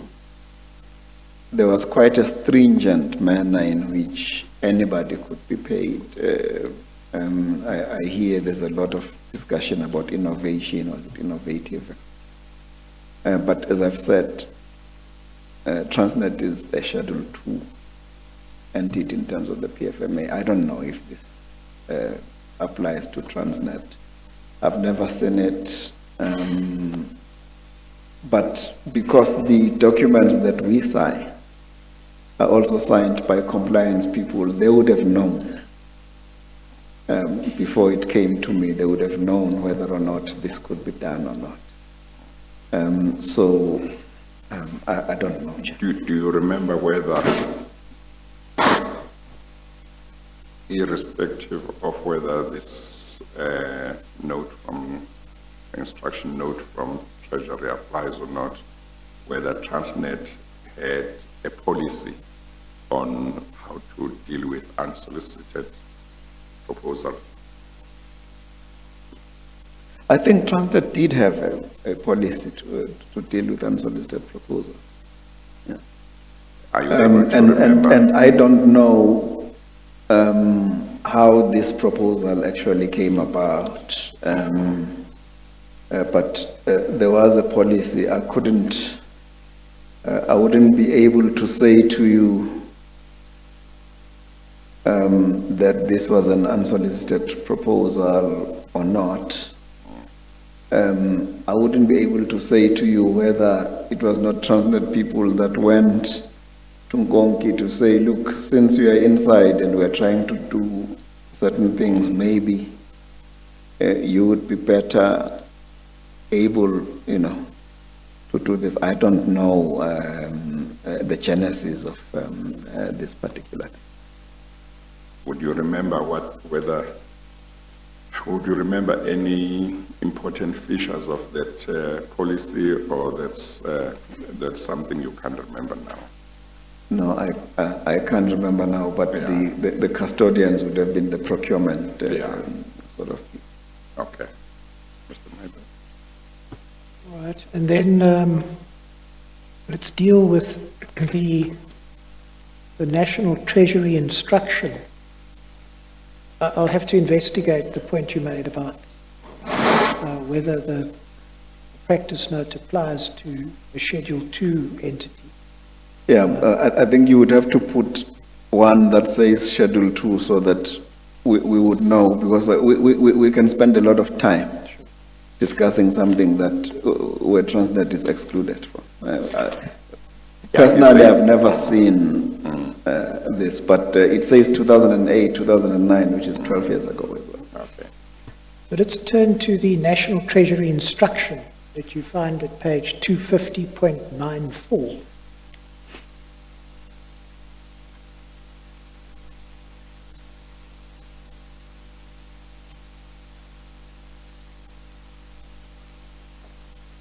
Could I ask you please to go to page 250.97? Is that in a different bundle?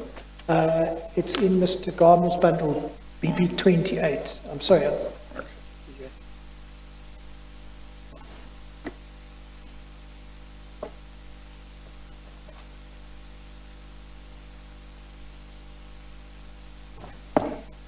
250.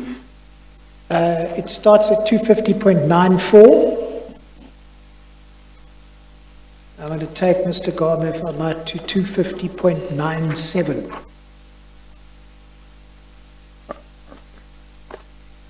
Says at paragraph 9.1, the accounting officer stroke accounting authority must ensure that contracts are not varied by more than 20% or 20 million, including VAT, for construction-related goods, works and services, and or services, and 15% or 15 million, including VAT, or other goods and services of the original contract value.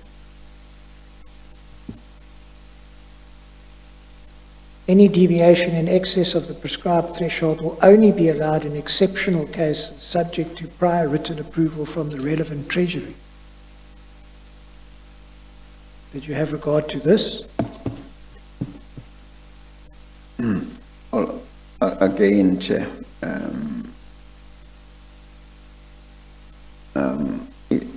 I don't know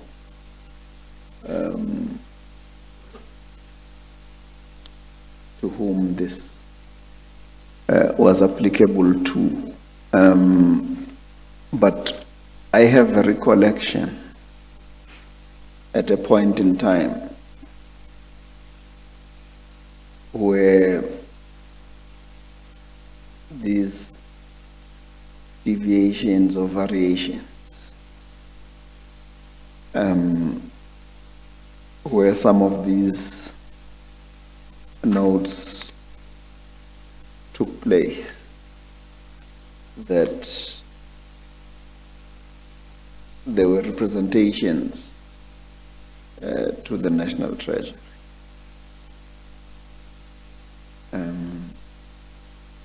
In terms of saying, is it the 20% or is it the 20 million or the 15% or the 15 million?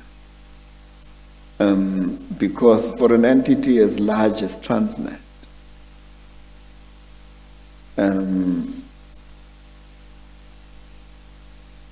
if it's at 15%, it's understandable, it's acceptable. You do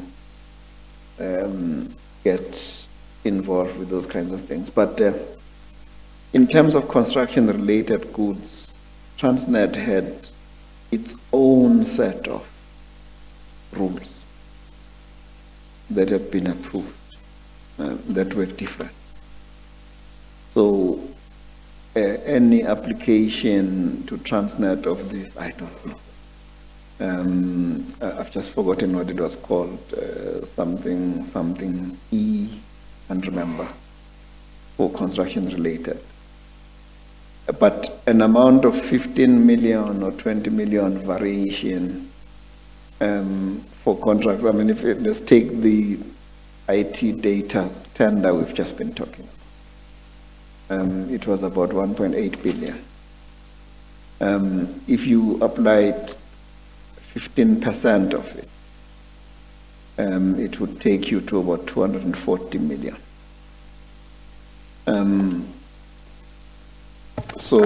But if you then said, no, it's the 20 million, or the 20%, then you start to get into some difficulties. So some of these things are a bit difficult, but I don't know as we sit here about applicability, because as I'm saying, the memos that I'm looking at, the compliance people have signed the memo. And they always had the duty to then say, can this be done or not? And we take the cue from them as well, that before you do the business transaction, the compliance has looked at it. So I don't know, Chair, in terms of applicability. But I do know that there was a huge protest at some point around the 20% or 20 million, or which one is applicable, because I see that if your contracts were 100 million rand or less, then it makes sense. But for the big contracts, and in a lot of the things, the contracts were bigger than this.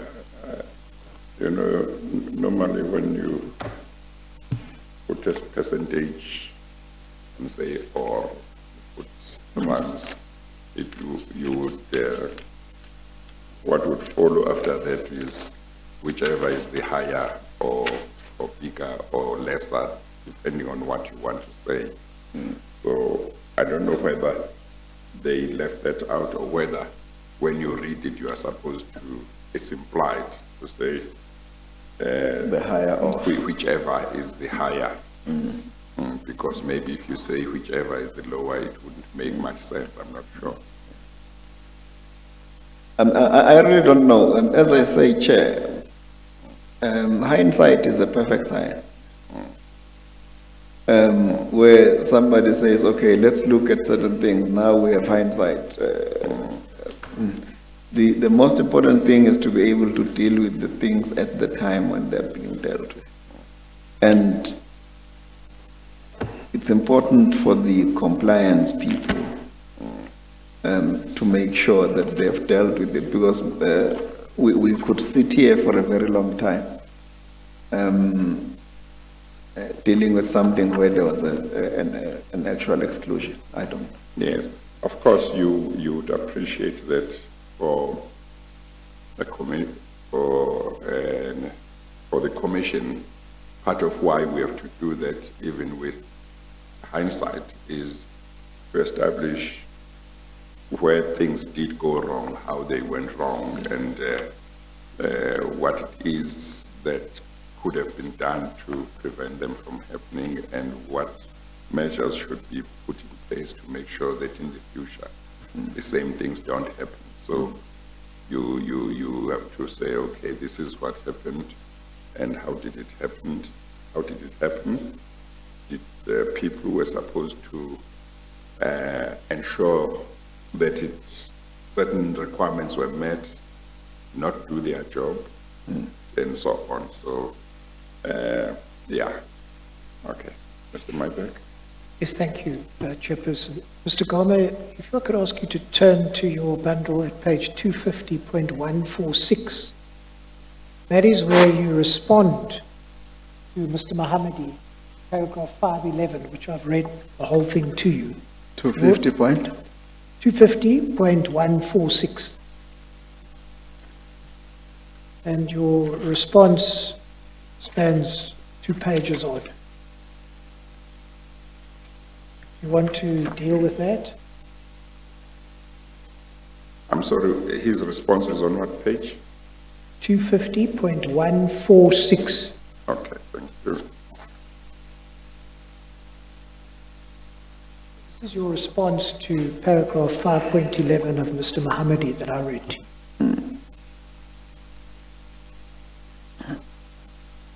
This is in relation to the Nkonki. Yeah.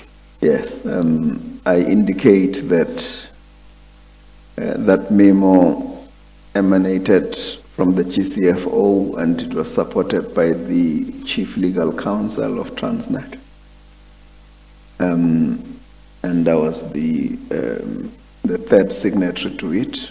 It was submitted to the Acquisition and Disposals Committee. It was a project which was part of a cost savings and efficiency drive for the optimization of supply chain management within Transnet, and we had hoped that we could save up to 5 billion rand per annum. The proposal had first been taken to the audit committee, as I've already indicated, to permit Nkonki to perform certain non-audit related services. I've dealt with some of those issues. Part of the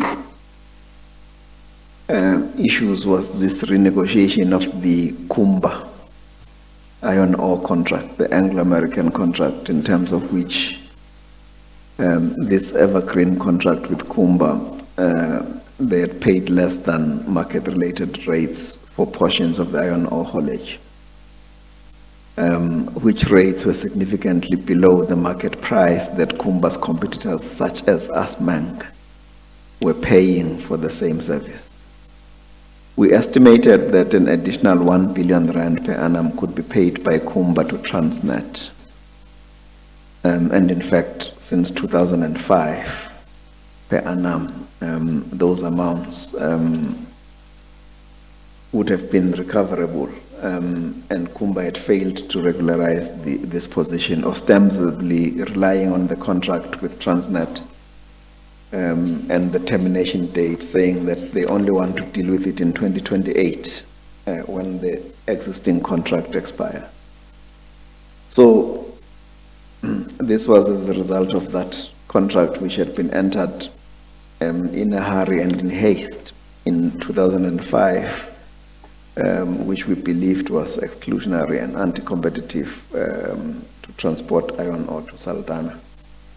And really what Transnet was trying to do at the time was to remove an embedded derivative on the original pricing mechanism, which was linked to the US dollar, and therefore it gave rise to certain embedded derivatives. So the funding for this work, it was envisaged that once the cost savings had been realized,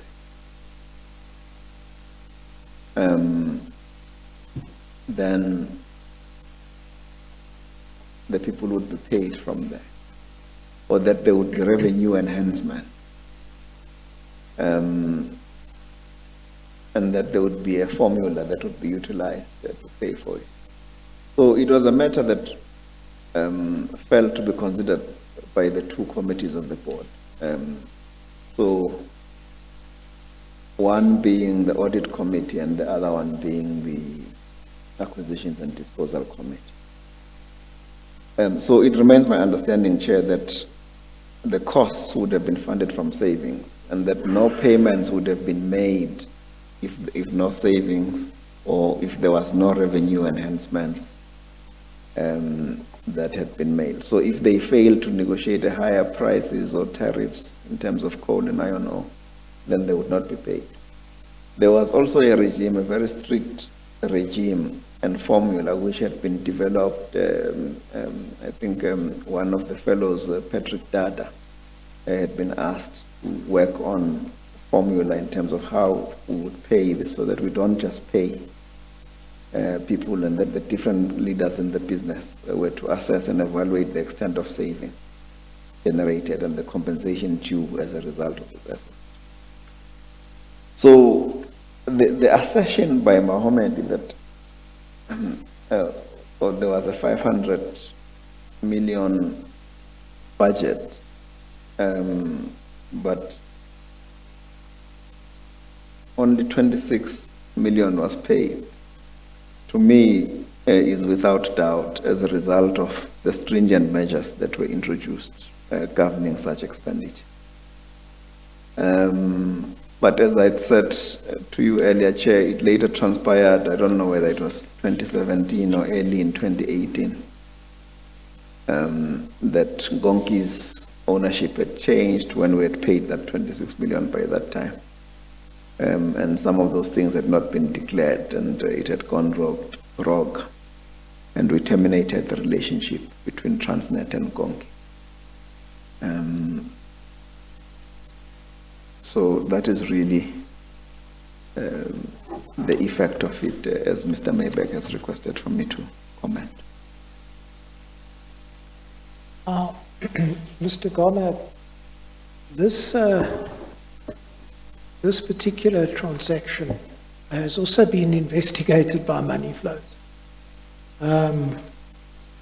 I wanted just to put to you whether you were aware that in 2016, the year before this, Trillion acquired the auditing firm in Kongi. Trillion. That, as you know, Mr. Esser, through Trillion Holdings, was a 60% shareholder in that business. Of Gonki. of Trillion. No, you're saying Trillion had acquired, Trillion acquired Nkonki in 2016. yes. You know that Mr. Essa was a shareholder of Trillion. Yes, now we've dealt with that issue yesterday. Now, what I'm saying, Trillion acquiring Kongi, because remember, Kongi is a firm of accountants and auditor. So, for me, it would have been upset that such a thing had happened, but it was widely reported in the newspapers afterwards, but I did not know when it happened. But at the time when we terminated, those were part of the considerations that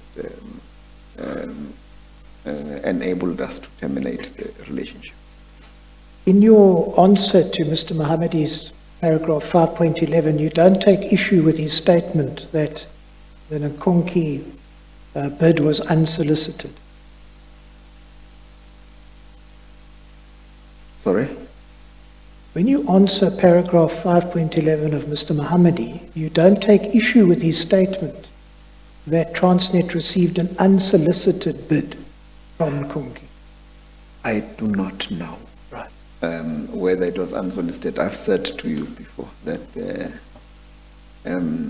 it may even have been Transnet people that thought they were approaching an accounting firm that could assist us. So I did not know anything about the solicitation or otherwise. That's why I was not going to comment on something I do not know. All right, I've got a few things here and there to deal with. Could I ask you, again in your bundle, to go to page 250, 438.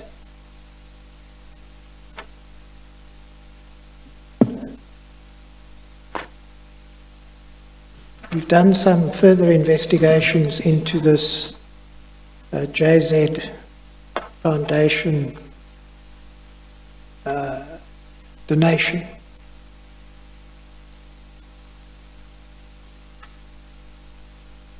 There you will find an affidavit from Vela Nkunya.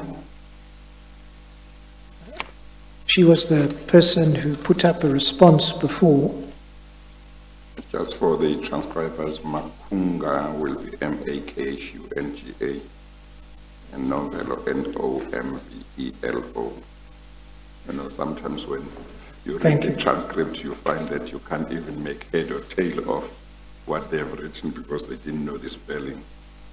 Yeah, okay. So what she does in this affidavit is she refers over the page at 439, at paragraph 5 to her response, which we went through previously. And then at paragraph 6, she says that Mr. Zefun Ndlovu, the general manager, represented Transnet at the event, and she sets out the other attendees. Do you know Mr. Zefun Ndlovu? What was his position? I think he was one of the three people that we had said last time that he could have been involved. He was a general manager at the Transnet Port Terminal. General manager Yes, at Transnet Port Terminal. yes. And then what we've also managed to find is the delegation of authority that you see at page 250.444. Do you see that? Yes, but it's irrelevant for our purposes, isn't it? No, it's not. Because there's no delegation of authority covering 20 June. Sorry?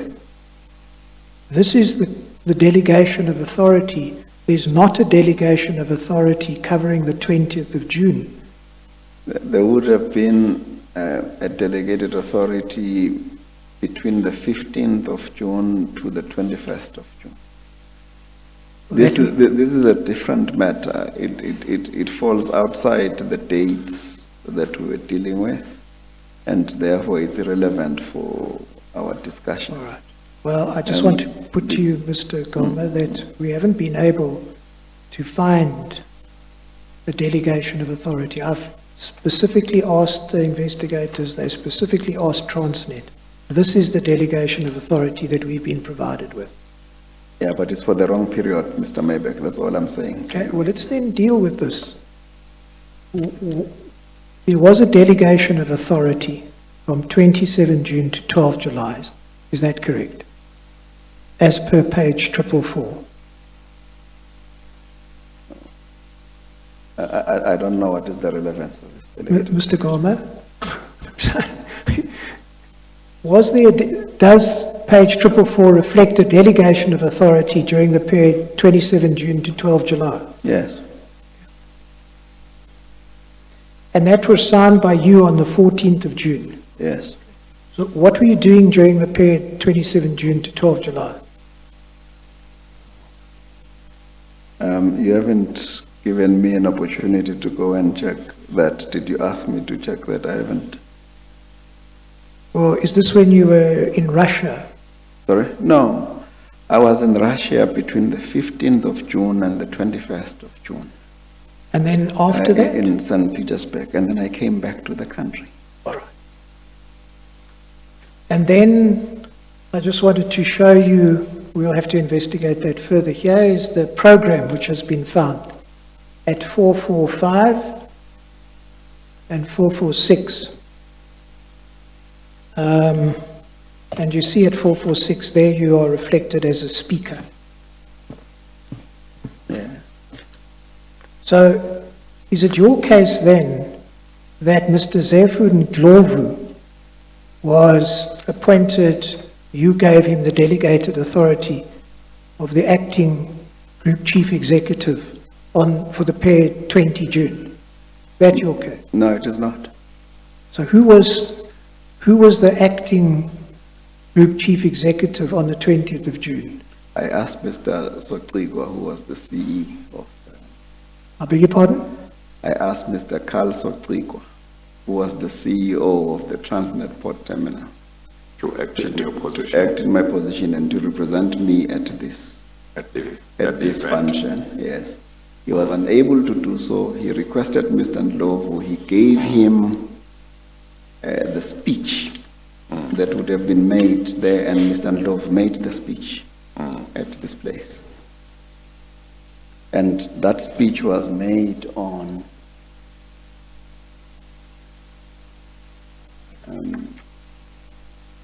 the 20th of June, 2015. And then the last two documents, 250.447, 448, this we received from you. If I can start at 448. You see on the 15th of February 2018, you wrote presumably to the Oberoi Hotel, and you said, I stayed at your hotel in Dubai from the evening of 22 January to 24 January. Bill number so-and-so has been misplaced, and I request a copy of the receipt. I stayed in room 1601. And then if you go to 447, at the bottom of the page, they responded, and presumably they provided you then with the document. Is that correct? Yes.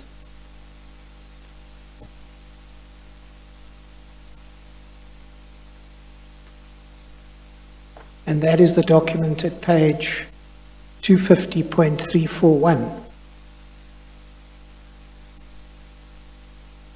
250.450. 250.341. Okay, I thought they've just attached the document at the back of this. Oh, okay, I beg your thing. pardon. I didn't see that. Isn't it easier? I'm to- with you. All right, it's the same document that we have at 250.341. Yeah. Of course, it doesn't reflect who paid this. Sorry, let's, this 250. 250.341.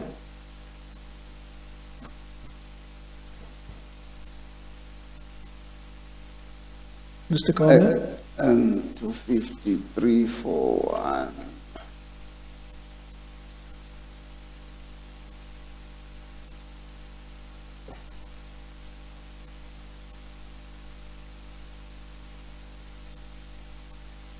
Okay, I think it's the same document Yes, at 250.450. Mr. Maybeck, yesterday you said you wanted to ascertain that it came from the hotel. No, I It said says it that the balance in this thing is nil. Yes, And you said that is not what you are contesting. You are contesting the fact that you are agreeing that it came from the hotel. So I've given you the yeah, email. absolutely. And I appreciate that. The point is, it doesn't reflect who paid the bill, the simple point. Mr. Chair, this is ridiculous. It really is ridiculous in the extreme, and I must object to what's being put here. Firstly, let's consider where this document came from. There's no signature appended to this document by virtue of when it was created. Surely Mr. Myburgh must understand that that is the answer to this ridiculous proposition that he's putting. Secondly, these accounts don't reflect who actually made the payment. So you can't put that proposition, with the greatest of respect. That's the very proposition I'm putting. Mr. Maybeck? That's precisely the proposition that I'm putting. Yes. That it doesn't tell you who's paid, and it's not ridiculous. Yeah. Because there are at least two documents that show that at least a month and 2 months after Mr. Garma stayed, a schedule was being sent to Sahara saying the amount is still outstanding. So it's more than possible that Sahara then settled it and you get a nil balance. It's a simple Yes. proposition. It doesn't tell you who paid. Mr. Chair, Mr. Myburgh's not getting my objection. He's missing the point with respect. Okay, what's your I'm objection? saying simply this. Yeah. He's accepted that this emanated from the hotel. That was his submission last night. In the ordinary course, a document like this would not indicate that. That's the first Would issue. not indicate what? Who, in fact, if you have regard to when this document was created, on Mr. Myburgh's own submission, it wouldn't reflect who had made this payment. But no invoice issued by a hotel reflects who actually made the payment because there's no provision for But that. isn't the position that we saw another one that showed, or was it an email that showed was it Sahara or somebody who had paid? No, Mr. Chair. There was something that referred to either Sahara or somebody connected with the Guptas that we dealt with last time. Yes. Either an email or the invoice, I can't remember which one. No, there was a schedule that was forwarded to the, as I understood it, the CEO of Sahara Computers, and that was calling for payment of 3 hotel bills by 3 individuals. So that's something different. But there's something more concerning about this. This commission has wide-ranging powers. I find it strange that it's not put to Mr. Garma that the hotel is in fact confirmed that he has not paid this bill, because it's clear what Mr. Myburgh is driving at here, that Mr. Garma is not being truthful about payment of this Well, account. he has said so. He has not said so. He has not said He's so. driving at, Mr. Chair, with respect. Well, then let's see if and when he gets there. But later on, you may re-examine to clarify whatever issues might not have been clarified. Okay, Mr. Myburgh? All right, thank you. That brings us to the end of those documents. I want to just take you... Sorry, can I just say to you that that document, it has a date on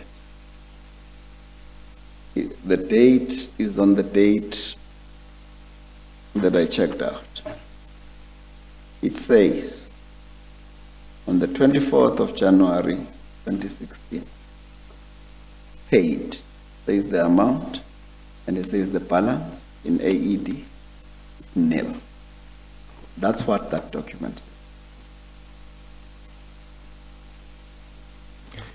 Mr. Garma, Myburgh?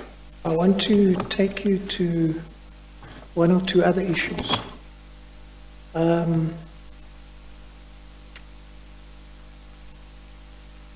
Could I ask you please to turn to bundle BB4F? One of the investigators picked it up. Quite a difficult. Have you got it? BB4F.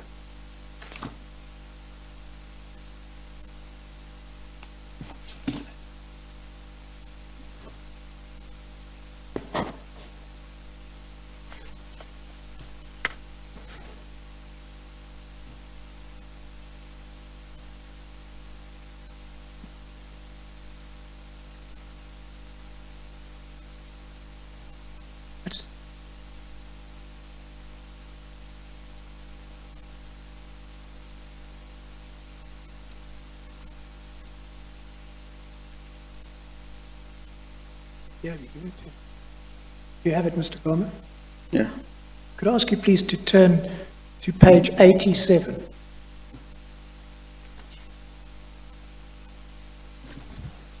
It relates to the role that you played in relation to the 1064 locomotives, and particularly in relation to the tender evaluation process. This is a memorandum to the Board of Directors from Mr. Molefe dated the 17th of January. Subject, request for approval to negotiate and award business to the shortlisted tenderers for the supply of the 599 Cocoa new voltage locomotives for general freight business. The purpose of the memo is to provide an update to the Board of Directors on the tender evaluation process. Note and approve the tender evaluation process from step 1 up to step 6 to the Transnet Board of Directors. Approve the recommendation of the short list of tenderers as a result of the tender and evaluation process for negotiations and award of business, and delegate all powers, etc. Just want to confirm that you were a signatory to this document. You were part of the recommending team that you see at page 95. Would you confirm that? Yeah, I see this document for the first time now, but yes, that is my signature. Yeah. Well, it arises from evidence that you've given about your role. That relates to the 599 locomotives. You'll see at page 100 a similar memorandum in relation to the 465 diesel locomotives. Your signature appears at page 108.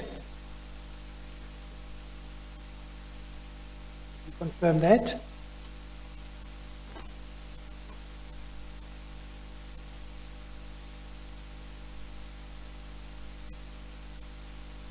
Yes.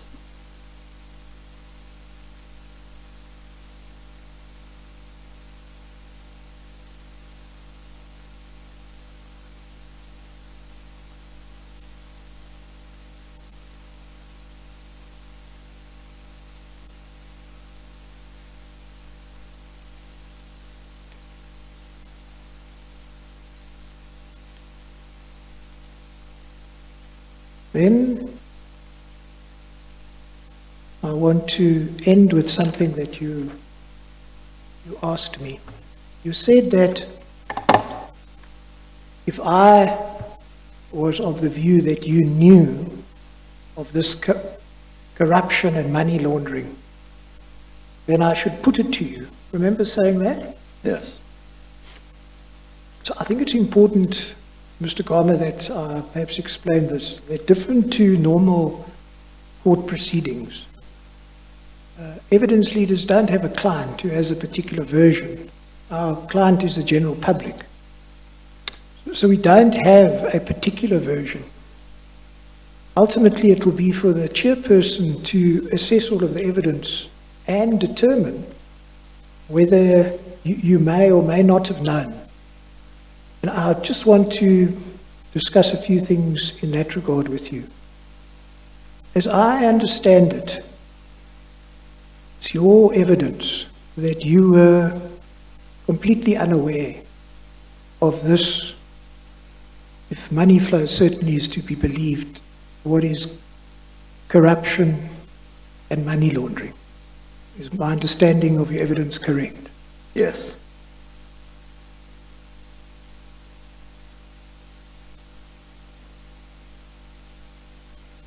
Suppose something ultimately that the chairperson would have to consider is, how could you have been unaware of this when it was done on such a grand scale? It spanned many years, as we've seen. It went through various different phases. It involved numerous contracts. How could you have been unaware? Did you not have an inkling that No, I did something not. was untoward? Not an inkling. I did not. Not at all. So, And as we sit here, we sit here with the benefit of hindsight, where people say, how could so many have not known? Because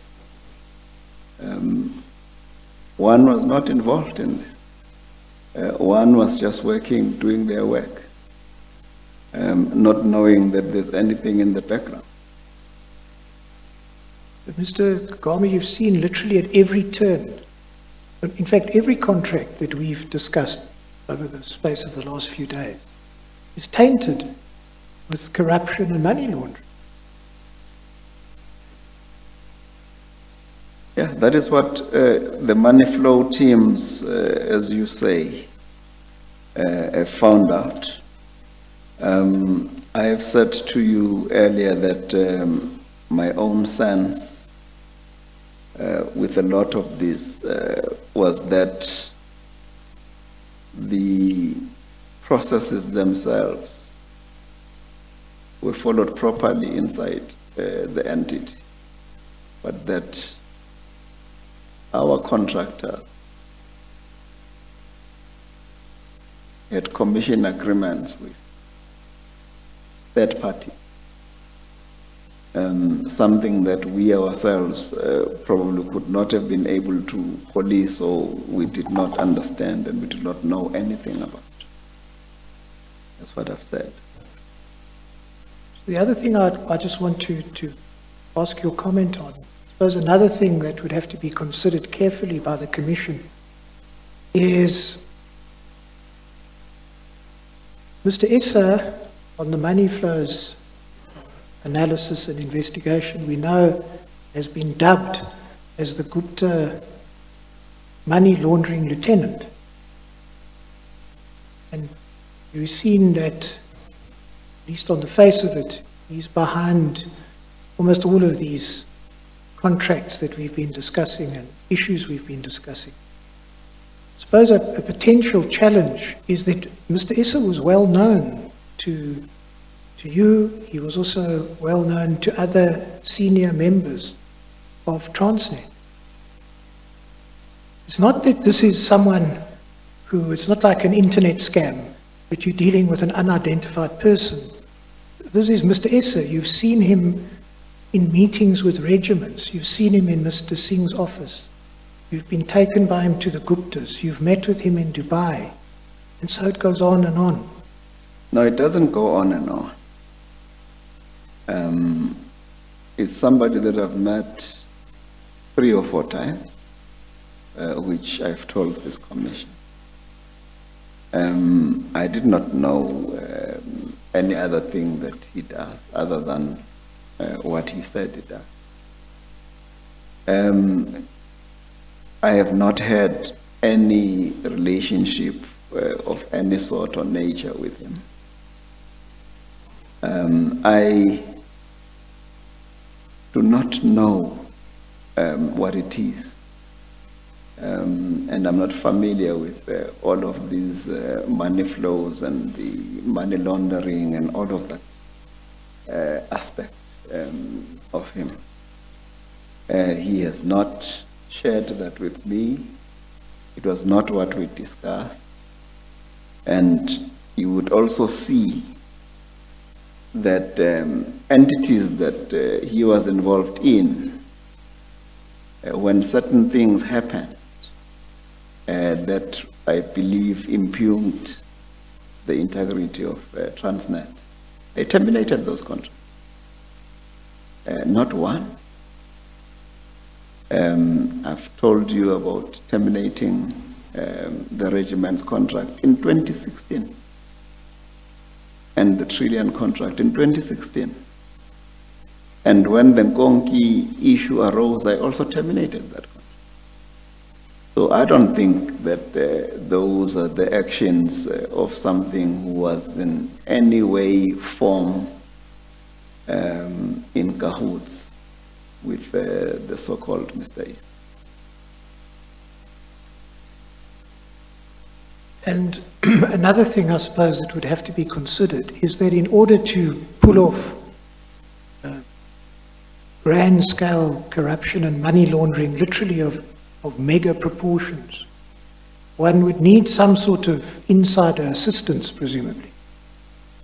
One would need some people within Transnet to be on your side. And that wasn't me.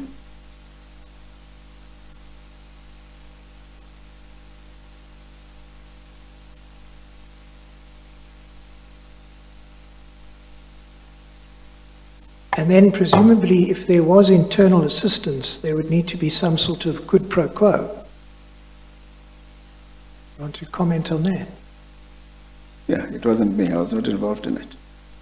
Well, I suppose that then brings us to the evidence of your driver.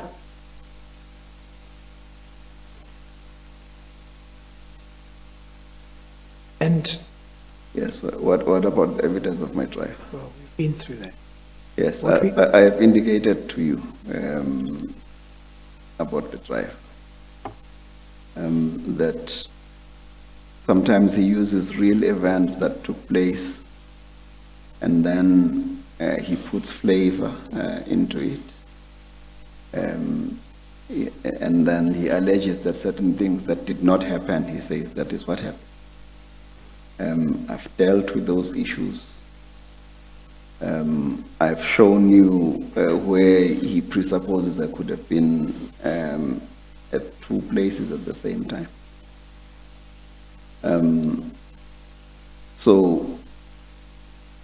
And I've also shown the chair that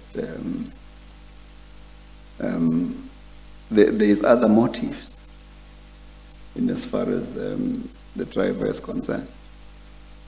I've indicated those issues and I've shared it very freely with the chairperson. And I mean, as you know, your predecessor, Mr. Molefe, has also been implicated to a greater or lesser degree. His Chief Financial Officer, Mr. Singh, has been implicated. Mr. Peter, too, has been implicated. We'll hear from him next week. Evidence of drivers in relation to them as well. Yeah, I can only talk about myself. I cannot talk about other people. It is me that I talk about. It is me that I know. I cannot talk for other people. And then perhaps let me just finally put to you, we've been talking now about your peers, your colleagues, some of your subordinates. But going up a level, you may have heard the evidence of Ms. Gigaba in relation to the relationship between Mr. Gigaba and the Guptas. You may have heard that, and of course we're still to hear from Mr. Gigaba and her evidence is still to be tested. But if I was to summarize, her evidence is to the effect that Mr. Gigaba was well and truly captured by the Guptas. That he was told that if you don't do as we say, and this is when he was the minister of the DPE, his portfolio included Transnet, then you'd be sent back to Home Affairs. There's evidence against him by her of him also receiving cash. Even at that level, Mr. Goma, you would have to put those things to Mr. Kigaba himself and find out the truthfulness or otherwise of those issues. That completes our questioning. There's just one last thing I need to do. Yeah. Mr. Gama, could I ask you, please, to go back to your Exhibit 28? Previously, I'd taken you through your first affidavit, and you said you had nothing to add to that. Your second affidavit, you find at page 116. So, yeah.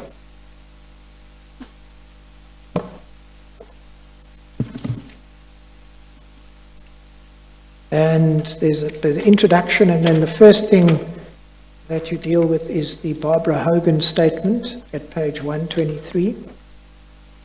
I think we've gone through that, or you've dealt with that in the context of the first part of my examination of you relating to your reinstatement. You agree with that? Yes. And just let me make it clear that these affidavits must be stand as read, and they will obviously be considered by the Commission, but I just want to make sure that there may not be anything that you need to or want to add. Then what you do at page 133 is you deal with Mr. Malefe. Certainly in your opening statement, you dealt with much of this stuff, and a lot of what he had to say was of quite a general nature. But in the context of your response to him, for example, at page 144, we've dealt with what you had to say about the 100 locomotives. Another example at page 146, at your paragraph 33, we've dealt with relocation, which spans a number of pages. And then at 154, you respond to T-Systems, what he has to say about that we've dealt with. You deal at paragraph 35 with 3 separate civil claims. I don't think this is something that you've dealt with. Do you want to say something about that?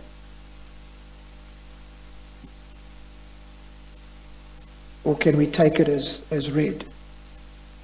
Yeah, it's something that I shared Yes. with the Commission. Yes, we can take it as read. And then at page 159, you deal with Mercedes' statement, and we've gone through that in some detail previously. You go to page 165, you deal with Gonzalve's statement, that we've gone through. And then at 166, you deal with witness 2, we've dealt with that. So is there anything in this affidavit that you feel you would like to address?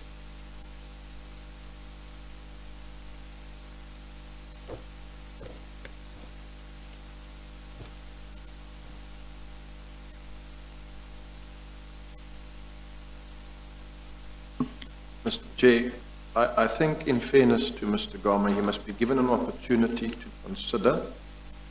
He shouldn't be put under pressure now to make that determination.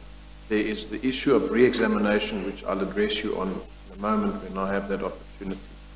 But he'll consider his position, and as advised, he'll respond by way of either an affidavit or the re-examination to what is being asked presently. No, he's not being put under pressure. All Mr. Mybeck is saying is, when he said he had reached the end of his questions, he could have said, that's it. But he just thought, just in case there is something that he missed and Mr. Gama might wish to say something. And obviously, if Mr. Gama says, at the moment I can't think of anything we have left out in terms of re-examination or arrangements for affidavits that can always be dealt with. So, Mr. Gama, if there is something, it will be difficult. Sorry?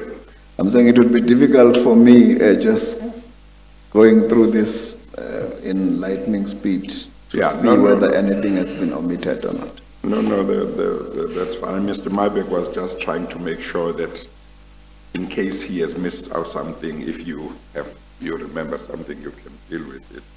But there is the opportunity to clarify something when your council re-examines you, or in terms of arrangements that will be made. File an affidavit. Thank you. So, and then in relation to your third affidavit, that deals with Mohammadi and Callard, and we've traversed much of that already. If your counsel has something he wants to put to you in addition to the evidence that you've given, of course he can do that. And then your fourth affidavit, which you find at page 250.262, that deals with witness 2, and it's something that we've gone through in its entirety. Thank you, Chairperson. That completes our examination of Mr. Gama. Okay, thank you. Counsel for Mr. Gama, is there an arrangement that has been reached subject to my approval, or what is the position in terms of clarifying anything, re-examination? Mr. Chair, there will certainly be a need for Mr. Gama to place additional evidence before the Commission. There's no formal agreement, Yeah, but we wish to take advantage of your offer yeah, that we reduce to writing in the form of an affidavit, that which would in the ordinary course Yeah. constitute re-examination. yes, I have taken those instructions. Yes. We will be doing so. okay, So we're simply making use of that invitation by you for us to submit such an affidavit in lieu of re-examination. yeah. Thank okay. you. Okay, no, that's fine. Mr. Mybeck, you have Yes, no well, I problem with that? suppose you setting a timeline Yes, would that be would be the important. next thing, Chairperson. yeah. Do you want to give any idea what you have in mind in terms of time frame? Because it's better if we fix time frame.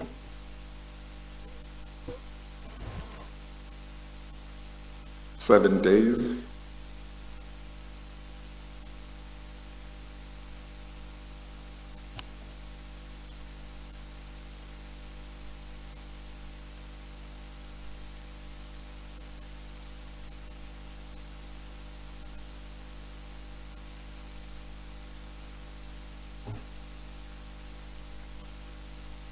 Mr. Chair, bearing in mind that we would like to consult the transcript of the proceedings and the evidence of other witnesses that have been referred to during my client's questioning, might I suggest the 4th of June?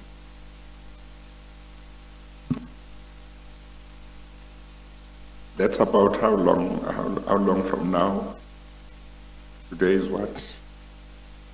That's 3 weeks. That's 3 weeks. I think that's too long. But I would be prepared to give you more than 7 days, as I was indicating. I'll be prepared to give you up to on or before 25 May. Is that fine? To comply with that. Regrettably, I'm away and I'm in other matters. And I'm also away from Johannesburg. So the 25th, which is, it gives us 6 working days, Mr. Chair. If I might then ask, But of course, I'm not testing your patience, yes, but I also have a busy schedule. yes, but of course, Possible that we do it by the 28th. 28th. Gives us 2 extra days. Okay, no, that's all right. Then the deadline is 28th then. Thank you, Mr. Chair. Okay, all right. Thank you, Mr. Gam, for your cooperation. Thank you to your legal team. Thank you, Mr. Mybeck and your team. Thank you to the investigators. Thank you to the technicians and the staff. Thank you to everybody for all your cooperation to enable us to work until this time. We will adjourn now. For the benefit of the public, tomorrow I will be hearing the evidence of Mr. Msebenzi Zwane in relation to ESCOM, former Minister of Mineral Resources. We adjourn.